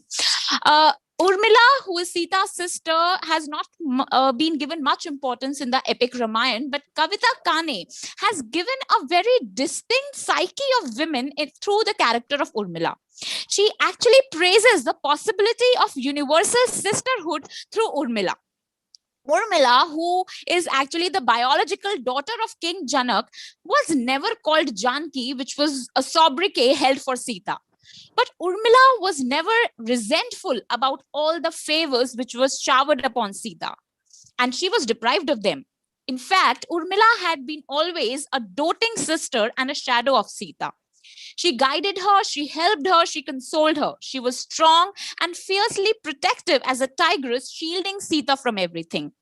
When Urmila gets to know about Sita's abduction by Ravan in the forest, she rebukes and she had the audacity to question the decision of all the family members, especially Kaushalya, who blames Lakshman for his negligence. She says, and in this beastly world that my sister went and none of us stopped her, you accuse Lakshman of negligence, and the world too soon will follow and damn him for the same. But why was Sita allowed to go to this demon infested forest? You cried for Ram, but you did not think of this intrepid young girl who readily accompanied her husband into the worst of all dangers. Mother, it was she who needed to be looked after, not Ram or Lakshman. They are warriors, but not Sita. Urmila, in fact, was shocked when she heard that Bharat will also remain in the forest on the Saryu River. And this angered her so much. Her love for her sister Mandavi, got so much that she asked Bharat furiously, what is the dharma of a husband towards wife? Today we have talked about we Today we have talked about all sorts of dharma of the father, the sons, the king, and the princess. But what is the dharma of the son for his mother? Or about the father, about the sons and the brothers? And she had, the audacity to question Guru Kashyap when he tried to silence her. She says, this royal family is famous for its justness when it comes to its people, but it is cruelest to its own family members. Justice here is just not blind, it's deaf and mute. And was it not personal when Lakshman, who could have revolted against this royal order, decided to accompany his brother instead of his exile? So it was always personal, and therefore she questioned the decision of all the family members. Urmila's sacrifice was much harder than Sita, and in fact, Sita bowed down to her sister. The exile of Urmila in the palace was much harder than the Sita in the forest. It was Urmila who helped the family in adapting to the demise of King Dashrath. It was she who exposed the real crook Mantra, who was the genius behind Ram's exile. It was Urmila who stood brave through the tragedies. How strong, how stable, how dependable, like a fierce lioness protecting her family. In fact, Shatrughan thanked her. He said, you saved my brother. You saved us. All these years, Bharat and I might have looked after Ayodhya, but it was you who looked after us, kept the family together, and saved it from a living hell. What an exemplar mode of empowerment. The next character and the last character to be looked upon is Ahilya. In the most well-known version of Ahilya's story, we know that Ahilya was very beautiful and she got married to much older Rishi Gautam, and then she was duped in by Indra, and then she slept with him, and then she was cursed by Rishi Gautam to turn to a stone. But in Ahilya's Awakening, which is a retelling of this myth, Kavita Kane delves into the mind of a woman who yearns to control her own destiny. Here she gives voice to Ahilya, Ahilya who has extraordinary strength and resilience. She is an honest transgressor who is weak enough to succumb to the temptation, but brave enough to face the outcome of her decisions. She, unlike other women, she prefers education over marriage. She wanted to study, but as the time limit is very short, I'll just focus on the main point that Ahilya is bold enough here to admit that she wasn't duped by Indra. In fact, she knew what she was doing. She had her own desires. And there was a very flat and final tone in Ahilya's voice. She said, I don't regret it what I did. Regret is not remorse. I felt sorrow, but not shame for what I did. And in fact, when Rishi Gautam again came to pick her up, she did not go with him. She had the courage and the strength to not go with Rishi Gautam. Then she liberated herself.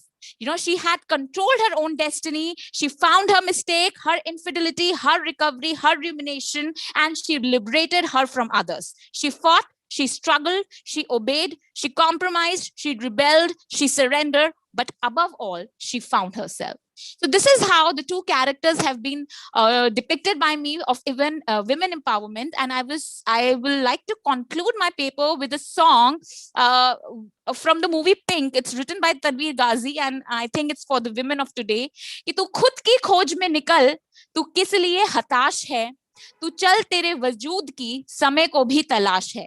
जो तुझसे लिपटी बेड़ियां समझना इसको वस्त्र तू, ये बेड़ियां पिघाल के बना ले इनको शस्त्र तू. तू खुद की खोज में निकल, तू किस लिए हताश है, तू चल तेरे वजूद की समय को भी तलाश है. Thank you so much. Thank you so much, Kashmir. It's very pleasant to listen to you, but really short of time, we have to finish. Thank you so much. Thank you. Our next speaker is Dr. Ved Mitra Shukla, Assistant Professor, Department of English, Rajadhani College, New Delhi. Are you there, sir? Dr. Ved, Yes, namaskar. Namaskar, sir. Please continue and try to bind up within 5 minutes. Thank you, Vikas ji. Thank you very much, Poonam ji, for giving me this opportunity. As I have sent my paper, and in this paper I have taken a very important novel, Untouchable Spring. Especially that novel is important in academia, taken as Dalit epic. That novel is taken as Dalit epic, taken as Dalit saga.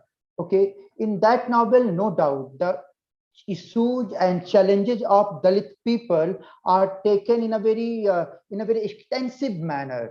Okay, at the same time, all the devices, all the important things are elements, literary elements are used by G. Kalyan Rao, a Telugu writer, Dalit activist.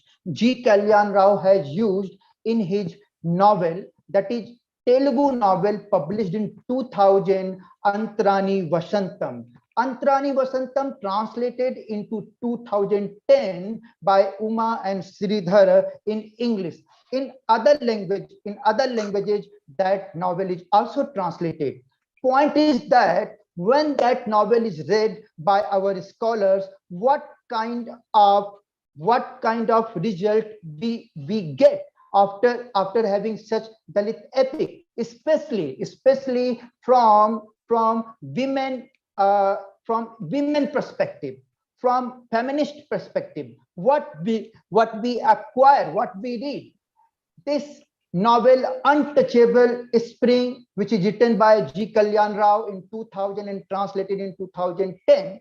In this novel, so many moving scenes and moving incidents are taken by the novelist that shows the problems, the issues, the challenges of Dalit community. Let me read a poem that is the preface of this novel. The spring was forbidden then.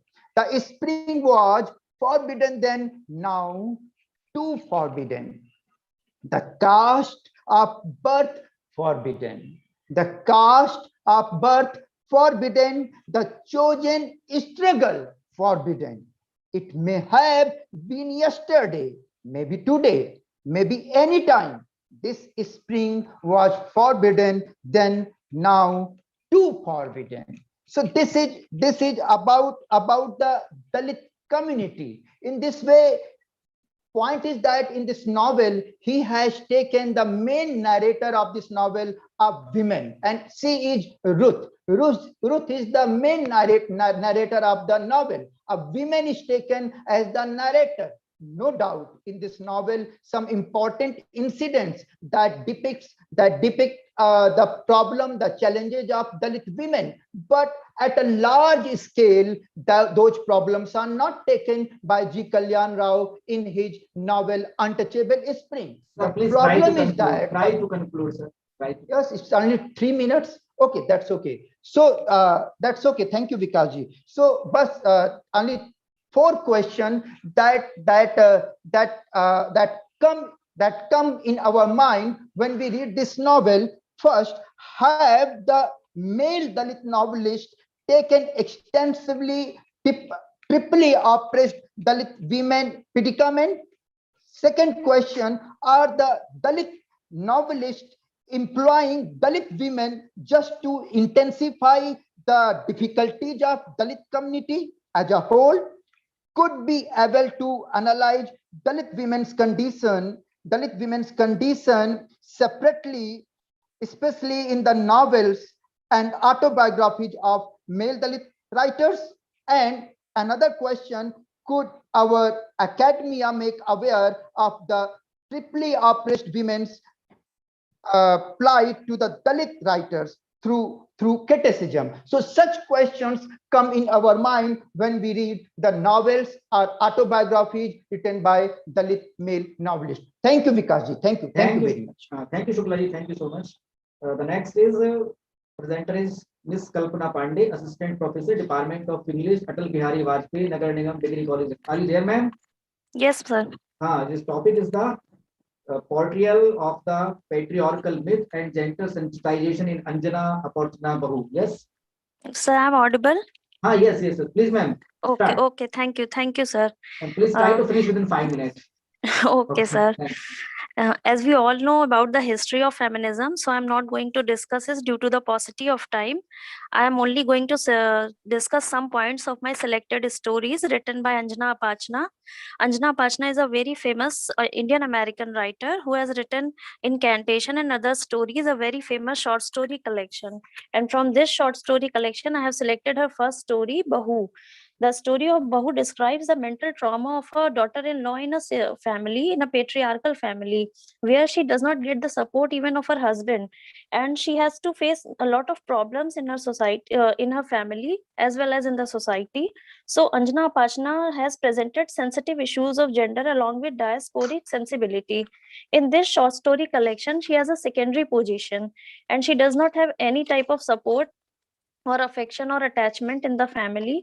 It describes the newlywed girl who doesn't feel any affection and attachment in the house of her in-laws, and she has to face a lot of adversities in dealing with the responsibilities of her married life. No one in her family is going to understand her feelings and sufferings. Even her husband Siddharth also doesn't have time due to her busy schedule. Sorry, due to his busy schedule, the daughter-in-law suffers from nostalgia at her in-laws' house.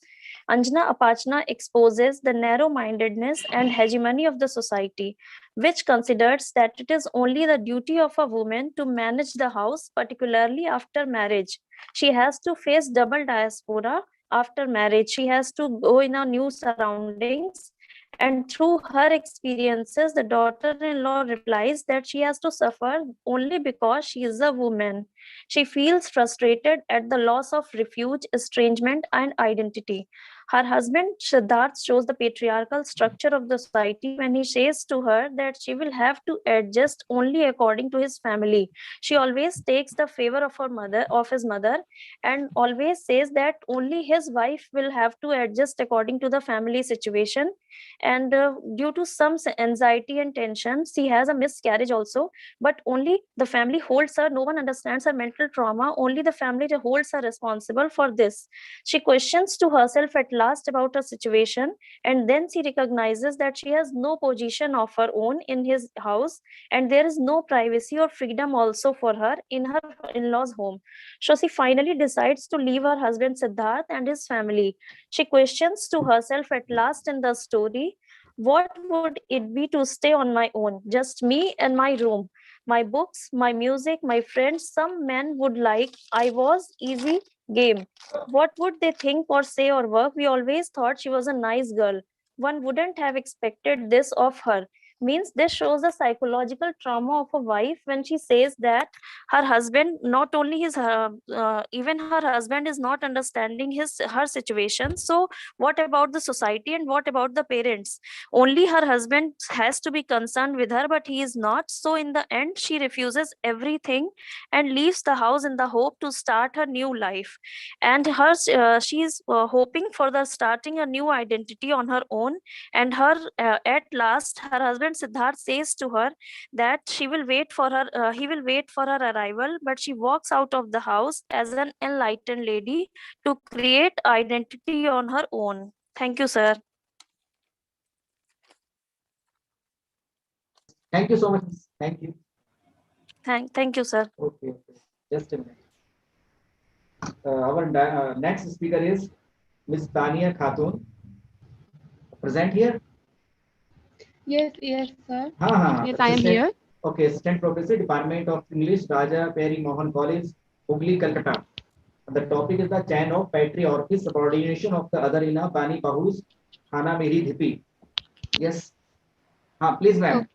And please try to wind up within 5 minutes. Okay, I will try my best. It is a request. Okay. Thank you for this opportunity. And my topic for today's presentation is chains of patriarchy, subordination of the other in Bani Basu's Khana Mihir Dhipi, in English, Khana Mihir's Mound. Now, subordination and suppression of women are nothing new in 21st century. These are the ages-old problems that women are confronting in their daily lives. It refers to their lack of access to resources and decision making, and to the patriarchal domination that women are subjected to in most societies. The feeling of powerlessness, discrimination, and experience of limited self-esteem and self-confidence contribute to the subordination of women and thus lead to their suppression. Patriarchy as a dominant social system has chained all the potentials of women through the ages and made them a goddess of sacrifice in the name of family, marriage, and motherhood. To address the subordination of women, Simone de Beauvoir introduced the concept of other in her revolutionary book, The Second Sex.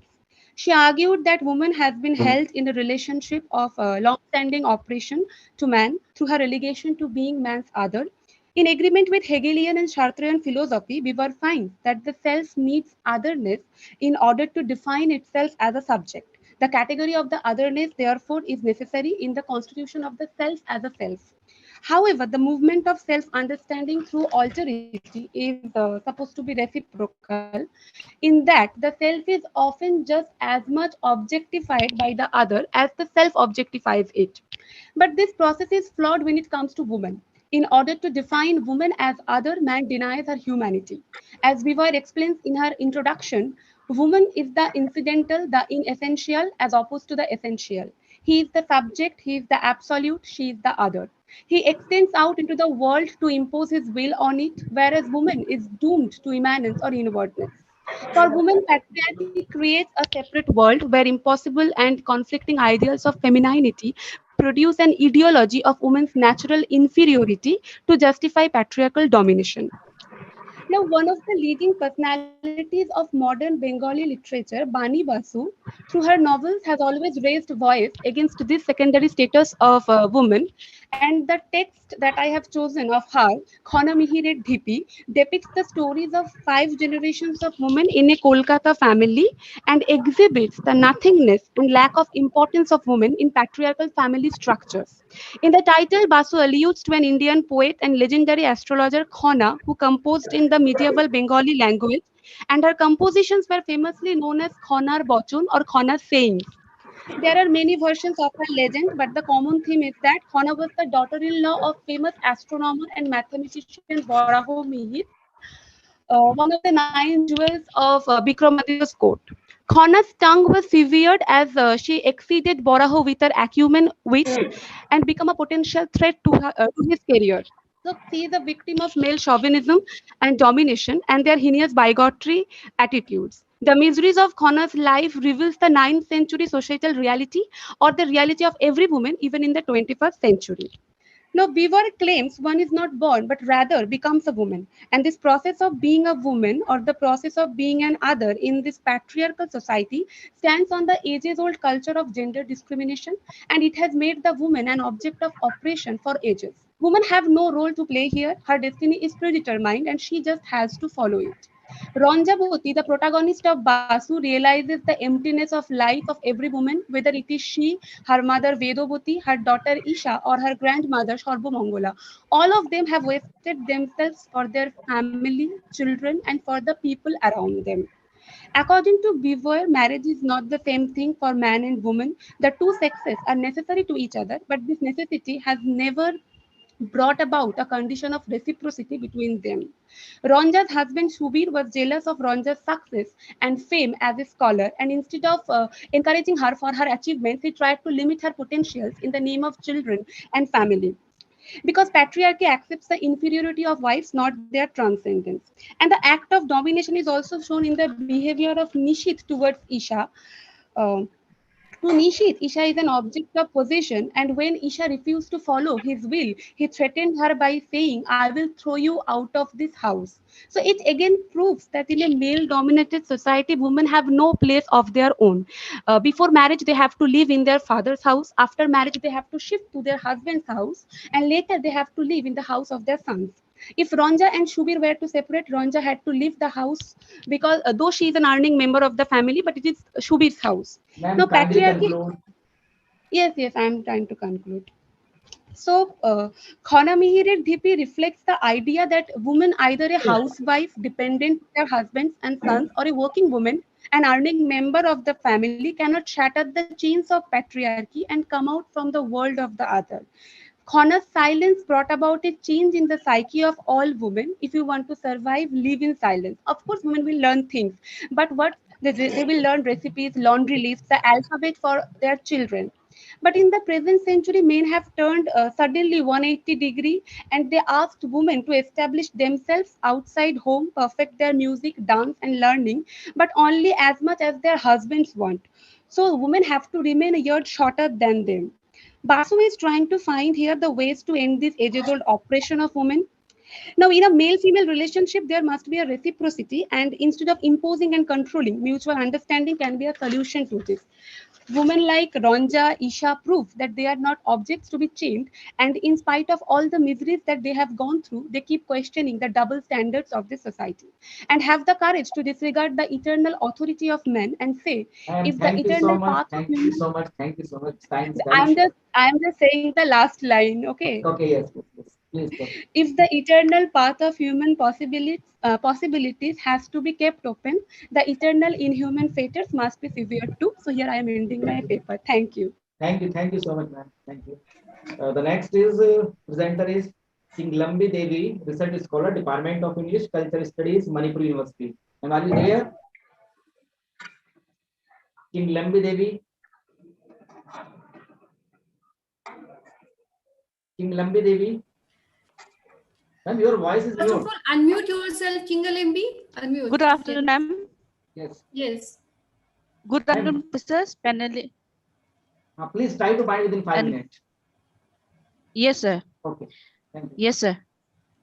Good afternoon, professors, panelists, and participants. The title of my paper is A Feminist Reading of Rupa Bajwa's Tell Me a Story. The novel Tell Me a Story narrates the story of women trying to earn a decent living for themselves and also their family.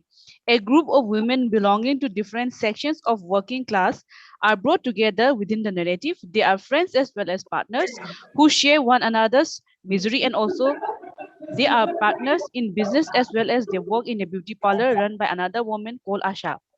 The beauty parlor for these women stands as an altar of hope and aspiration. For them, the beauty parlor resonates a place where they strongly assert their identity as working women, and also a place where they can shed all tensions and become independent women. The condition of these women becomes a favorable setting to study the growth and journey of women belonging to women class families as depicted in the novel. Thus, the paper seeks to study the present novel from a feminist point of view. Simone de Beauvoir, in the second sex, had advanced the notion that, I quote, this has always been a man's world, and none of the reason hitherto brought forward in explanation of this fact that seem adequate, unquote. Here, Beauvoir seems to highlight the fact that women also have a place in the system of existence, and they are well capable of providing their lives for themselves. This observation finds resonance in the novel. The protagonist of the novel, Rani, a girl trying to support her family by working in a local beauty parlor run by another woman. Rani, by virtue of her work, becomes an equal with the other male members of the family. Rani belongs to a lower middle class family where her brother Mahesh is an engineer. However, their meager salary is insufficient enough to run the family. Therefore, Mahesh's wife Neelam observed economical condition of the family has turned to an irritated woman from a soft-spoken woman. Regarding Neelam's change in character, the author comments that, I quote, she has become short-tempered lately. She is constantly worried about household business, about Bittu's share and their own, about the constant lack of money, unquote. Simone de Beauvoir's argue that, I quote, history has shown that men have always kept in their hands all concrete powers. Since the early days of the patriarchate, they have thought best to keep women in a state of despondence. Their courts of law have been set up against her, and thus she has definitely established as the other, unquote. In the light of this statement, men may be seen as the generator of women's fate. Indeed, men control women's fate because in the case of housewife, the destiny of the woman depends on the growth of her husband. He becomes happy or sad, rich or poor, depending on the man's reality. In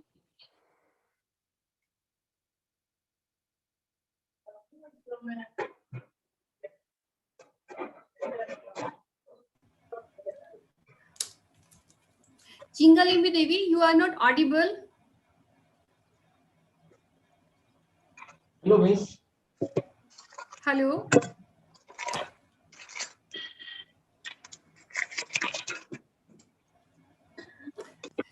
Chingalembi, you are not audible to us.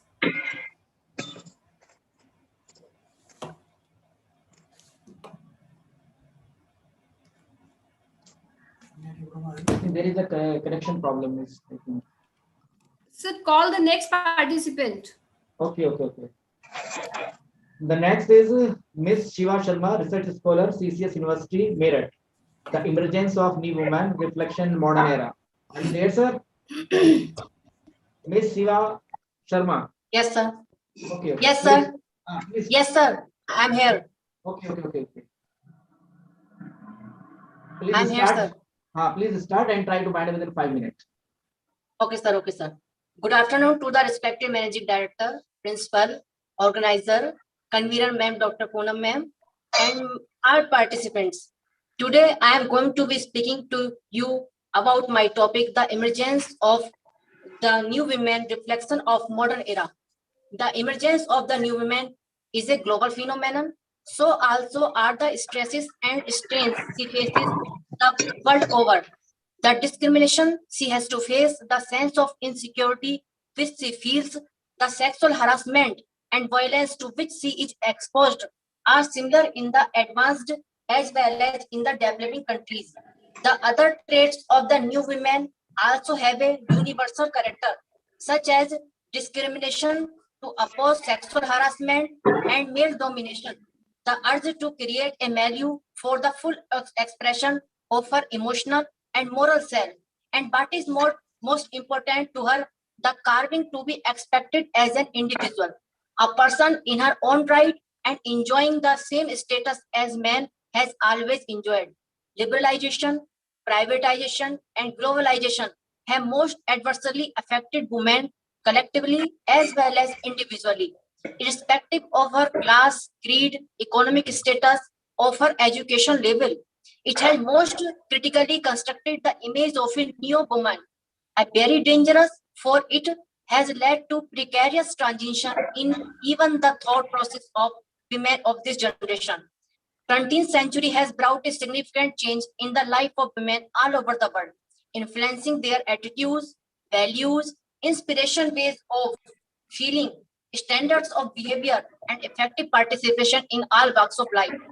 When the emergence of the feminist movement in the West, the emancipated women started freely discussing such as experiences in their autobiographies. In India also, the women authors have boldly come out with the intimate details of their lives in their autobiographies. When women could talk so freely about themselves, it was natural that they would be more uneasy in their writings, especially in their novels. A few examples of some autobiographies of women authors would drive home in the point. Kamla Das narrates in her autobiography, My Story, how when she got engaged, her fiancé pushed into me in dark corner behind the door and kissed me slowly near my mouth. He crushed my breast with his thick fingers. Don't you love me? He asked. He asked, don't you like my touching you? I felt and humiliated. Amrita Pritam, another well-known writer and champion of the cause of women, freely talks about her intimate relationship with different men at the different times in her autobiography.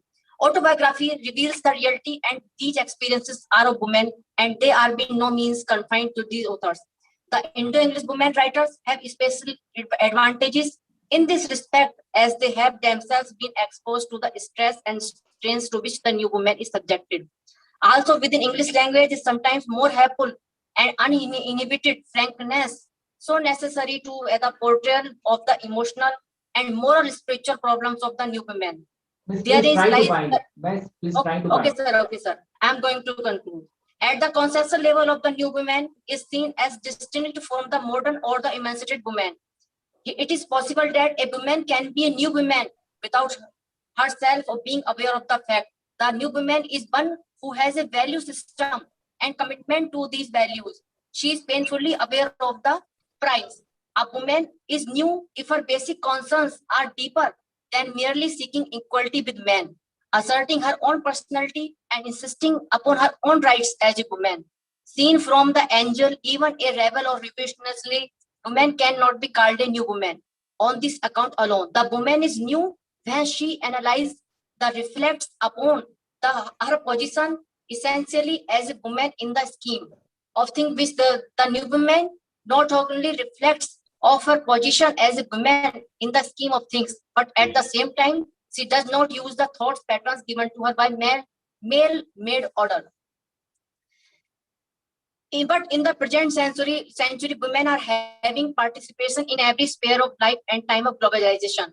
She herself is also please try to control. Please. Okay, sir. Okay, sir. Sincere request. Modern urban women want to more than the men to aware spectre homes and nuclear families and a change in the division of the labor in the family, responsibility towards parents, siblings, and the new laws of women. It suggests that the husband-wife bond is becoming closer and is posing new strains and problems. Thousands of women started taking up jobs out of their homes in various factories and other places of work. With the spread of education and opening of various women's colleges, more and more women started going into various universities. Thank you. Thank you so much. The next is the Nancy Diana Salome, research scholar, Queen Mary College, Chennai. Ma'am, are you there? Yes, sir, I'm there. Please try and try to wind up the 5 minutes. Yeah, sure, sir. Time is right. Good afternoon, all. I thank the management and the organizing committee for this wonderful opportunity. My presentation is on new women in the patriarchal Indian society with reference to Meena Kandaswamy's When I Hit You. Social issues plays a vital role in society, and the issues are embedded in great works of literature. There is an inseparable connection between literature and society. Authors bring out the state realities of life of the period. As a representative of the society, their works have been a medium to reflect such evil. There are various social issues prevalent in India during the century. One such issue is violence against women. Right on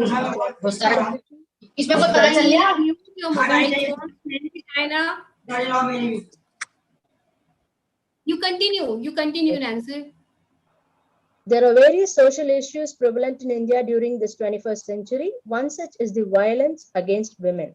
There are volumes of writings on gender equality, feminism, rights and laws for women, and women empowerment. But in the name of the patriarchal society, women are still facing various discrimination under the hands of the male domination. Meena Kandaswamy, being a feminist writer, sketches the harsh realities of her life. The story brings to light a bitter experience as a nameless narrator who symbolizes every woman in the patriarchal Indian society. The narrator survives the violent marriage, breaks the stereotype, and carves an identity of her own, which is the symbol of new women in the patriarchal Indian society. When I Hit You concludes that change is possible if she and she alone have the courage to shape a life. Indian women respects the values of patriarchal system and blindly surrendered themselves to be dominated. But higher educational opportunities, high-tech jobs, awareness of rights and privileges of women made them to find their identity in society. They are exposed to new set of values. With education and economic independence, they have the courage to put off the traditional norms and to walk out of the situation. Women writers portrays new women with fresh aroma in Indian society. New women identify their own self. They break the long silence which they experience throughout their life. They search their own identity, individual identity, and let their life towards their desires. The protagonist is a well-educated, confident new woman with free will in exhibiting her thoughts through writing. She is a woman who makes her own rules. She is a woman who selects a career. She reflects modernity with increased female power. Through her writings, she lives her life and breaks all the traditional norms around her. She boldly talks about a modern lifestyle before a wedding. She reflects the real women and questions the norms of the traditional women who do not want to publish their private affairs. She gives voice and challenges the patriarchal society by presenting the new thoughts and action concerning women. Even in this 21st century, violence against women are continuing in India. Women are well educated, but they undergo domestic violence, rape, honor killing, and so on. Protagonist's husband torture her and ruined her identity both in career and physical beauty. He abused her verbally and physically. Physical abuse does not stay with mark on a body alone. To silence his wife, he used physical abuse as a weapon. This physical abuse goes beyond beating and hitting. The narrators felt like a cage bird in her marital life, but narrator's parents worried about the society and wanted her to remain silent in her marriage life. She obeyed her parents, but at Nancy last ma'am, please try to wind. Nancy ma'am, yes, please. sir. The protagonist broke the silence and stuck between fight or flight. At last, she came to a conclusion of flight. Then she left her family, that is, she left her husband and she escaped from a relationship. Then, at last, she published her whole story in the book When I Hit You, or a portrait of a writer as a young woman. Finally, she entered a world of reality. A new woman boldly voice out and react to the social issues. Thank you. Thank you so much, Nancy. The next is Natasha Sharma, research scholar, Sachi University of Buddhist, Indic Studies, Academic Campus, Barila, Raisen, MP. Are you there, Natasha? Yes, sir, I'm right here. Am I audible? Yes, audible. Please. Okay.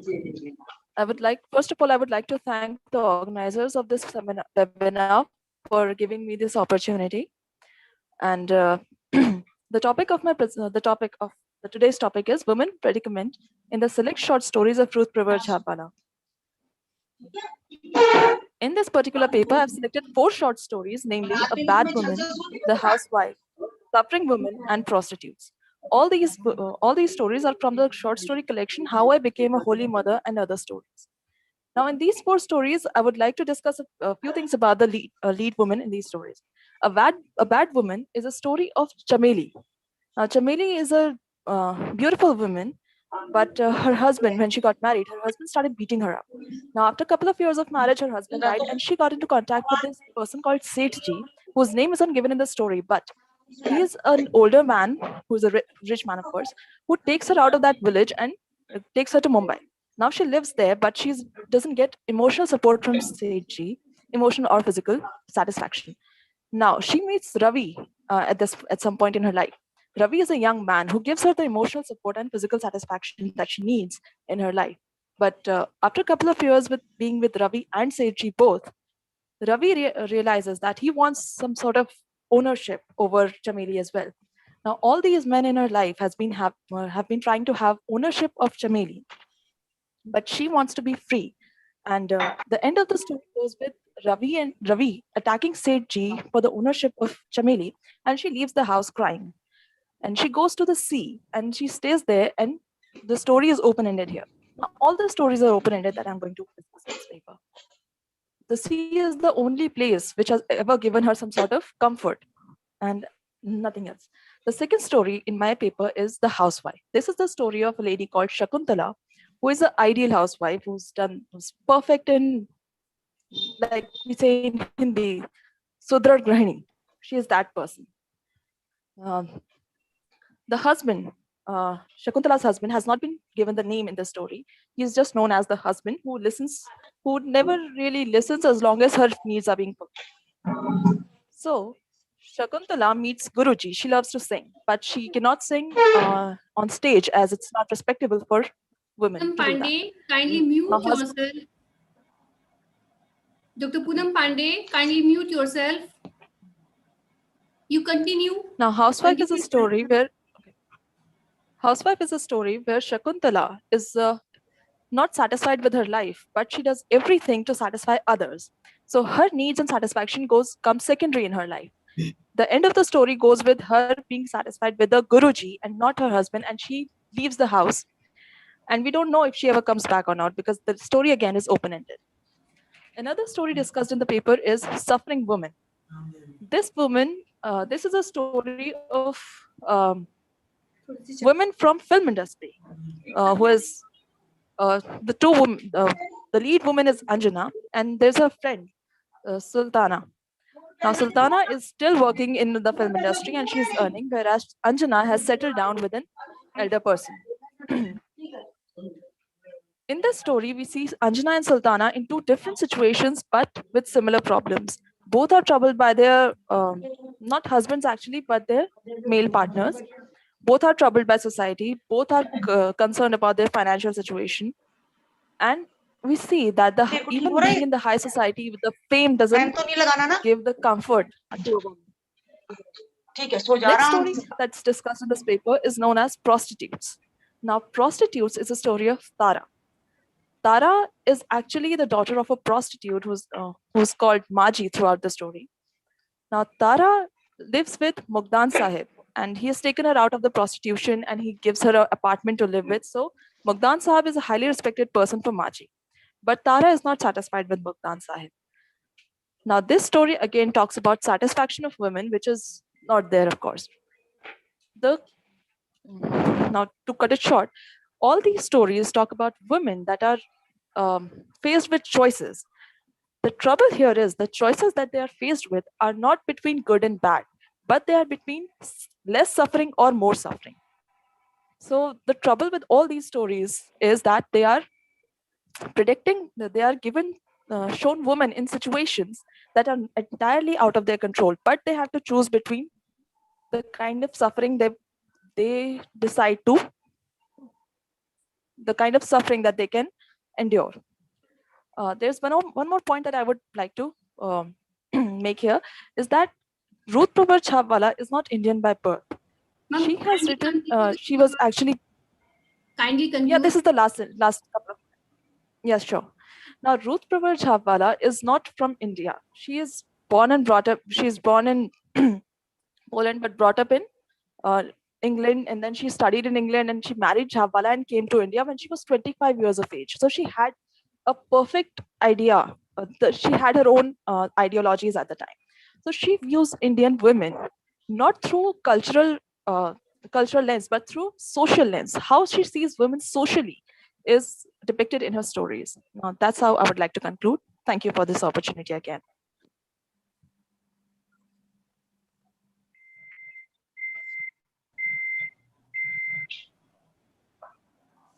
Thank you, Sir? Natasha. Thank you so much. Thank you, Natasha. Your speech is very, very good. And listen to more, but time is very short. Next time. Okay, in the next contest is Limyon Leshiram, Research Scholar, Department of English. Are you there? Yes, sir. Yes, please. Start and within 5 minutes, you should have to conclude. Yes, sir. So the title of my paper is Breaking the Gendered Structures in Selected Manipuri Folktales. The working of a society cannot be studied without looking into its normative structures to get a deeper understanding of its internal mechanics. So gender and gendered spaces are integral parts of the normative. In society, individuals are assigned roles based on their gender since birth. Gender can be seen as a cultural aspect of the identity which has been acquired through the social norms. Judith Butler proposed the concept of gender as a performance through her theory of performativity. According to her, gender is a stylized repetition of acts that have been culturally and socially determined. Both men and women are expected to fulfill certain criteria set down by collective thoughts. Folk narratives are the gateway into the social system and reflect the social and cultural facets, including the gendered structures. However, it should also be noted that folk narratives are like a double-edged sword. While some folk tales serve to reinforce various social norms and stereotypes, others act as an outlet of the manifestation of repressed social desires, which go against certain moral and social normative of the society. In contemporary society, many critics have interpreted, reinterpreted, and rewritten classic folktales and fairy tales in a bid to subvert these determined spaces. The conventional roles of man in a society is to work and protect the family. He has to earn for the livelihood of the family and support the family in its varied needs. But he is given the chance to live a life opposing the predetermined structures through folktales. In one folktale, Sanaginga, the fisherman's son remained as a mere spectator while others accomplished everything for him. Similarly, another character in another folktale, Katana Quite audible. Please speak. Imion, speak little bit loud as you are not quite Okay. audible. Okay, ma'am. Yeah. Similarly, another character, Katan, in the folktale Katan Inakunba, Now it's he audible. also, thank you, ma'am. He also remains a passive participant throughout the whole story. In both of these folktales, the men in the story never take the initiative, but rather hands over responsibility to other people. However, Katan's wife, the youngest princess, is the opposite of her husband. She is active and outspoken. In a patriarchal society, women are subservient and dominated by men. The female voices were silenced and drowned out by the voices of those in power. However, the youngest princess did not hesitate to express her thoughts and opinions in the male-dominated space. Her voice could not be silenced even though she was aware that she would have to face her father's anger. A woman is expected to be soft-spoken and obey the words of her father and husband, a symbol of sacrifice, empathy, submission, among others. The portrayal of the youngest princess is a contrast to the normative image of an ideal woman in society. So Saistra, in the Manipuri counterpart of the Cinderella tale, Sanarambian Saistra, is an embodiment of cruelty and evil. The portrayal of her character goes against the image of an idealized woman painted in the gendered space. She does not have any empathy for the sufferings of other people. The character represents the dark and ugly side of women which has been repressed by the social expectations to remain soft-spoken and kind. It can Please only be try to found and drive it. expressed. Ma'am, please try to bind up Okay. within 1 minute.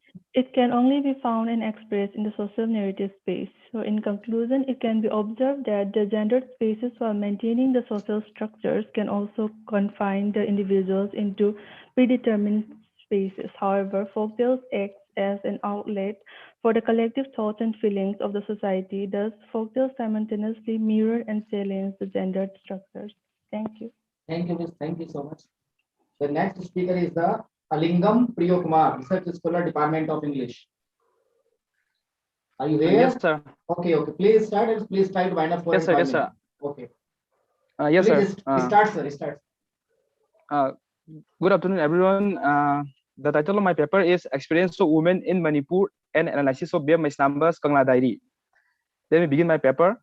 Historically, women in Manipur have been actively participating in the political movements, and they are acknowledged for engaging in public spheres to protest against the suppressive forces, whether it may be patriarchy or state forces. The present paper seeks to address the predicaments of women in the conflict area, especially Manipur, which has encountered numerous problems due to the aggression of the state forces. To locate the positionality of women in Manipur, the fiction of B.M. Maisnambas Kangla Diary 2012 will be addressed in this paper. Furthermore, it will also inquire their experiences and trauma suffered by women inside the political system. The poignancy of the suppressive experiences of women will be examined through the characters Laisna, Radesna, Leilangbi, Jini, etc. in Kangla Diary. It will also attempt to focus on the intertextual reading to unfold the deteriorating life of Manipuri contemporary society and how it will relate to the discrimination of women and gender politics. An attempt will also be made through this paper to represent the issues and situation of Manipur in the contemporary Manipur society, and also it will interrogate why women revolt against these suppressive forces. The whole story of the novel is narrated and analyzed through the observations of the character Malay, Malay being a social narrator in the novel. Kiko, Papa. Kiko. Poonam Pandey, kindly That is mute the yourself. many youth. Hello. You please continue, sir. Please continue. You please continue. Okay. Many Meitei youths have been encountered. Many were lost without dresses, and many women were raped and killed brutally. Lesna is one such woman characters in the novel, who has encountered the worst forms of violence in the male-dominated world. Numbers Kangadari investigate the deteriorating Manipur society through the portrayal of Lesna, who became the victim of not only by male desire but also the crumbling down of societal framework which gives no the woman.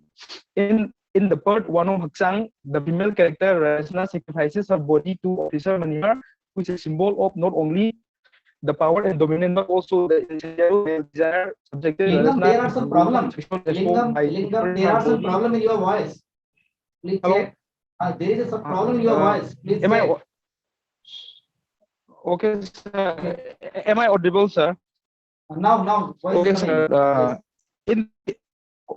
Please carry on. Okay, sir. Other than Laima, there are other women characters. Other than Laima and Radhasna, there are other women characters like Lalita of Chekon, Medha of Sayang, P. Hadoy of Pasoy, Kabolei are also depicted in the novel. The story of Laima has been noted in Kangla Diary with a tragic scene, which is described as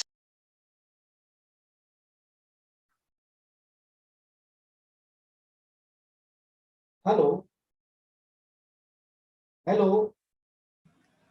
Illingam. I think maybe some network issues are there. Okay. Okay, I will call the next speaker. Unstable. Yeah, Okay, so call the next one. Thank you, Lingam. And the next is Ambika Chaudhary, MA English student. Ambika, are you there? Yes, Okay, please. yes, please. Start and try to continue and finish 2 and 3 minutes. Okay, sir. Good afternoon to everyone present here. Today I'm going to present my paper on. So, 21st century is one of the most spectacular phase that Indian English literature ever saw, as there was emergence of Indian women novelists after the time of independence. In the times before independence, there were hardly any women novelists who kept good enough contribution in field of English novel. Indian English novels started their journey in late 19th century with male writer work. Also witnessed a long sterility of literary outputs from female writers. Women felt that it was necessity.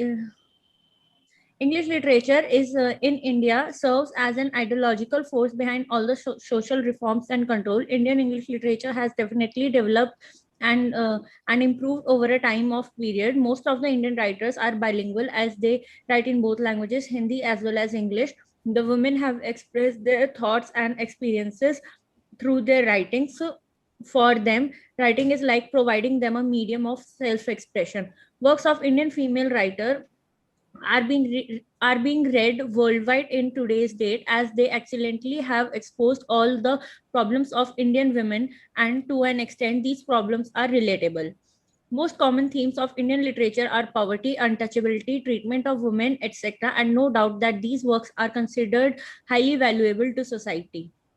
Women's writing in India is about 2600 years old, but it is really started with women questioning the images of women presented by male writers and seeking to combat them through their writing and bringing in a more humane and cultured way of conduct and behavior.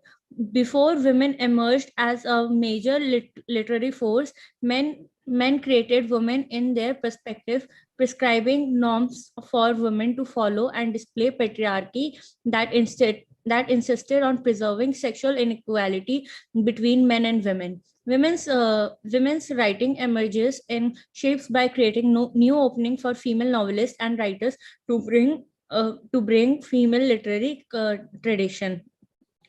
Indian female writers like Kiran Desai, Manju Kapoor, Jhumpa Lahiri, Shobha Dev. Ambika, please try to finish. Ambika, please, in the one line, please try to finish. Okay, sir. Now, coming to the conclusion, the above analysis of women in Indian writing in English suggests that women writers have made rapid development in the field of literature. Even they have gone up from more difficult to tribal and rural areas too, but all of them have expressed their concerns for women and their problems. The image of women in fiction has undergone a change during the last 4 decades.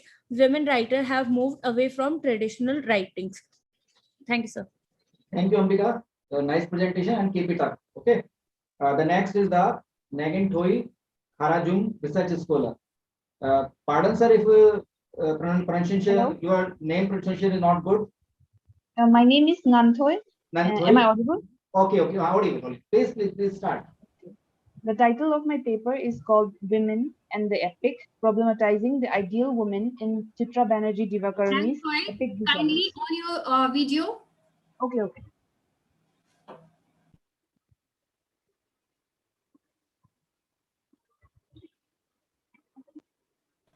Now continue. The great Indian epics have been written mostly about men and masculine themes.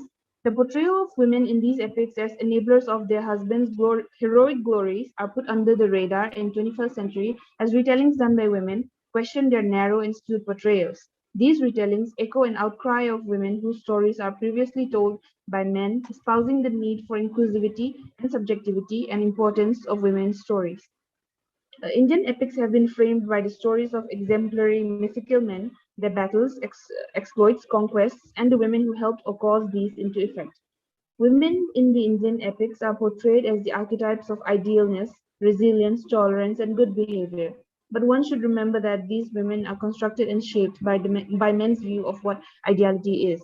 The epic's audience meets women through men's eyes, where the women are pushed to the edges, misjudged, and misunderstood. The enterprise that women writers undertake in retellings is a feminist exercise which experiments with storytelling and challenges the very core of what constitutes these women of epics. Adrian Rich claims that male writers who write about women do not write for them, and the task falls to women themselves. There has been a lot of publications in the 21st century which deal with this very topic, retelling the myths from a woman's point of view. Chitra Banerjee Divakaruni's retelling of two Indian epics, The Palace of Illusions and The Forest of Enchantments, offer a view of the events in the epics through the eyes of its main women, that is Draupadi and Sita. Both Sita and Draupadi in the retellings discover that their stories are being written and told by men who know nothing of women's lives and experiences. My paper focuses solely on the two figures of Sita and Draupadi and the reassessment of these mythical women to offer a commentary on the importance of female narratives and spaces. There is a stark difference between Sita and Draupadi in the retellings. Sita revels in her womanhood, while Draupadi wishes to be more than a woman. Sita knows how to navigate court and family politics as a woman and wields power and authority in her womanhood and difference from men. She is proud of her domestic skills and uses them and doesn't consider these feminine attributes to be inferior. Meanwhile, Draupadi despises the lives of the women around her as she grows up. The idea of ideal femininity that she is supposed to learn is the one that she sees reverberating in these women who are wrapped in the cocoons of their unimaginative lives, not knowing when to escape. Draupadi isn't happy with female politics nor with manly exploits. She comes to question her identity as a woman, a daughter, and a wife because she sees that her position as a woman requires her to play different roles throughout her life, and in that midst, she has no idea who she is outside of these roles. She emerges as her true self as Panchali when she embraces and understands Kindly her conclude. genderless entity as Kindly she dies. conclude. Okay. Women's writing today focuses a lot on the trope of reclaiming or revising classics for women. This exercise is rather a form of a reception and reinterpretation undertaken to suit the necessities of contemporary sensibilities. The idea behind the practice of rewriting ought to be a perpetual reinterrogation and reevaluation of certain cultural norms, values, and principles that have existed and proposed in the original epics or in the later rewritings of the same to make them compatible for the present social structures. Thank you. Thank you, Miss. Thank you. Thank you so much. The next is Preeti, research scholar. Preeti, are you there? Preeti?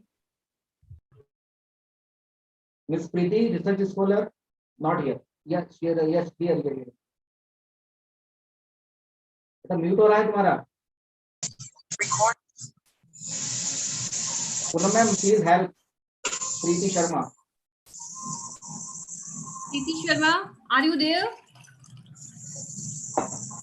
उसने voice को mute किया हुआ है हाँ yes yes yes Preeti, kindly unmute yourself.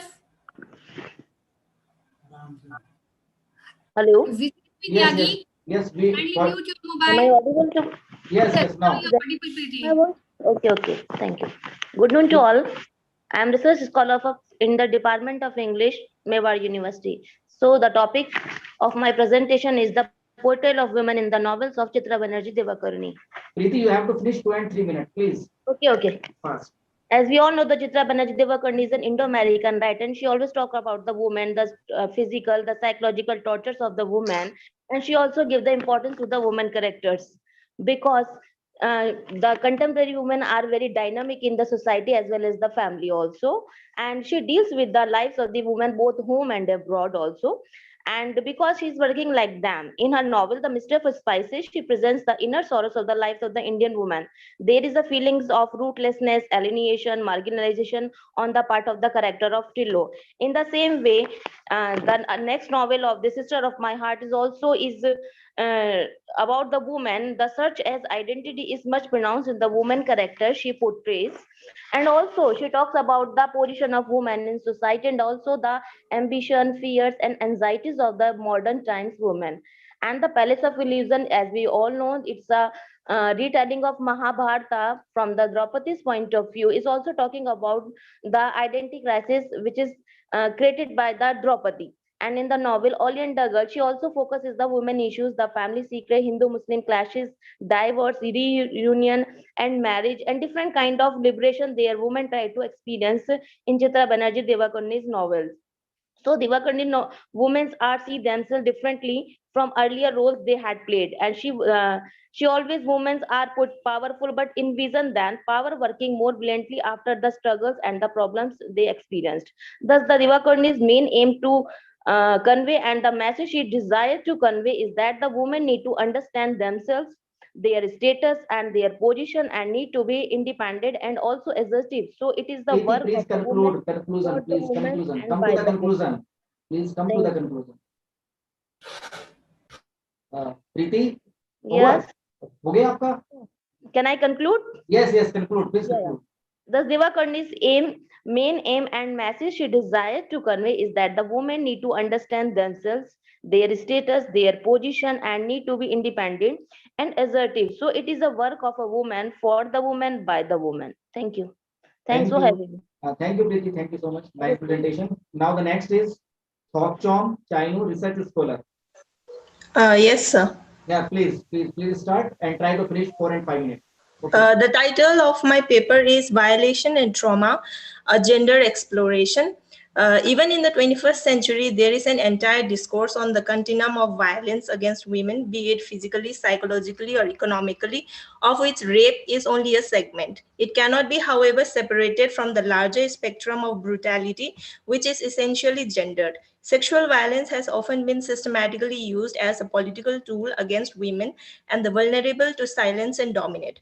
To understand rape and attitudes regarding it, social and cultural mediations need to be considered. Therefore, sexual assault as a gendered violence and its traumatic consequences cannot be studied in isolation, but the structure within which it functions must be understood.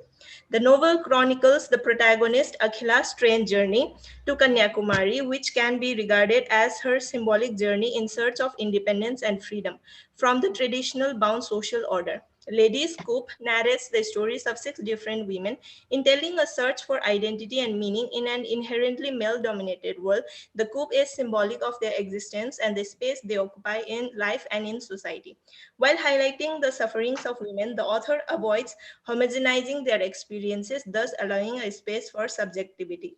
Very few authors in the Indian subcontinent engage with the problem of sexual violence in their writings. Rape as a random incident is present in many texts written by both men and women writers, but there are a very few writers who seriously engage with the subject as an informative and serious discourse. In Lady Scoop, though not as the central theme, but as a complementary topic, Anita Nair deals with the issue of rape and the stigma associated with it through the story of Marie Colantu, nicknamed as Marie. While dealing with rape narratives, the writers are often caught in a dilemma of graphic representation and symbolic representation. Joe Briley Thompson and Sorsa Gunn raised this issue in their introduction to Feminism, Literature, and Rape Narratives, Violence and Violation. Thus, Please try to conclude. Thok, time is very okay, short. sir. Yeah, sure.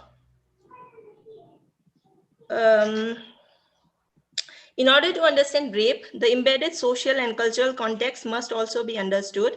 In a socio-cultural setup which is inherently misogynistic, sexual assault becomes a tool to exercise power and control over women through the use of violence. Culture plays a decisive role in the perpetuation of rape myths and which are essentially gendered.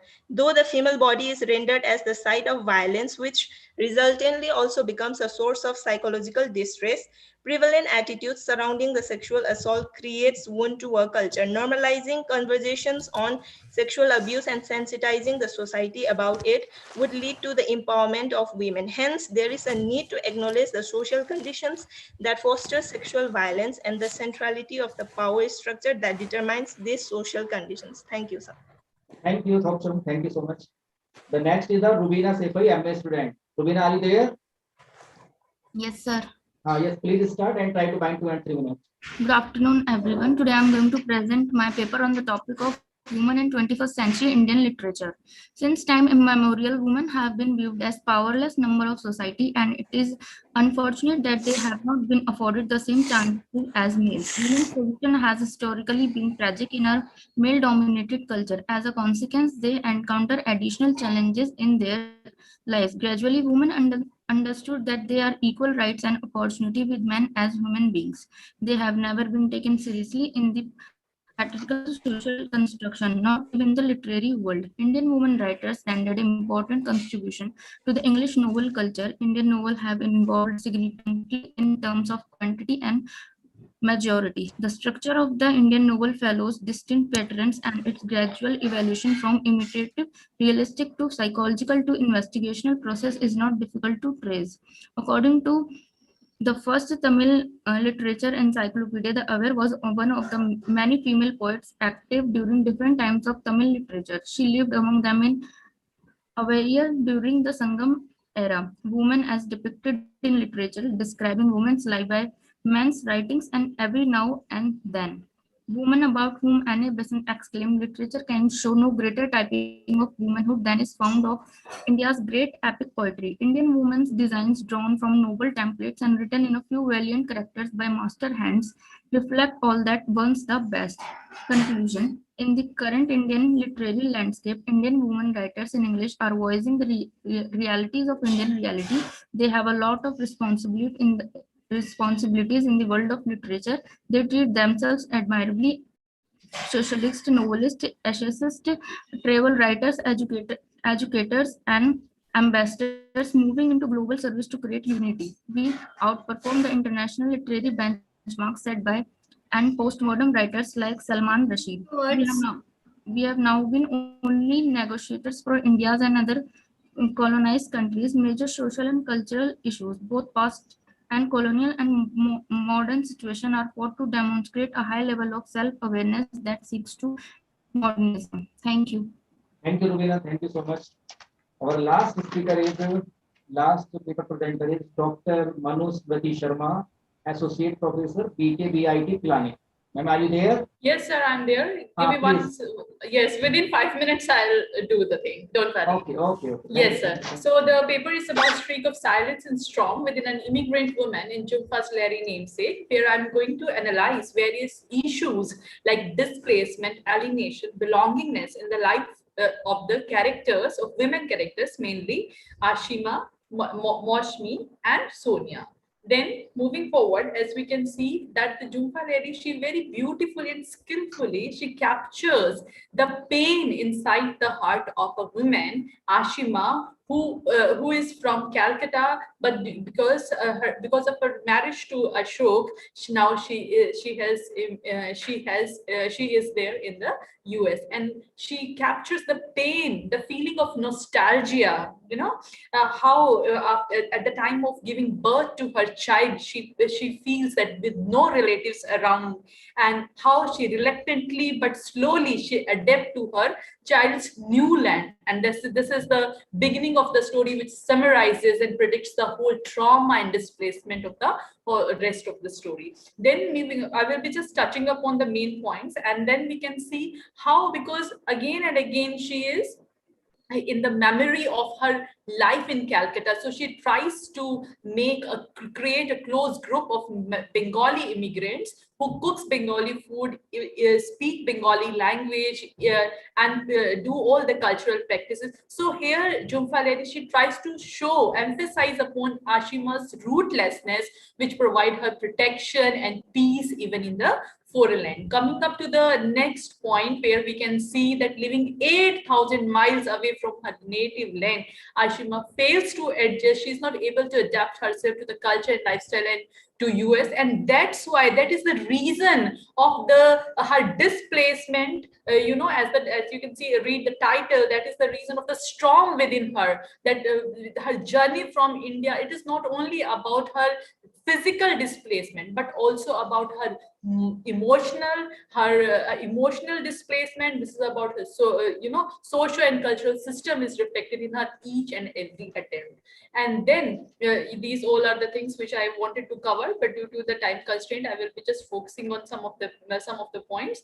Jhumpa Lahiri, through the character of Ashima, she displays pain and the trauma for the immigrant women, and she projects how Ashima's identity is strongly rooted in her homeland and how hard she has to attempt to keep her cultural identity very intact. So in this way, we can see, coming to the just jumping to the conclusion, as we can see that Jhumpa Lahiri very skillfully she addresses sensitive dilemmas in the lives of a character by analyzing various shades. There were various shades, of dilemma, of dislocation, of adjustment, of tangled ties, and from the journey from silence to storm within Ashima, and the diasporic experiences, and how she adopts a comparatively new approach to diaspora by putting more emphasis on unfolding a variety of experiences, a state of mind, and a sense of identity, which is based on relocation than dislocation. Yes, I'm open for the questions if there are any. Anybody sir, have Vikas, sir. Anybody have any query? Any query, please? I No think further I question? have. No further question? Kindly conclude yourself. Yes, I have concluded. Okay. Thank you so much, Yes, Dr. Manoj Prati ma'am. Thank you so much for this nice presentation. Thank you. Thank you so much, sir. And this is the last, and thank all the participants who present their nice presentation in this short of time. Thank you all of you for this kind cooperation. And now I hand over the things to the Poonam ma'am. Okay, sir. Thank you, sir. Thank you. Now, as we are moving towards our valedictory session, and for the valediction note, I would like to invite our Honorable Principal, Dr. Rajesh Chandra Paliwal. Sir, are you there? Hello. Hanji, sir. Over to you, sir. Hello, हाँ madam.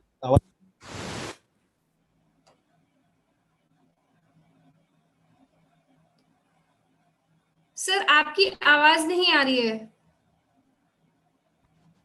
Hello. Yes sir, you are audible. Continue sir. हाँ जी sir, आवाज आ रही है. Okay. सभी को मेरा नमस्कार. अंग्रेजी विभाग के द्वारा आयोजित एक दिवसीय वेबिनार 21वीं सदी में महिलाएं, भारतीय साहित्य, समकालीन मुद्दे और दृष्टिकोण, जो कि ICSSR के द्वारा अनुदानित थी.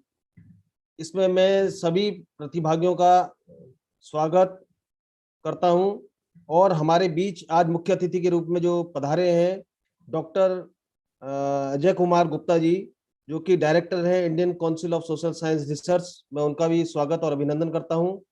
हमारे बीच में गेस्ट ऑफ ऑनर के रूप में honourable ME Upadhyay, vice chancellor doctor Baba Saheb Ambedkar open university Ahmedabad, और आज के हमारे invited speaker professor Sushil Kumar Sharma ji, department of English, Allahabad Vishwavidyalaya, professor Lovely R Rajvanshi, principal, department of English, government degree college हेलीसेंट, Pauri UK, professor Swarn Kumar Sharma ji, department of English, Gurukul Kangri Vishwavidyalaya Haridwar, doctor Neelima Sharma, associate professor, head of the department, Meerut college Meerut, doctor Shweta Awasthi, department of linguistic and modern studies, Uttarakhand Sanskrit university Haridwar. सभी का मैं हृदय दिल से आभार व्यक्त करता हूं कि आप हमारे इस एक दिवसीय वेबिनार में आए, और कार्यक्रम के आयोजक डॉक्टर पूनम चौधरी, उनका भी मैं आभार व्यक्त करता हूं कि उन्होंने इतने कम समय में इतना अच्छा वेबिनार का आयोजन किया. वो खुद बीच में कोरोना पॉजिटिव भी हो गई थी और काफी उनकी तबीयत खराब रही, उसके बाद भी वो लगातार लगी रही. इसके लिए मैं उनको बहुत बहुत बधाई देता हूँ. विभाग की डॉक्टर दीपिका भट्ट, डॉक्टर प्रमोद कुमार, वो भी बधाई के पात्र हैं, क्योंकि उन्होंने भी आपस में समन्वय करके इस कार्यक्रम को बनाया। और हमारे आज के कार्यक्रम के संचालक डॉक्टर विकास तायल जी का भी मैं आभार व्यक्त करता हूं कि उन्होंने बहुत अच्छा इस कार्यक्रम को संचालन किया। और हमारे बीच हमारे जितने भी हमारे महाविद्यालय के प्राध्यापक हैं, सभी का बहुत बहुत आभार, क्योंकि ये सब एक टीम वर्क से ही सारा काम होता है। और मैं ये निश्चित रूप से कह सकता हूँ कि हमारे महाविद्यालय के प्राध्यापक जिस तरीके से 1.5 साल में, हमें 1.5 साल हो गए हैं, करीब 1.5 साल से लगातार हम लोग webinar, national webinar, international webinar और नेशनल कॉन्फ्रेंस जिस तरीके से हमारे प्राध्यापकों ने कराई है, सभी बधाई के पात्र है। और मुझे बहुत ही गर्व का अनुभव होता है कि हमारी इतनी अच्छी फैकल्टी है कि हर वक्त कुछ ना कुछ एकेडमिक गतिविधियां करती रहती हैं। जितने भी हमारे यहाँ पर जिन्होंने अपने पेपर प्रेजेंट किए, मैं उनको भी बहुत बहुत धन्यवाद देना चाहता हूँ कि वो हमारे इस कार्यक्रम में आए और उन्होंने अपना पेपर प्रेजेंट किया। और जिन लोगों ने इस वेबिनार में प्रतिभाग किया, मैं उनको भी बहुत बहुत बधाई देना चाहता हूँ। क्योंकि मैं राजनीति शास्त्र का विद्यार्थी हूँ, इसलिए मैं कहना चाहूंगा जो 21वीं सदी में जो सबसे ज्यादा चर्चित विषय देखा जाएगा तो वो स्त्री विमर्श है। क्योंकि विमर्श जो शब्द है, जिसका अर्थ ही है दीर्घ एवं गंभीर चिंतन करना। जो नारी विमर्श देखा जाए तो पश्चिमी देशों से आयातित एक संकल्पना है। इंग्लैंड और अमेरिका में जो फेमिनिस्ट मूवमेंट हुआ था, उससे इसकी शुरुआत हुई। और यह आंदोलन लैंगिक समानता, समाज में बराबरी का हक के लिए एक संघर्ष था, जो राजनीति से होते हुए कला, साहित्य एवं संस्कृति तक पहुंचा। और इस संस्कृति और कला और साहित्य एक ऐसा माध्यम है जिसके द्वारा हम अपने मन की आवाज दूसरे तक पहुंचा सकते हैं। जैसे जैसे समाज में स्त्री की दशा में बदलाव आया है, वह अबला से सबला बनने की तरफ अग्रसर हुई है, वैसे वैसे वह अपने अधिकारों के प्रति सजग और सचेत भी हुई है। आधुनिकता, बौद्धिकता के कारण वह अपने निजी स्वरूप और अपनी भावनाओं एवं इच्छाओं के प्रति सचेत भी हुई है। वह खुले आकाश में उड़ना चाहती है और अपनी पहचान बनाना चाहती है। पूर्वोत्तर की एक कवित्री हैं कुसुमलता जैन, की उनकी एक कविता थी खुले आकाश में। तो उसकी मुझे कुछ पंक्तियां याद आ रही है, मैं उनके उसमें कहना चाहूंगा कि किस तरीके से उन्होंने अपनी कविता के माध्यम से अपनी अभिव्यक्ति को उजागर किया है। उसमें वो कहती हैं, रोको मत मुझे उड़ने की मोहलत दो, उन्मत्त हो खुले आकाश में ताकि पहुंच सकूं गगन के उस छोर, जहां खुशियों के इंद्रधनुष पर झूम सकूं, सपनों के हकीकत के मुस्कुराते हुए चांद पर नाच सकूं, उमंगों के सितारों झिलमिलाते सितारों पर कूक सकूं। ये ऐसी शब्द है जिसके द्वारा हम किसी के भी जज्बातों को जान सकते हैं, पहचान सकते हैं। 21वीं सदी की महिलाओं ने अपने लेखन में जीवन एवं समाज के सभी रंगों को अपनी कुशल तुलिका रूपी लेखनी से बड़ी भावात्मक एवं कलात्मक तरीके से उसको उभारा है। और 21वीं कवित्रियों, साहित्यकारों का लेखन अनंत संभावनाओं से युक्त है। मैं इसी शब्दों के साथ आपका सभी का आभार प्रकट करता हूं। और आने वाले समय में जब कोरोना मुक्त भारत हो जाएगा, हम अंतर्राष्ट्रीय स्तर की सेमिनार भी कराएंगे, राष्ट्रीय स्तर की भी सेमिनार कराएंगे। और हम आप सभी से अपेक्षा करेंगे कि आप हमारे महाविद्यालय में आइए। और मैं अपने प्रबंध तंत्र, हमारे महाविद्यालय के चेयरमैन डॉक्टर केपी सिंह जी, हमारे महाविद्यालय की उपाध्यक्षा डॉक्टर प्रभावती जी, हमारे महाविद्यालय के सचिव डॉक्टर हर्ष कुमार दौलत जी का भी बहुत बहुत आभार व्यक्त करता हूं कि वो हर वक्त हमारी फैकल्टी को भी, और मैं प्राचार्य के रूप में एक प्रशासनिक पद में हूं, मुझे भी हर वक्त सहयोग करते रहते हैं। सभी का बहुत बहुत धन्यवाद। और मैं अब कार्यक्रम की समापन की औपचारिक घोषणा के लिए अपने महाविद्यालय की डॉक्टर पूनम चौधरी को आमंत्रित करता हूं। Doctor Poonam Chaudhary madam. Thank you, sir. Thank you for your kind words and for sparing time for us due to your busy schedule. Finally, on the behalf of HVM PG College, I would like to express my sincere appreciation and gratitude to our chief guest, panelists, participants, and all the paper presenters who take their active part in this presentation. Now, I'm once again very thankful to all the staff who have been diligently supporting us for the webinar since last 2 or 3 days. Now, here I would like to announce the end of the webinar officially. Thank you for your kind consideration and support. Thank you to all of you. Feedback form के लिए बोल दीजिए आप। Feedback form is already shared in WhatsApp group, on YouTube link, and in chat box also. If somebody is failed to fill the feedback form, he can go in the chat box and can fill the feedback form. Thanks to all of you. Thanks the HVM team and all the members who are still with me since morning, even without taking their lunch, breakfast, each and everything. Neha ma'am, Nisha ma'am, Kyle sir, Alka ma'am, and all the even all the staff of the college, even Deepika ma'am, all the staff is. I'm Thank you so very much. grateful Thank you and so much. thankful to all the Thank you. persons. Ma'am, and Thank you. congratulations Thank also. you. Thank you so much. Thank you so much. Now, thanks a lot, and we are making the over to the meeting. Okay. Sunil ji, kindly end the meeting. Okay, madam. Poonam ma'am बहुत अच्छा nice webinar Thank you, ma'am. बहुत अच्छा Trend Bala webinar ma'am. जी जी बिल्कुल Okay. Thank हाँ you, मैं ma'am. शुरू से Thank you जुड़ी so रही much, ma'am. बहुत ही अच्छा वेबिनार और बहुत अच्छे वक्ता भी थे और enjoy Thank you so much, ma'am. Okay Thank you so congratulation much. Once again Ma'am, even पता ही नहीं चला कब इसका टाइम बढ़ता चला गया तो प्री प्लान टाइम तो हो ही नहीं पाया divided. Even we have with us Vikas sir, even I think he has not taken his lunch also. No problem. Thanks Ma'am. to all No. the participants too who are spending time with us since morning till now. Sunil ji, now you can conclude the meeting. Okay, madam. Thanks to all of you.